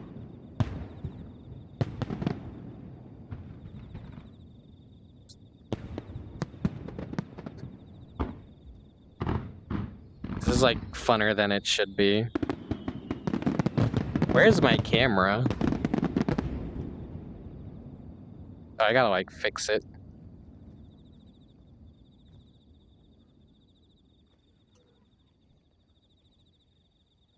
Alright, calm down, ball. Thing's dangerous. There we go. What I like about this world is a lot of the booths actually work if they have a functioning game to them. And fun little physics items that aren't just static. We have the mask stand where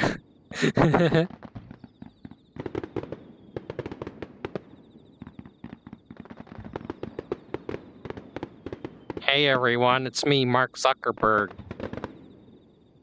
Did you buy your Quest 3 yet?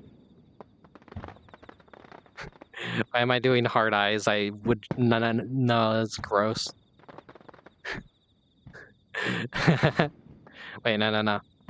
Hey, it's me, Mark Zuckerberg. I'm making AI accounts of your dead family members on Facebook in order to make it look like my platform totally isn't dying, and so that investors keep giving me money so that I could burn it all away on the metaverse that I'm making that's been a failure.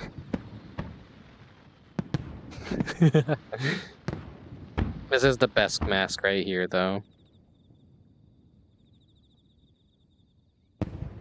Caca. I don't think I could actually attach this to my face, unfortunately.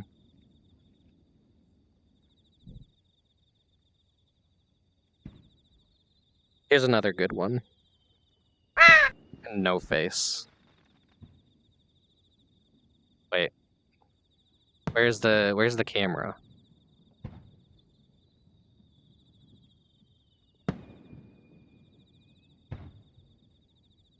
This is getting messy. Come here, no face.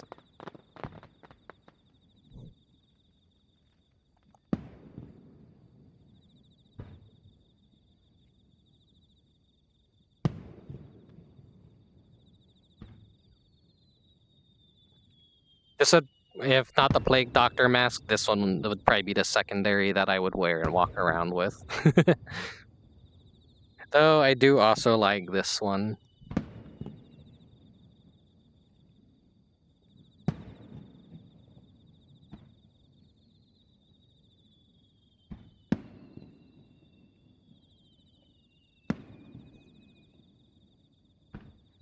Alright.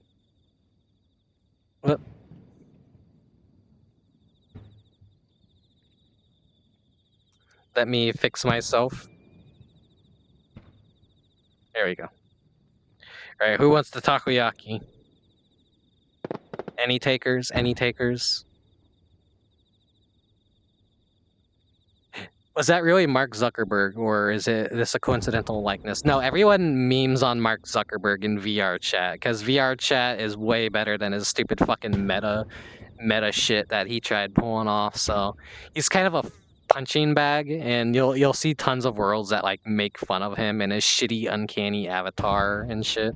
No one wants to like look like a Pixar reject of themselves. They all want to be an anime girl or an anime guy or a funny fella in VRChat. They don't want that weird trash that like Facebook offers. Anyways, here you go. Here's your takoyaki.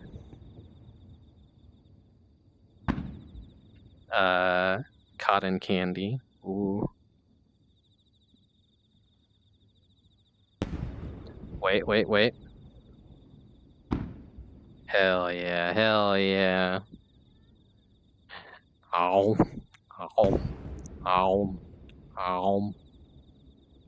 Delicious.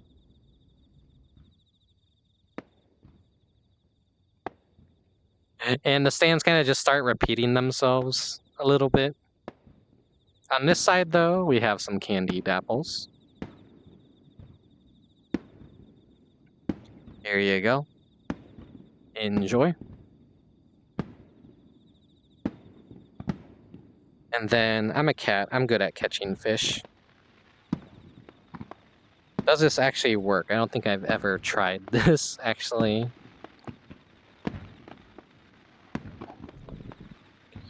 No, it doesn't seem like it actually works. You just, like, take the goldfish if you want. Who wants a pet goldfish? Several pet goldfish. Well, whoever takes it, here you go. Here you go. You're now the proud owner of some goldfish.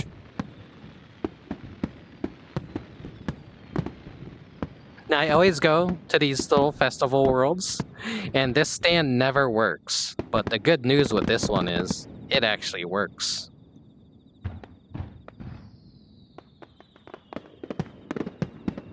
Let me grab the middle one. All right. Forget what those little guys are called.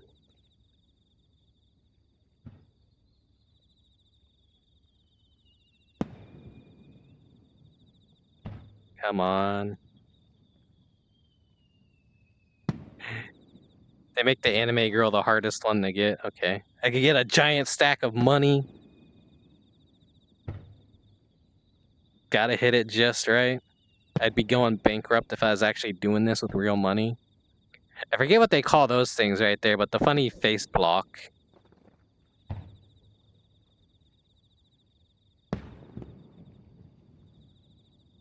Whatever that is. Alright, get the snacks. Empty out the house, get all the snacks, get all the foods. And then, look, they got a meta quest up there. Got all the prizes. Okay. Shame I don't get any IRL, though. I would love a free, I would take a Meta Quest Pro for absolutely free. That thing's got facial tracking in it. I wouldn't mind having some alternate hardware to use every so often. Then I wouldn't have to rely on expressions. I'd be able to, like, actually wink and blink and open my mouth, and it would be read through a camera. Alright, here's your big comically large squid on a stick, guys. Enjoy.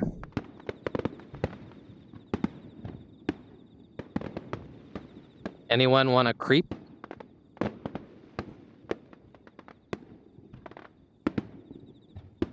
Okay, here's your pancake, and then I'm the creep for the night that you have to. Okay. No.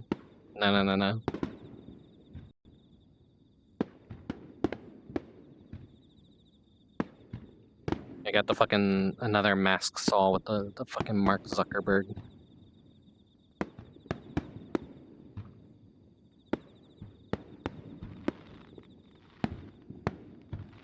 Here we got some fans that you can use. Balance, work, sleep, and VR.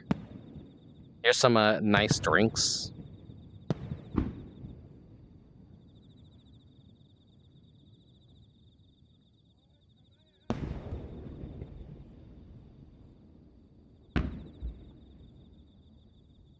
And you just like have even more foods. You got the grilled corn, you got the yakisoba, you got the hot dog on a stick, you got the potato wedges, you got the skewers, you got the candied bananas, and what are these? These look like some sort of like pastry.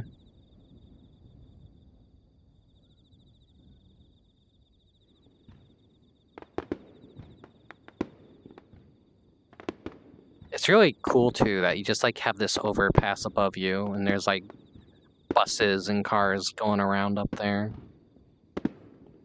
Really does make it feel like this is just a little thing taking place in a kind of somewhat believable environment. They got this like little pretty pathway you can walk to as well. And look at the reflections on the water. These are like light sticks with the paper for umbrellas wrapped around them, I'm guessing.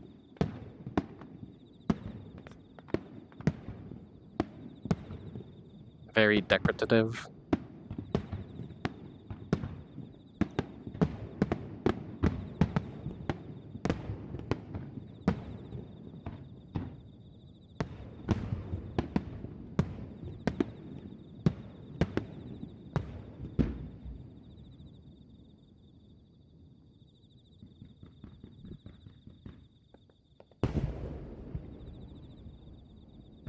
Okay, you guys sit right here.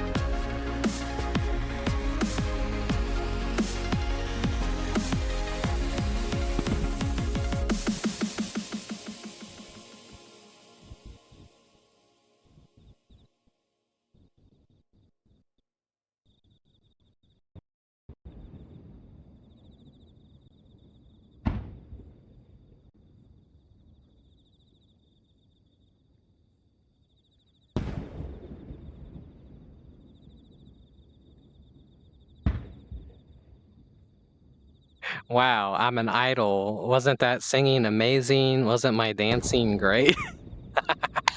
No. It's a nice little visual FX show that goes on in this world though. So it's not just like a simple like, oh, you come here, you look at the stalls. Like, no, it's a light show's included in it too.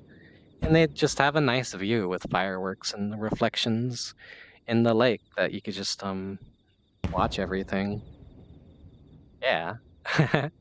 I'm sure the frame rates for that got super chunky. There are some performance issues with this world, but it's a really cute one. And out of like a lot of the Hanabi worlds that I see, I actually like this one a lot.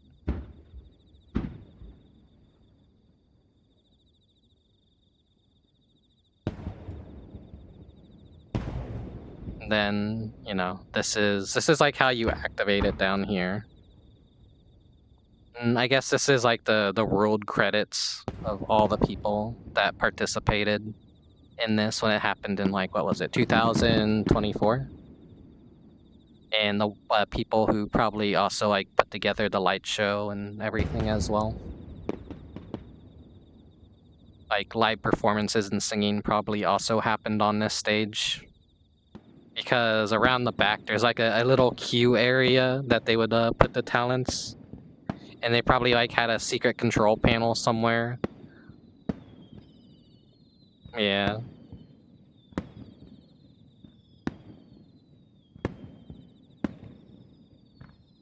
And of course all the little billboards. The posters.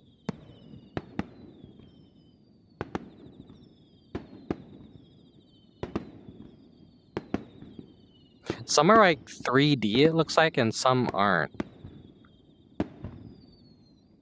Or else maybe I've just spent too much time in VR that my brain is being a little bit boggled right now.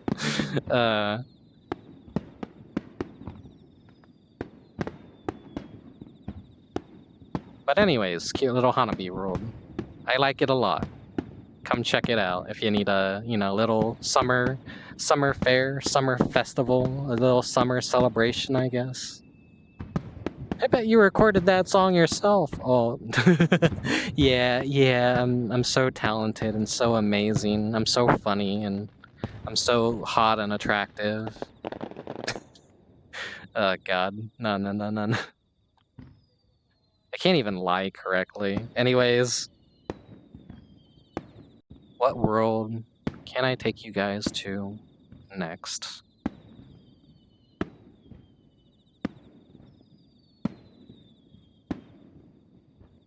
I'm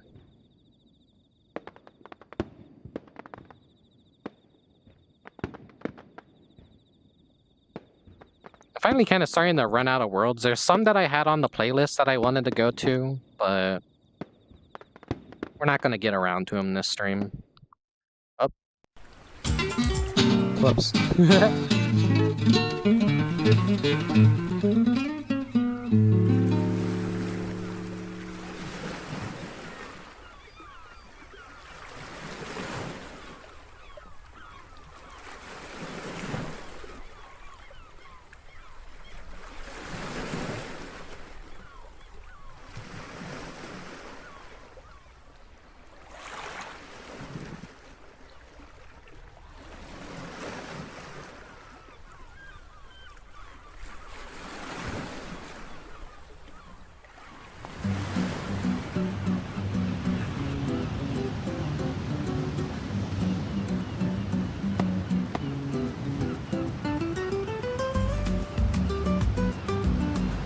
Now this is a fairly new world by Fins, who is a very well-respected, well-known creator within VRChat that makes some of the best worlds out there.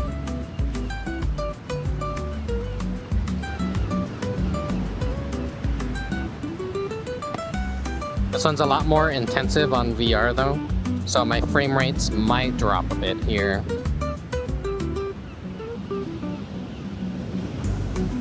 But it's basically a little island of robots and cats. Fins loves robots and cats and fish, as evident of all their worlds.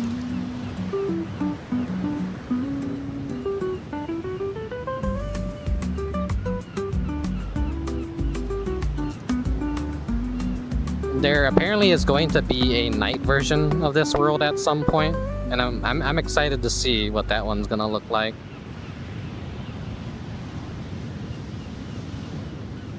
We got some cats and hats. Of course, the orange cat has the "Please be patient, I have autism" hat. No, it's not that, but still, like from the back, it's like an orange cat in a blue hat. That's like the immediate thing that comes to mind is, oh, it's gonna be an autism hat, because orange cats are weird like that. Honestly, instead of being a cool cat, I would be an orange cat.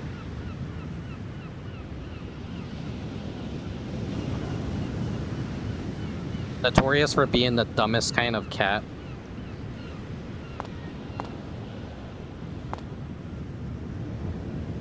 Give this guy a coin.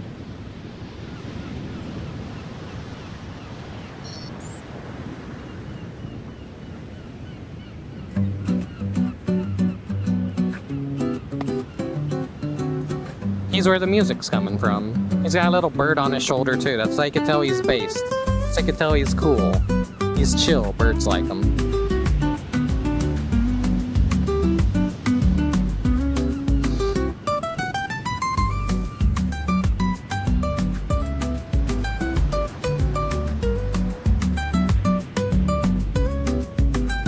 Is that the cat from Indigo Park? I don't know. They're just like cats running around here.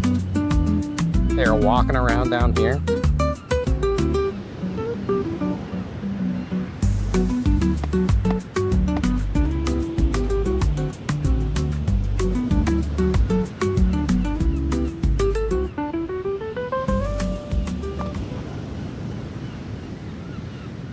Now this world utilizes those new ocean shaders.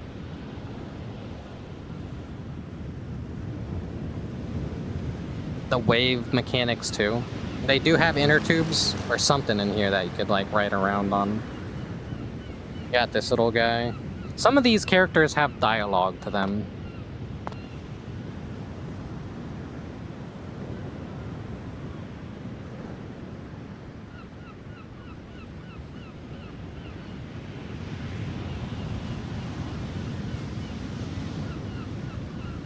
Bird, bird, bird, bird, bird, bird, bird, bird, bird, bird, bird, bird, bird, bird, bird.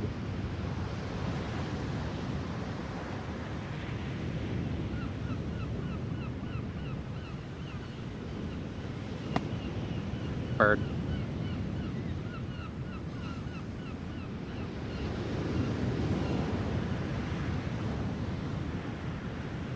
I petted the bird.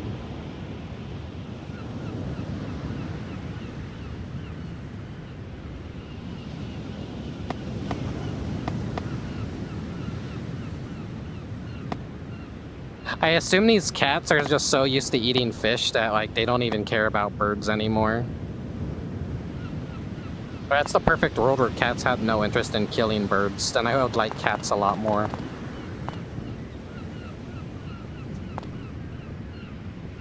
But most cats are like kind of stone-blooded killers that they'll just prey on anything.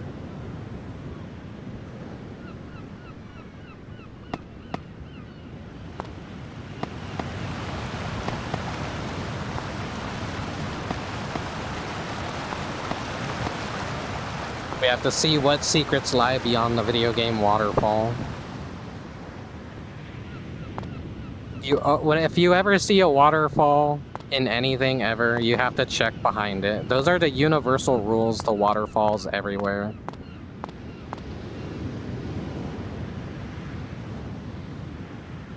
And we just like got this completely secret beach out here all to ourselves.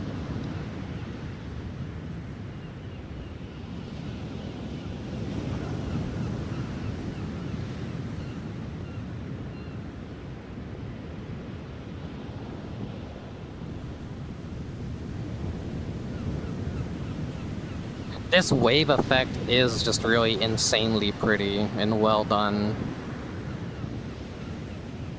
I'm sorry about the frame rate though. Eventually I would need to like upgrade my computer so that worlds like this would run buttery smooth. I always fear that I'm gonna reach a point where my PC can no longer handle VRChat or anything that I like to play.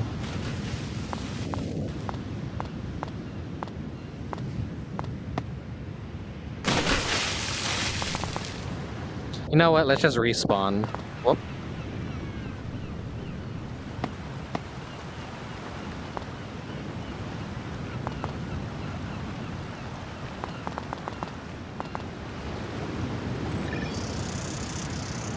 Ever since Heaven Falls, the cat has made this place their home. We regularly come here to keep them fed, but to be honest, I think they're feeding themselves well off the fish.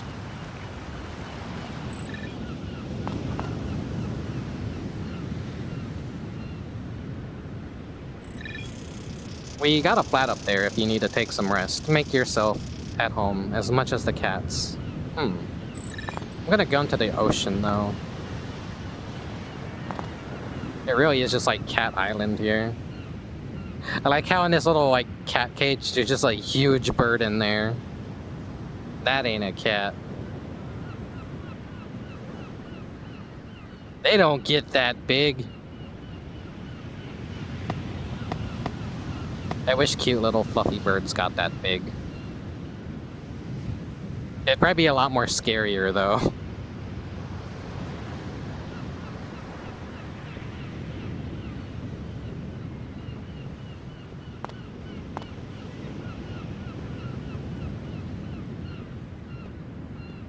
Yeah, they got the inner tube system here.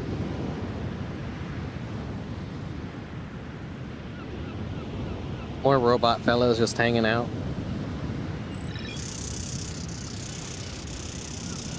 Long ago, when humans still had pulse oximeters and pulses, the sun bombarded Earth with UVB rays. Those plucky photons karate chopped a cholesterol cousin in the skin called 7-dehydrocholesterol. Say that 5 times fast, and Shazam made vitamin D3. No thank you. Alright. Let me into the ocean.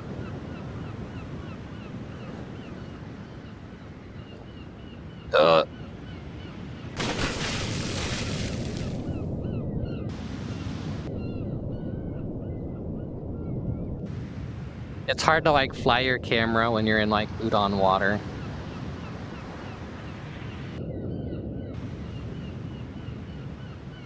Okay, here we go. Oh, this ain't gonna work.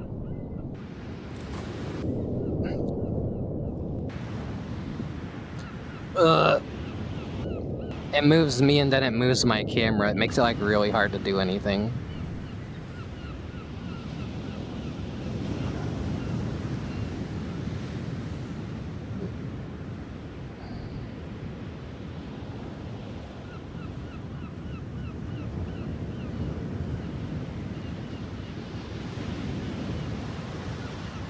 Where did my other cameras go?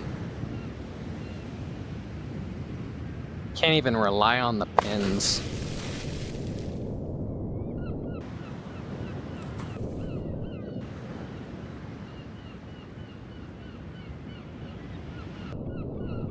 Come on.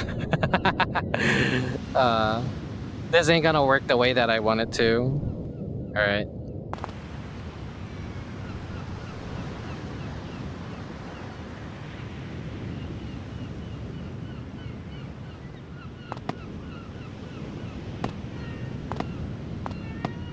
There's some boogie boards down here.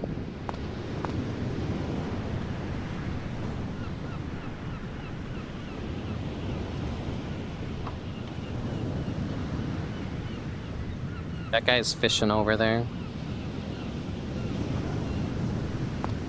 Oh, these are surfboards.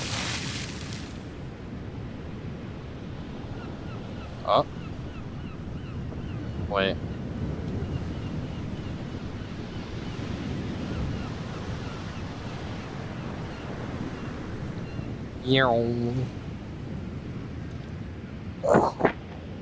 This isn't how surfboards work IRL, but who cares? I'd be dead right now.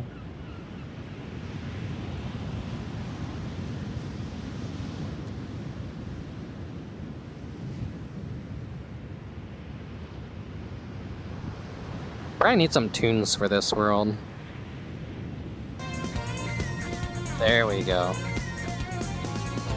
Green Dog Rick. That's a famous surfer name, isn't it?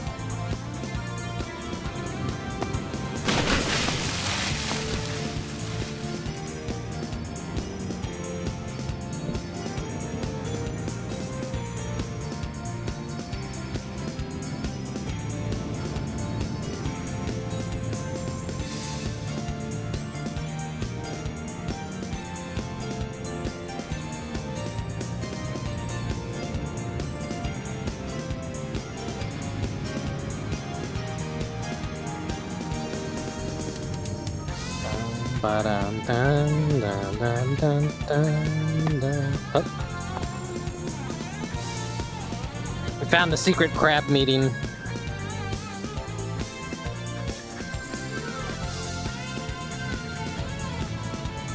This is the one that made his Green Dog game for the Mega Drive. Oh, that one! Yeah, I know that game. I know that game.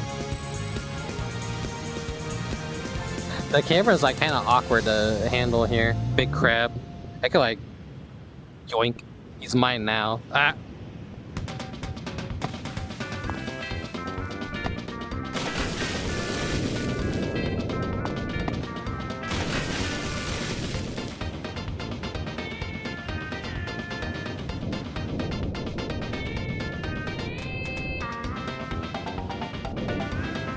Eh.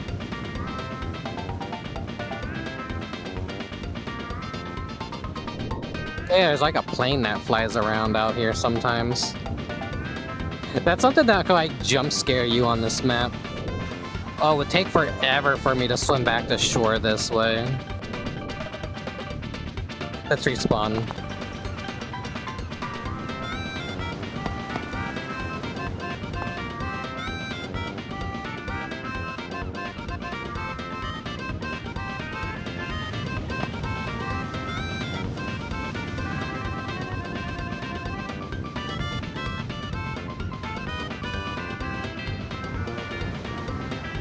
He said we have a flat up here that we could check out.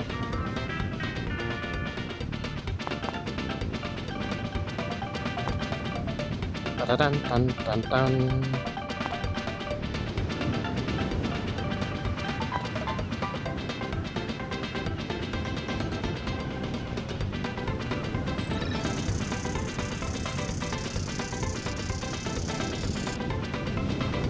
It might be some ARG thing.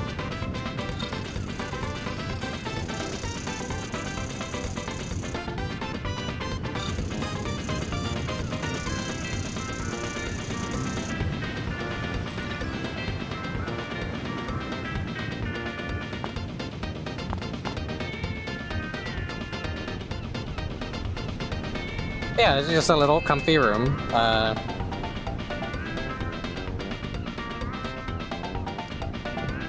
They got the Atari.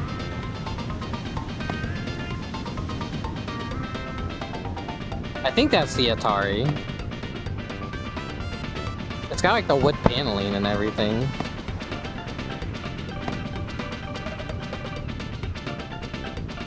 They got some crayons to draw with. Got a sleep mode. They got the TV.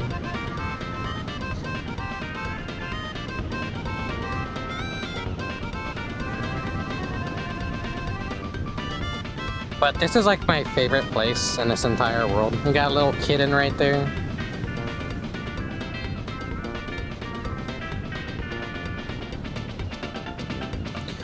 Oh, let me get comfy. Oh.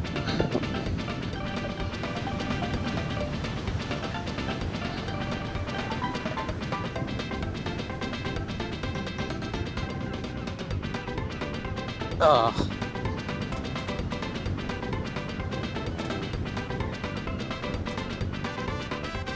Adjust myself. There we go.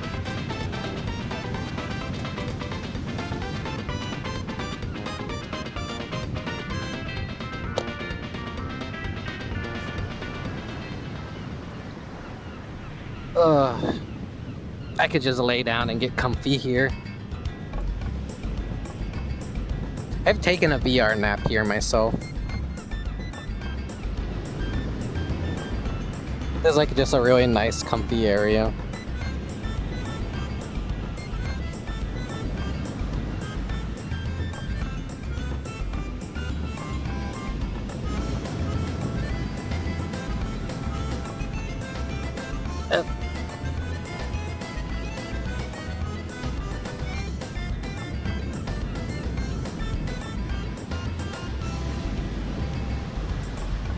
There's like little cats walking around in this room too. They'll occasionally catch you off guard and spook you because you're like, what the hell is that moving at the bottom of my eye? It's like, oh, it's a cat. It's a cat.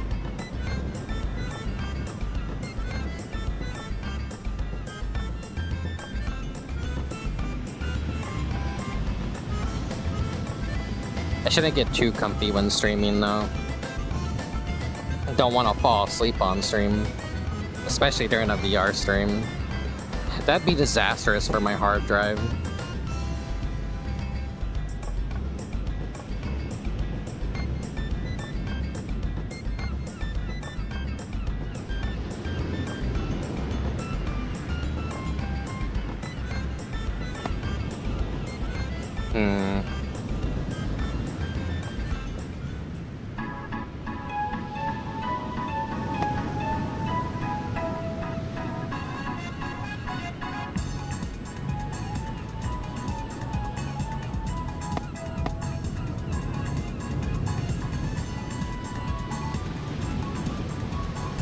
It's a cute little screenshot right there.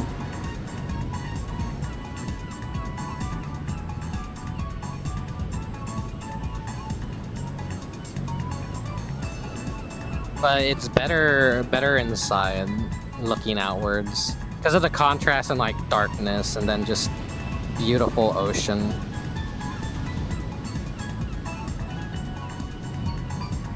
"24 hours sleepy stream." Maybe eventually, but not on VR. Well, maybe in VR, but it won't be something I want to archive. But that'd be like the most boring stream ever. Like, hey guys, I'm only sleeping. People do that. They stream themselves sleeping.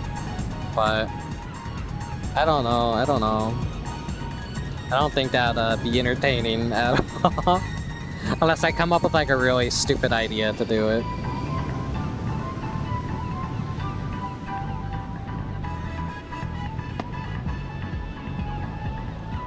Like Rickubus boyfriend experience stream, but it's just me sleeping in bed because I overslept through my alarm and kept you waiting.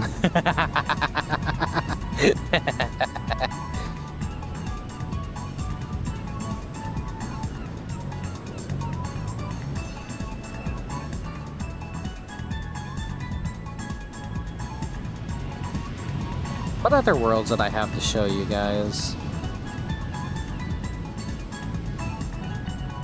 There's a message somewhere else around the world that basically says there's gonna be a night version of this. I forgot where it was though, but it is a possibility. It can happen.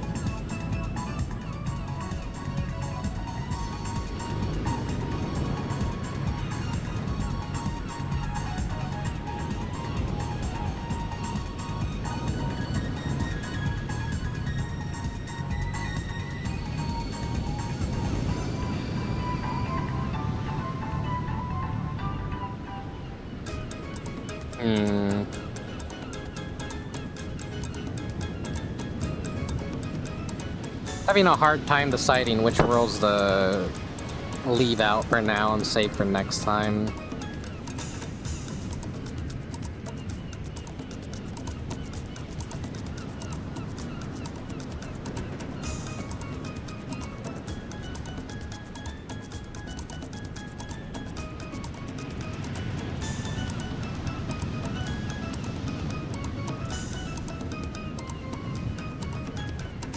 We're gonna hop to another world, so I'll see you guys in just a moment.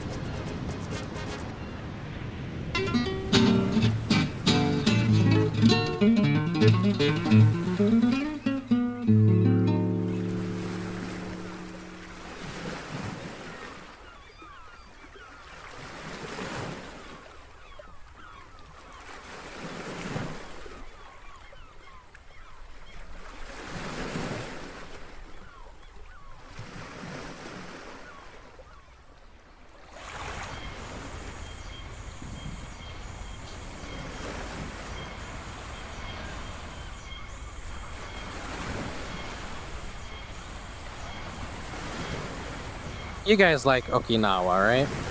I know I do.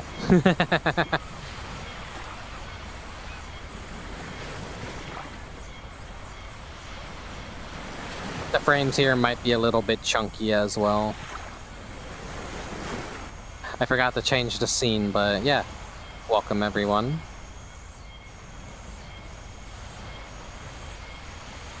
Where are we at, you ask? Well, turn around.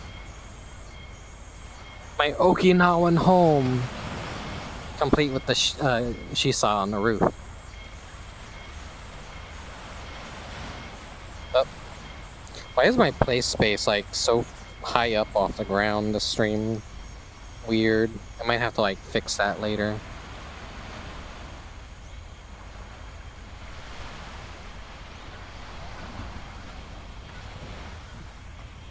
Cozy little abode. Can activate a little pool in the yard. Hang out in the little kiddie pool.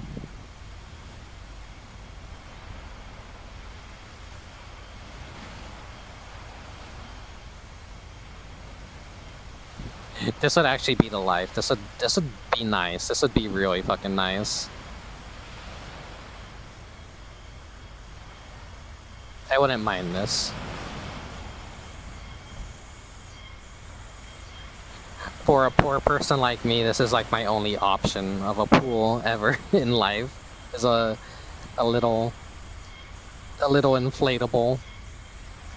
Set it up in the front yard. Fill it up with my hose and let my neighbors like drive by and shake their heads in shame. What is that weirdo up to now? Hanging out in a kiddie pool in his own front yard. Ooh.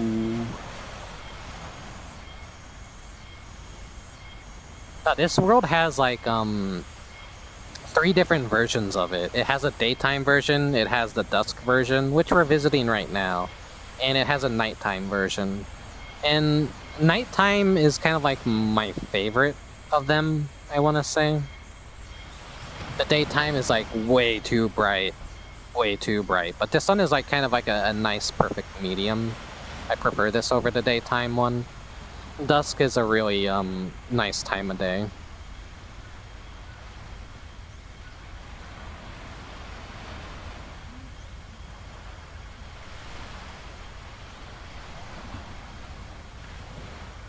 Let's see.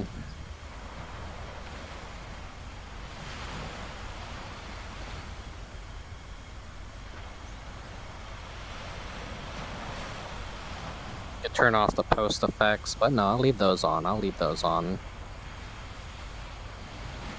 I'm getting really sloppy with my camera work right now, which is a sign that I'm getting really tired of the VR stream, so. I need to find a way to like make these shorter. I don't want to like become too like, I don't want to be like, oh, it's another VR stream. I don't want to do them constantly.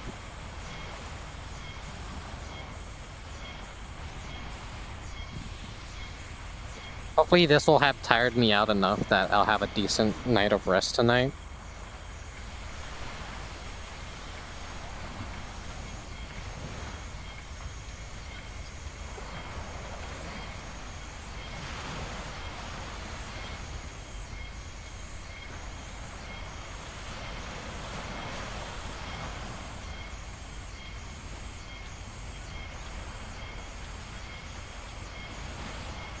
So that's a little working TV right there. And then out in the yard along that wall is like a big screen button to turn on another TV.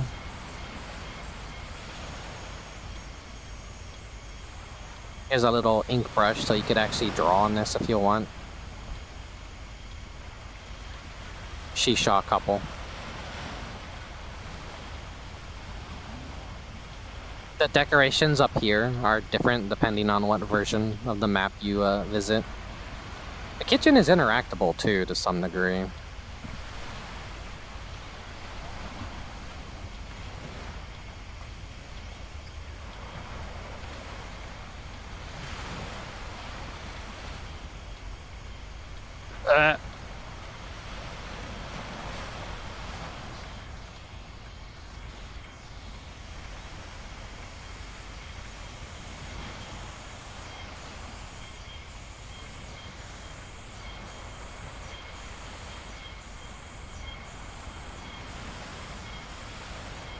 Got a delicious cake.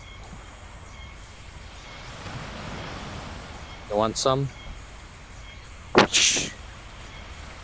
No. It's very kind of unsettling inside the house at this time. It's kind of comfy, but also at the same time, like kind of spooky. Do we have anything in the freezer? No, we don't.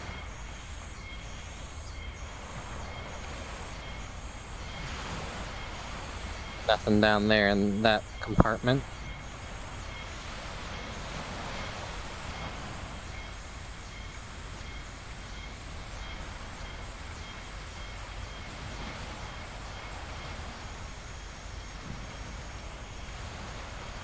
Look at how my shader reacts to the lighting though. That's a really nice effect right there.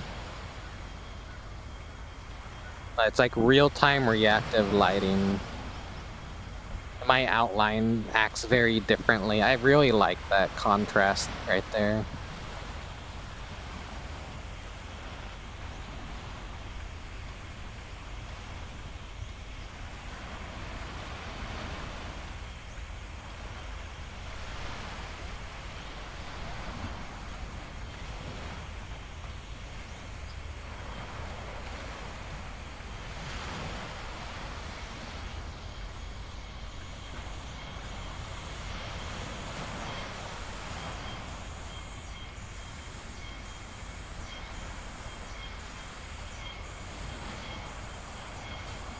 We have a bathroom in this house as well.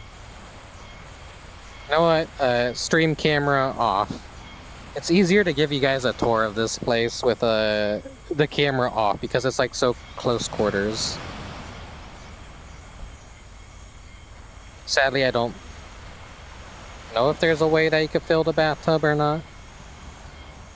Wait, no, it actually is filled.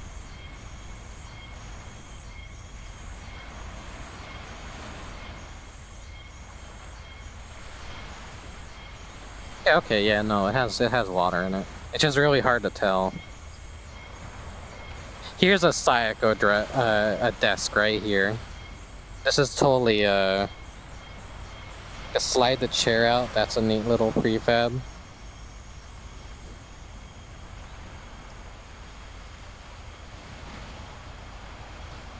Sticker sheet. Well, that's like really shiny.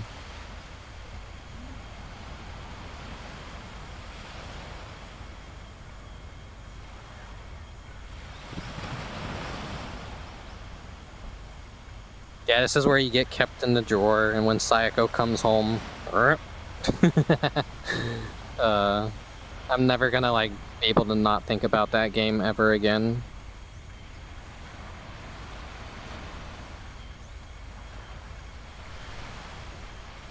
I can't show that on stream. All these books are interactable.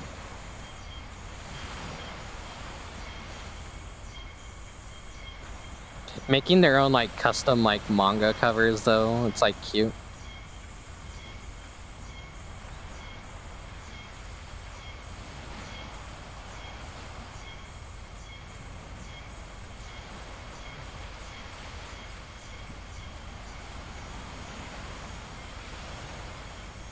I like how they have that glossy texture over them too, like a real book would have. Look at that out there.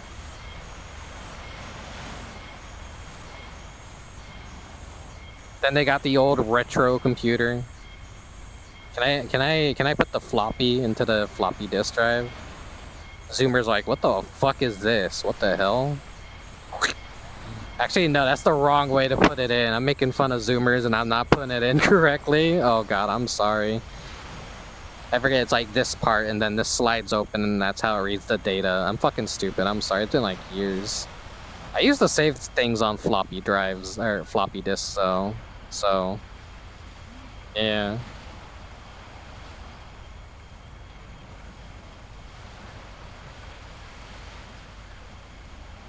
This PC like actually updates to show like who's in what room and everything. It's like a security cam thing.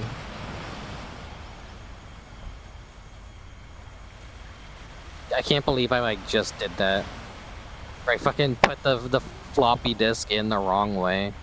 Anyways, like here's that the video screen wall. So if you like want a bigger TV than like what's in here, you can essentially just turn it on out here and the video will play out here.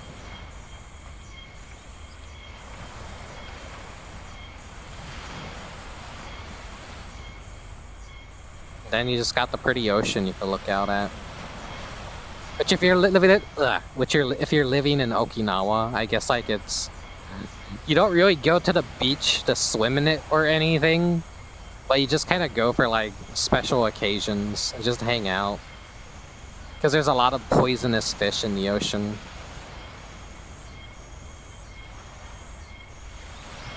It has some native species that are very notoriously awful to deal with. That's at least like what I've learned from Okisura, which is a cute anime that I watched after I went to Oki V Fest and VRChat and was introduced to it. And so I watched it and I'm like, oh cool. I'm learning more things about Okinawa than a normal person should probably know.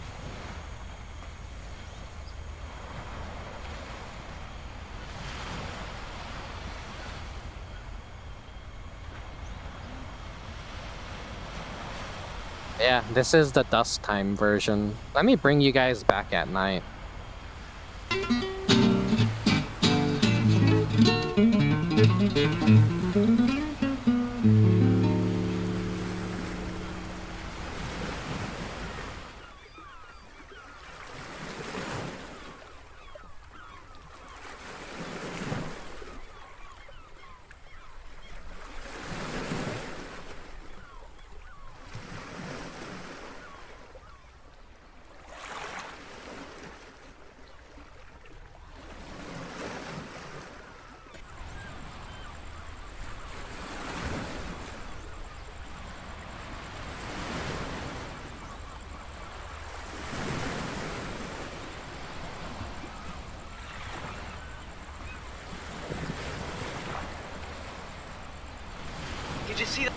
Whoops, didn't mean to go into the commercial thing. I have to do this all in VR, so it's a little bit awkward to switch scenes sometimes. There's a little bit of a delay, but yeah, welcome. This is the nighttime version of my Okinawan home. I just wish this wasn't so intensive, because sometimes it's like, it definitely like, if I'm not in desktop, it does chug a little bit.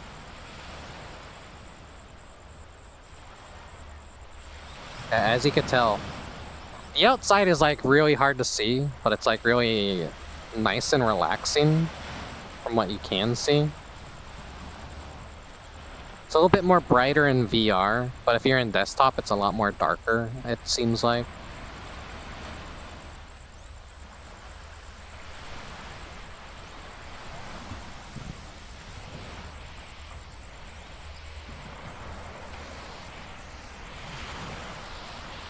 This fan right here is really cool. Just let me turn off the stream camera. Watch this, watch this. Oh my god.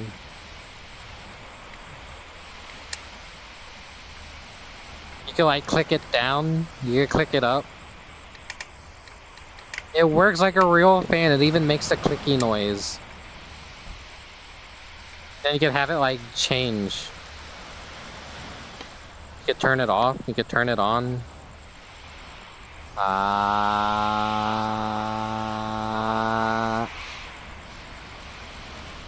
Then you want it to stop. You have it pause right there. Being entertained by the most simplest of things is either a blessing or a curse.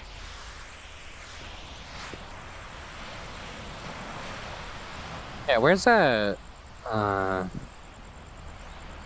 Insect sounds, wave sounds, you could turn those off.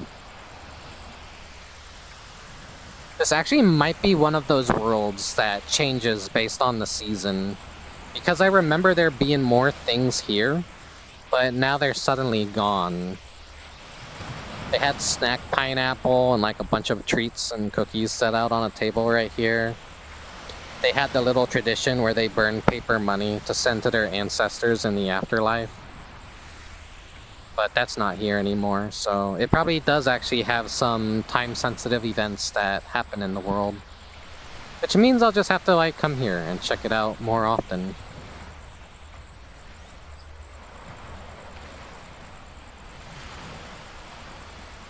Here's Sayako's desk again. Oh, brain rot.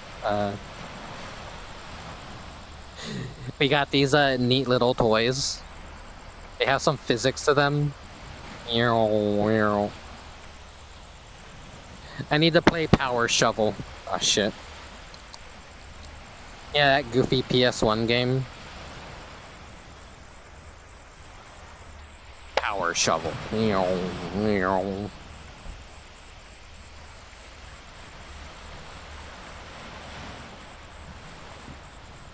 Yeah, it's harder to see in this world, but the TV screen is still here. You can activate it, and just to the sound of the crickets at night, you could just hang out here under the stars, under the moon, and watch some television if you'd like. This is like how you turn on the seats too, to sit at the table.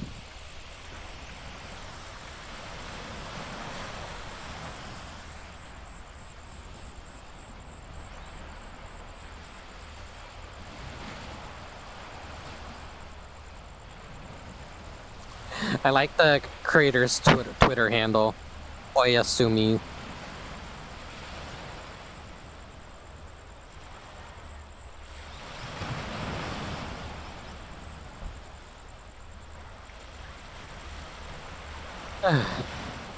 Oh, I'm getting tired.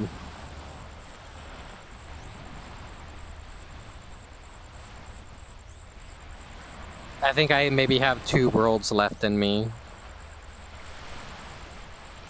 So let me actually open up the stream camera again. Okay, I'll see you guys in just a bit. We're gonna go to a new world. One of the last of 2, unless I can remember any last minute things I want to take you guys to.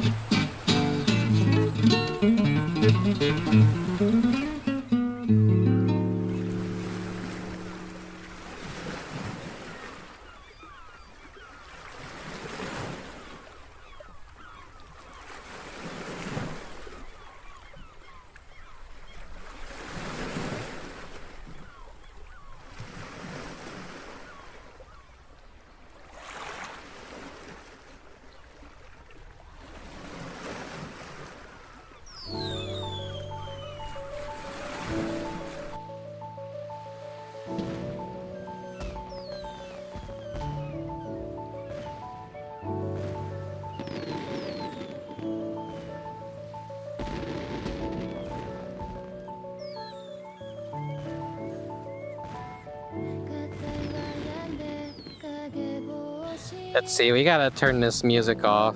It's probably gonna get content claimed. I'm sorry if you're vibing with it and enjoying it. Oh. But this place should look recognizable if you've seen my Futari no Fantavision stream. I came here and just like recorded a video of me watching the fireworks for that one. It's like little birds walking and bouncing around on the ground as well here.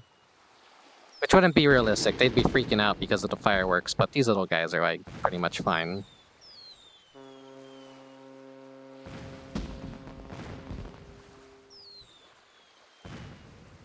This is a pretty like nice little world because all the storefronts are pretty much enterable. Kind of more I want to say like Showa era setups, colors.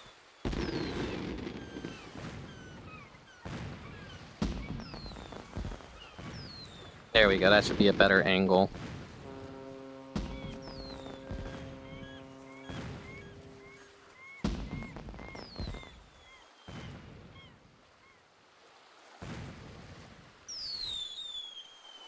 Some pretty sad melon flotasotes though, not like the most detailed ones.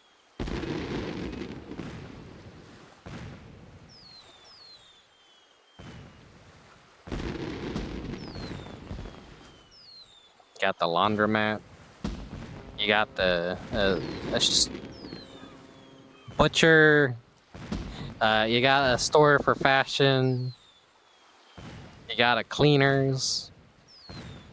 And you got the arcade here. And here, this is a ice cream machine that actually does work.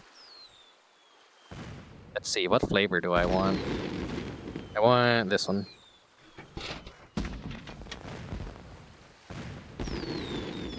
No, my ice cream.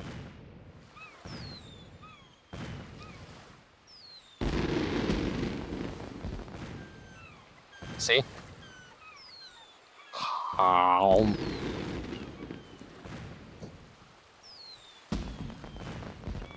shit. Trying to pick up the thing and throw it in the trash, which actually does work too. It despawns the item when you put it in there. Here's that same little prefab for the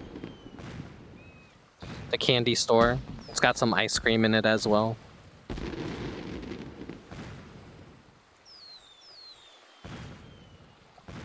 You'll commonly see this little candy store everywhere.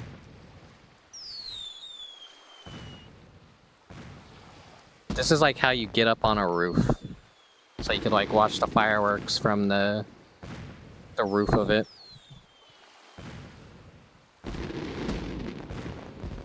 There's another teleporter over here. This is where I prefer to sit and watch.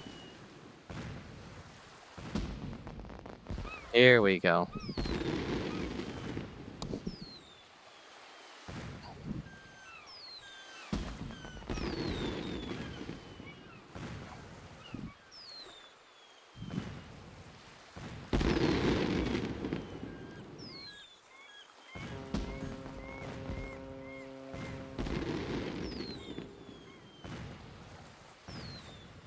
Trying to angle this just right.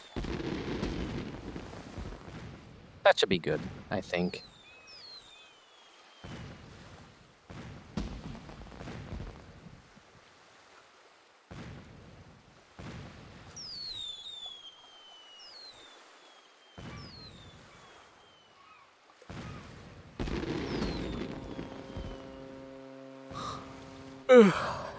It sounds kind of sad, but like when you can't really watch too much fireworks IRL, say they're like outlawed in your area, or the shows are just too congested. It's at least nice that you can have something in VRChat to kind of find a world like this, cop a squat, invite a few friends over, just chat on top of a roof, and watch a bunch of fake fireworks in the sky.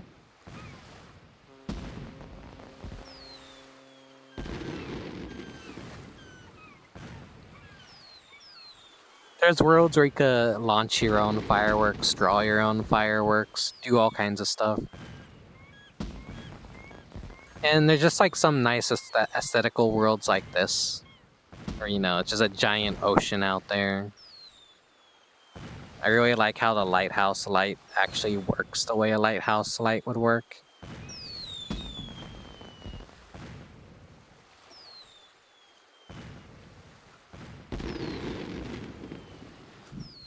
The fireworks show does get like a little bit more intense after a while.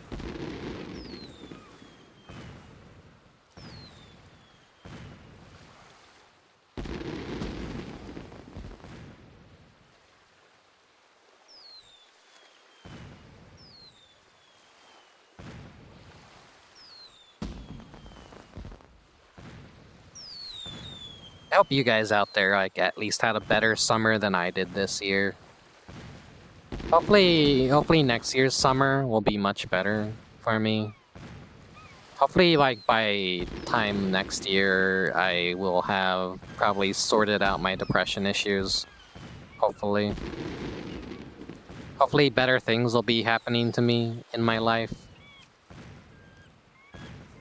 Maybe I'll be able to move on from some things that have been dragging me down this year. I don't know.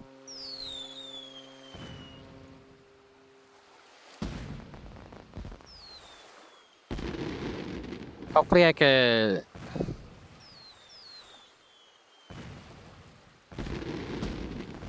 I might just hoping in the future maybe growth stops being so slow on every platform.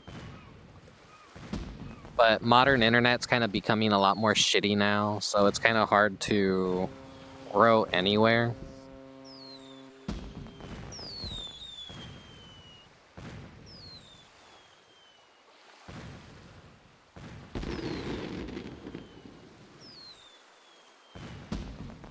I'd kind of love to be able to have that feeling where I actually wouldn't be able to keep up with my chat sometimes.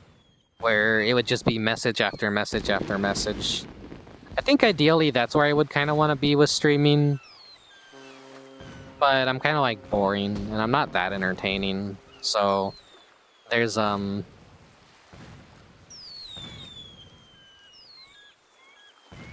I like when people like to enjoy watching what I have to share and what I have to do, so I'm not necessarily like super funny or super entertaining, but I'm at least like good at showing things and introducing people to new things probably. And you know, finding nice VRChat worlds to showcase as well.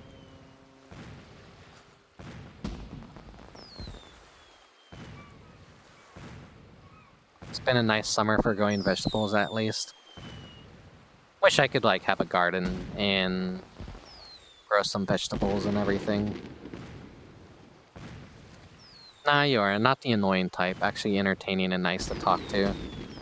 Sometimes. I feel like I lean a little bit too much into the, shithead gamer type.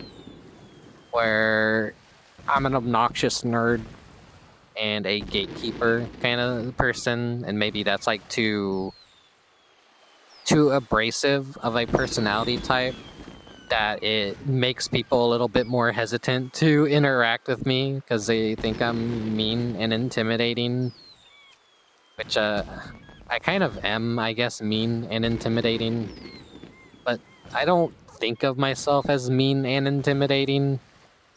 I don't know, it's like one of those weird issues with myself where I could be presenting myself better.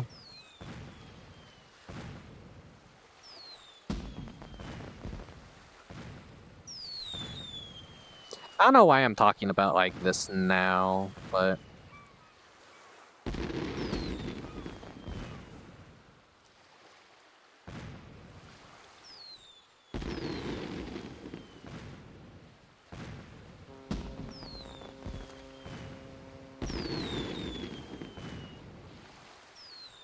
just trust me when I say it's just been a very fucking depressing year for me. Bad things keep happening. The loneliness keeps like... It keeps getting more and more intense every month. There's just like times that I'm just sitting around. It feels like I have nothing to do. I'm not motivated to do anything. I'm kind of just like paralyzed in indecisiveness, and I'm not feeling motivated to do anything. So it really like affected streams badly this year. In the last 3 weeks of my life, like, have just been awful. Like, this was like a new low point of the year was this sudden dental shit that came up. Because, you know, it's not cheap. I don't have coverage. This is like something I could have bought a nice new tablet with, or I could have bought a Valve Index with this money. Or hell, maybe even a new GPU for my computer, or a new computer altogether. But no, because I'm stupid and fell into depression and didn't really take care of myself well. I ended up having to spend a lot of money on stupid dental work that wouldn't have been necessary if I properly took care of myself.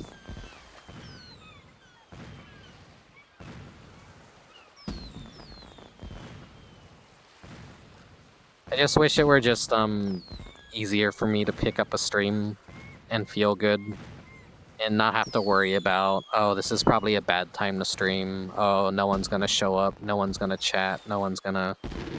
There are a lot of times like that where I'm streaming and it just kind of feels like the chat is just no one's out there, which There's lurkers all the time, but it's... I don't know.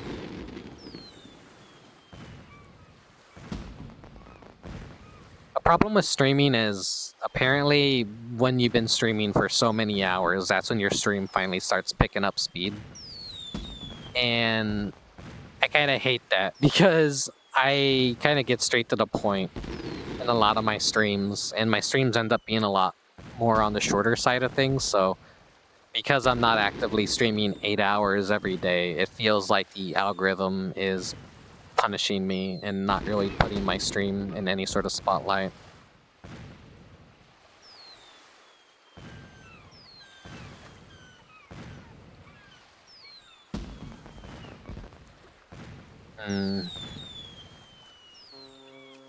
Yeah, there's always people showing up.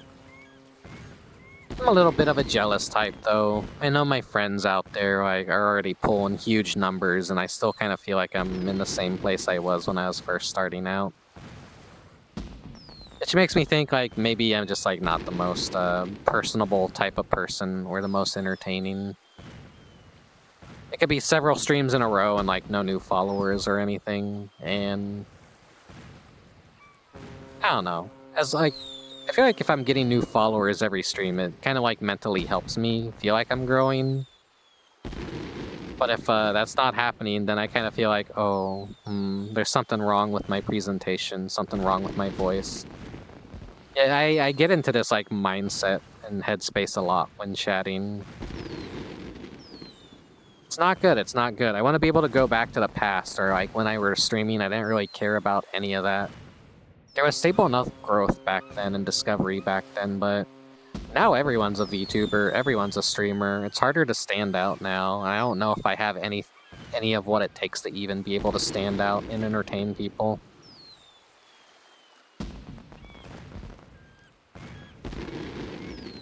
Also, you saw how lots of streamers had actually hundreds of bots, and it's not real people watching them, didn't you? It was all over the news. I didn't see that, but it's not surprising. But still, even having a small, like, you know, at least 100 viewers, that's like, I think that's like the most ideal a streamer can have. Numbers are not to be trusted on digital platforms. True enough, true enough. Stats are always just complete bullshit. It's like meteorologists or whatever, like predicting the weather. Oh, it's gonna rain. Then it never rains. Like, they're just like taking a fucking rough estimate. It's like it's kind of just like they bullshit things.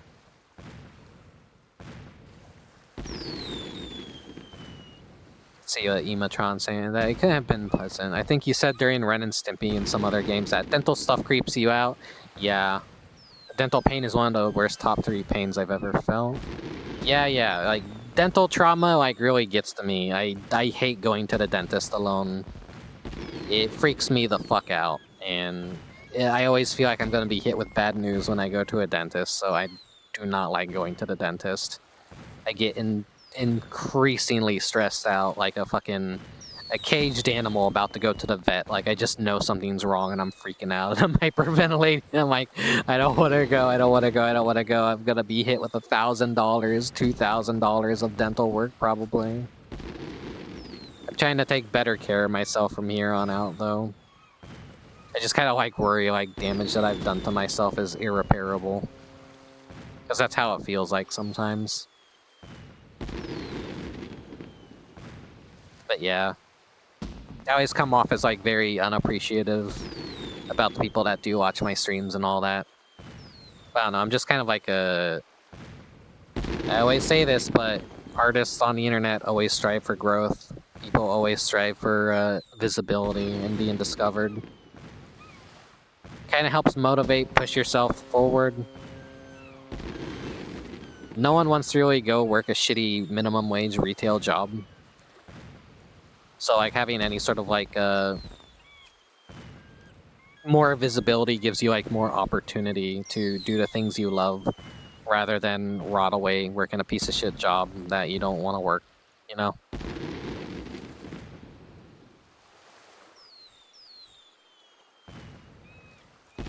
You buy our viewers now, get views cheap. If I have to pay for viewers, I don't want them. That's how everyone should feel, but people cheat their way to the top all the time. I don't know if people even at this point naturally get to the top through legitimate means. It's probably all botting and cheaters, and I don't know. Both of my hands are starting to die, unfortunately. So we're gonna have to move on to our final world. I shouldn't like be too much of a downer during this stream. So let me get the next world set up for you guys. Be right back in just a moment. Well, let me bring it up first so we could get a smooth transition. Not that we'll get a smooth transition because I just I had to announce what I was doing because I'm not a good I'm not a good where the fuck is it?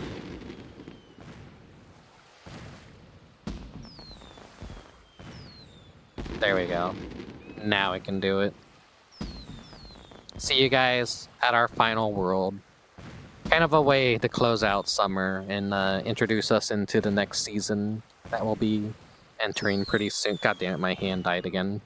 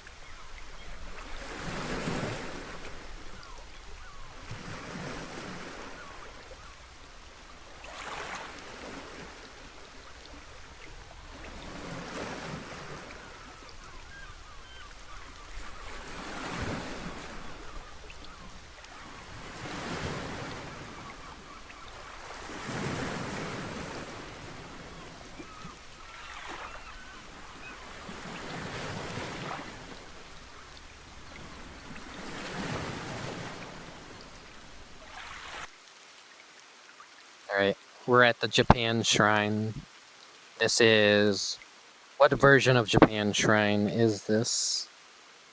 This is the pretty one where things are starting to get a little bit spooky to usher in the early autumn season. This is the early autumn version, and I like this one a lot. Because it has like the glowing spider lilies. You know, like the death flower.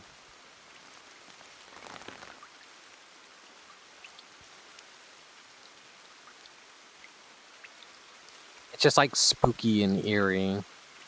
Then we got some lanterns on the river that have like the whole little spirit vibe to them. They got like that spirit blue, supernatural wisp blue.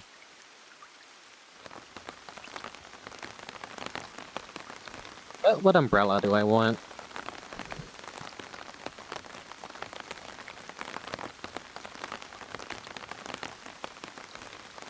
I like the sounds that it makes. They're like nice and relaxing. It's just like the actual sounds of rain pitter-pattering on an umbrella above your head.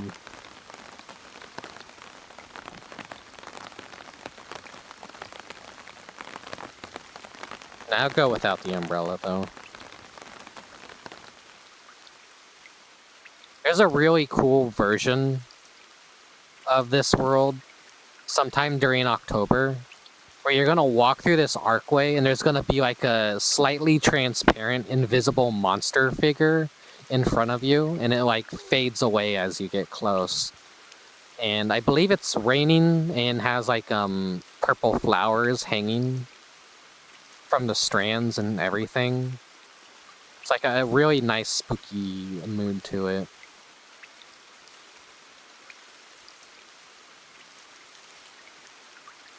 But yeah, Japan Shrine is a world that's always changing. Like, every single week of every single season, there's like some change.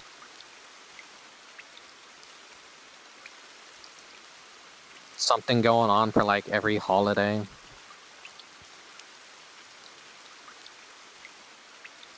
Sorry, this is like getting increasingly harder to do because I'm constantly having to change my controllers, but put my controller back on after they completely die of charge.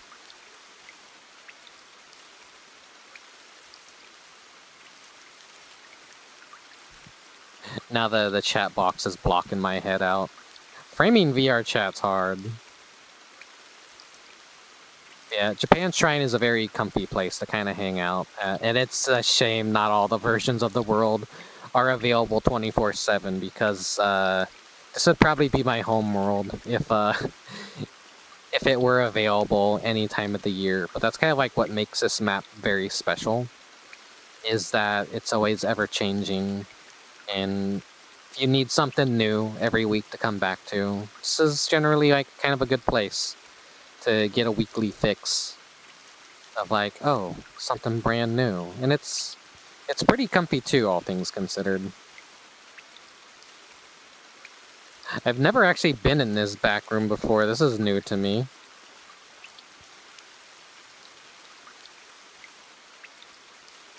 Sorry, we're probably gonna have to go first person for a bit, actually.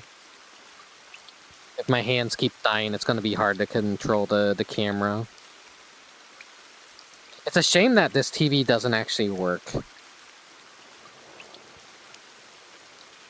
Here we got all the food. Oh, you know what? I got soup that I could go eat after stream. So that's like immediately what I'm gonna go eat after stream. I'm gonna go get some chicken noodle soup. Need me some good chicken noodle. I'd like to be able to like hang out with some friends here and just chat with the rain. If it doesn't like change immediately this coming weekend. This is really like my favorite time of year to come to Japan Shrine. There's a few really nice times to come here too. Like during summer when they have all the lanterns in the river down there.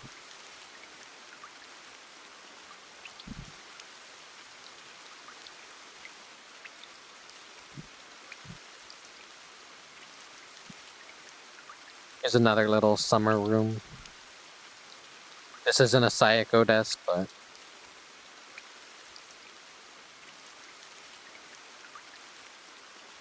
this is... Oh, secret. Oh my god, I'm the creature. I'm the creature. The hidden creature avatar, the little stock room. Ooh. Wait, what do I look like? What do I look like?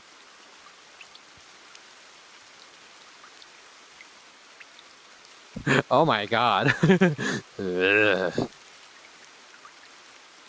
Ugh. Ugh. Maybe I change in...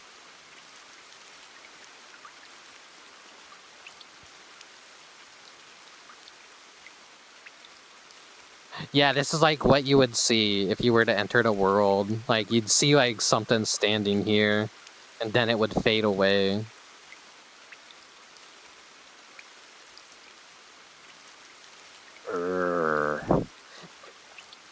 Friends would see the nameplate though, so... Excuse me. It wouldn't be too creepy. They just, oh, that's freaking a weird avatar. Let's put the stream camera up. Like... You're just walking through Japan Shrine's entrance and then you see like this.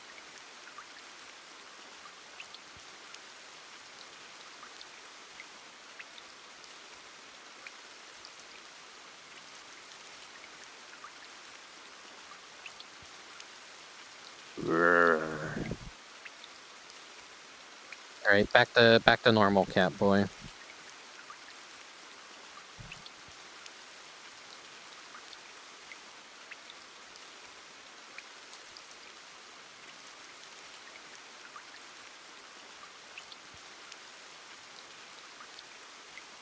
I love rain a lot. I wish more people would make really nice rain maps. Please make more rain maps. We need more good rain maps in VRChat.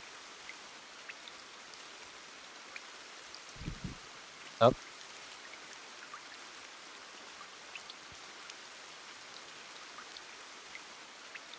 Anchor local. Okay. I'm definitely tired of VR. My hands keep dying too. This is not good. This is not good.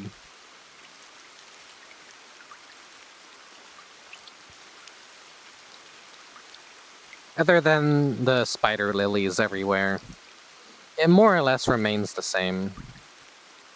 If you want to get up on top of the roof here, this ladder.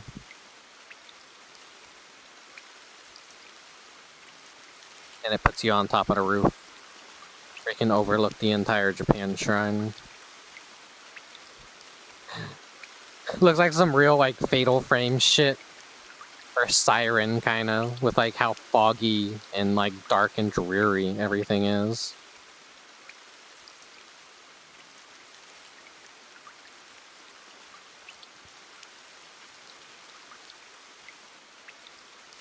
Though it's, like, kind of a comforting darkness. It's not, like, completely, like, shit your pants scary.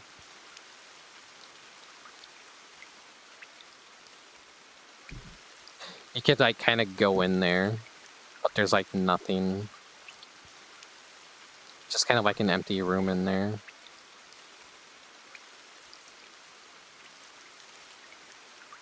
Would have been funny if they hid something that was, like, scary.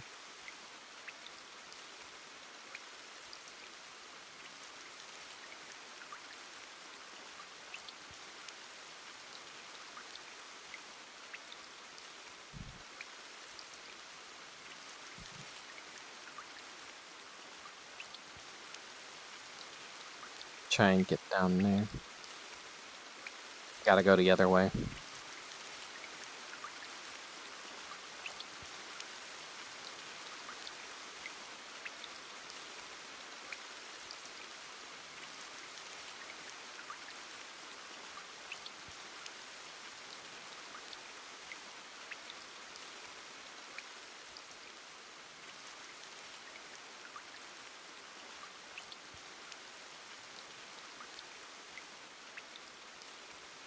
Breaking the world a little bit because my camera's phasing into the wall.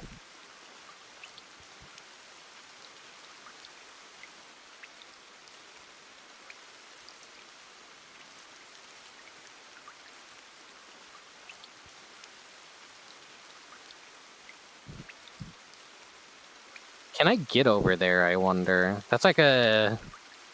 That's a little creepy, unsettling thing. Here, I'm gonna turn the stream camera off and experiment.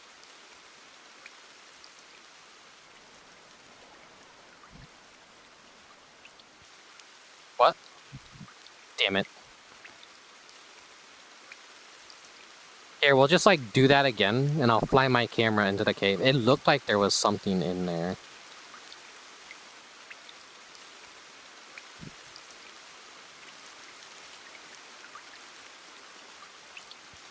Bonk. My dumb tall ass going to Japan and bumping into everything.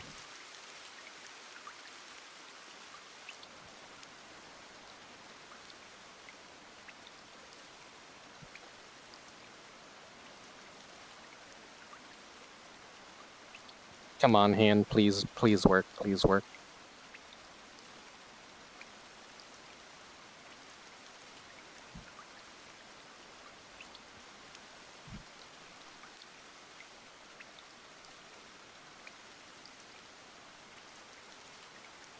Oh, something's like sealed away in this cave for sure. Maybe that thing I changed into is like what the spirit that haunts this Japan shrine. Spooky.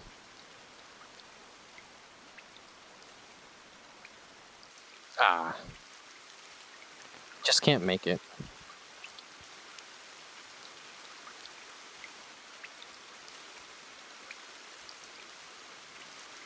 Yeah, this world has a TV in it too. And it does shave everything into like 4:3. So I can't advise that you watch everything in here. Because it's not gonna fit on the TV, but it's very charming to like hang out here with friends and just watch something. in the comfort of Japan Shrine.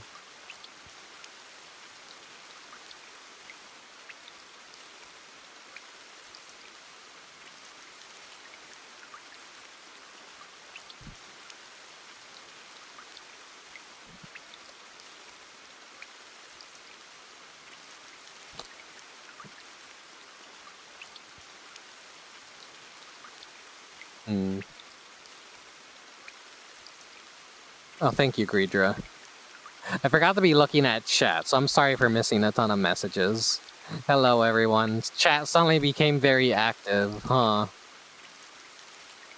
Secret T-posing, the perfect place to prank friends. The Pillsbury Doman menacing. It's like gingerbread.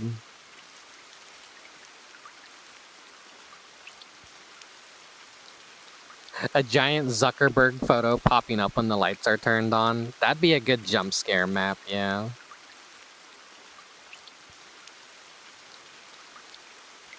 But yeah, we'll be heading into the Halloween season pretty soon. I might have 1 or 2 more summer things that I could possibly squeeze in before we start getting a little bit spooky. But I figured this is a nice way to bridge into the next season, so it's my favorite season of the year. And I hope I'm able to play a whole bunch of like fun Halloween-y styled games, as I always try to do every year.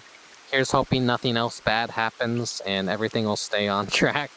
Anyways, thank you guys for watching the summer finale VRChat stream.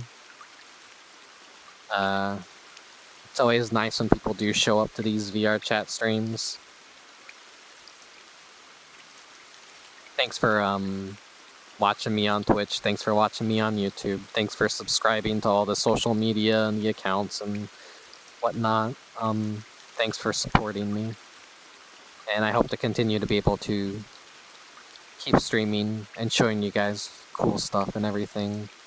I don't know who we will raid, but I'll see who to set the raid up for. Hope it was a chill time for all of those out there who watched, who lurked. And hope you got some nice cool maps you could go check out now. All the names of the worlds will be on the YouTube, so you'll be able to find them no problem. Anyways, until next time, have a good night. Oyasumi. Farewell. Bye-bye. Take care. I'm bad with goodbyes. See you next time. My hands are dying. Bye-bye.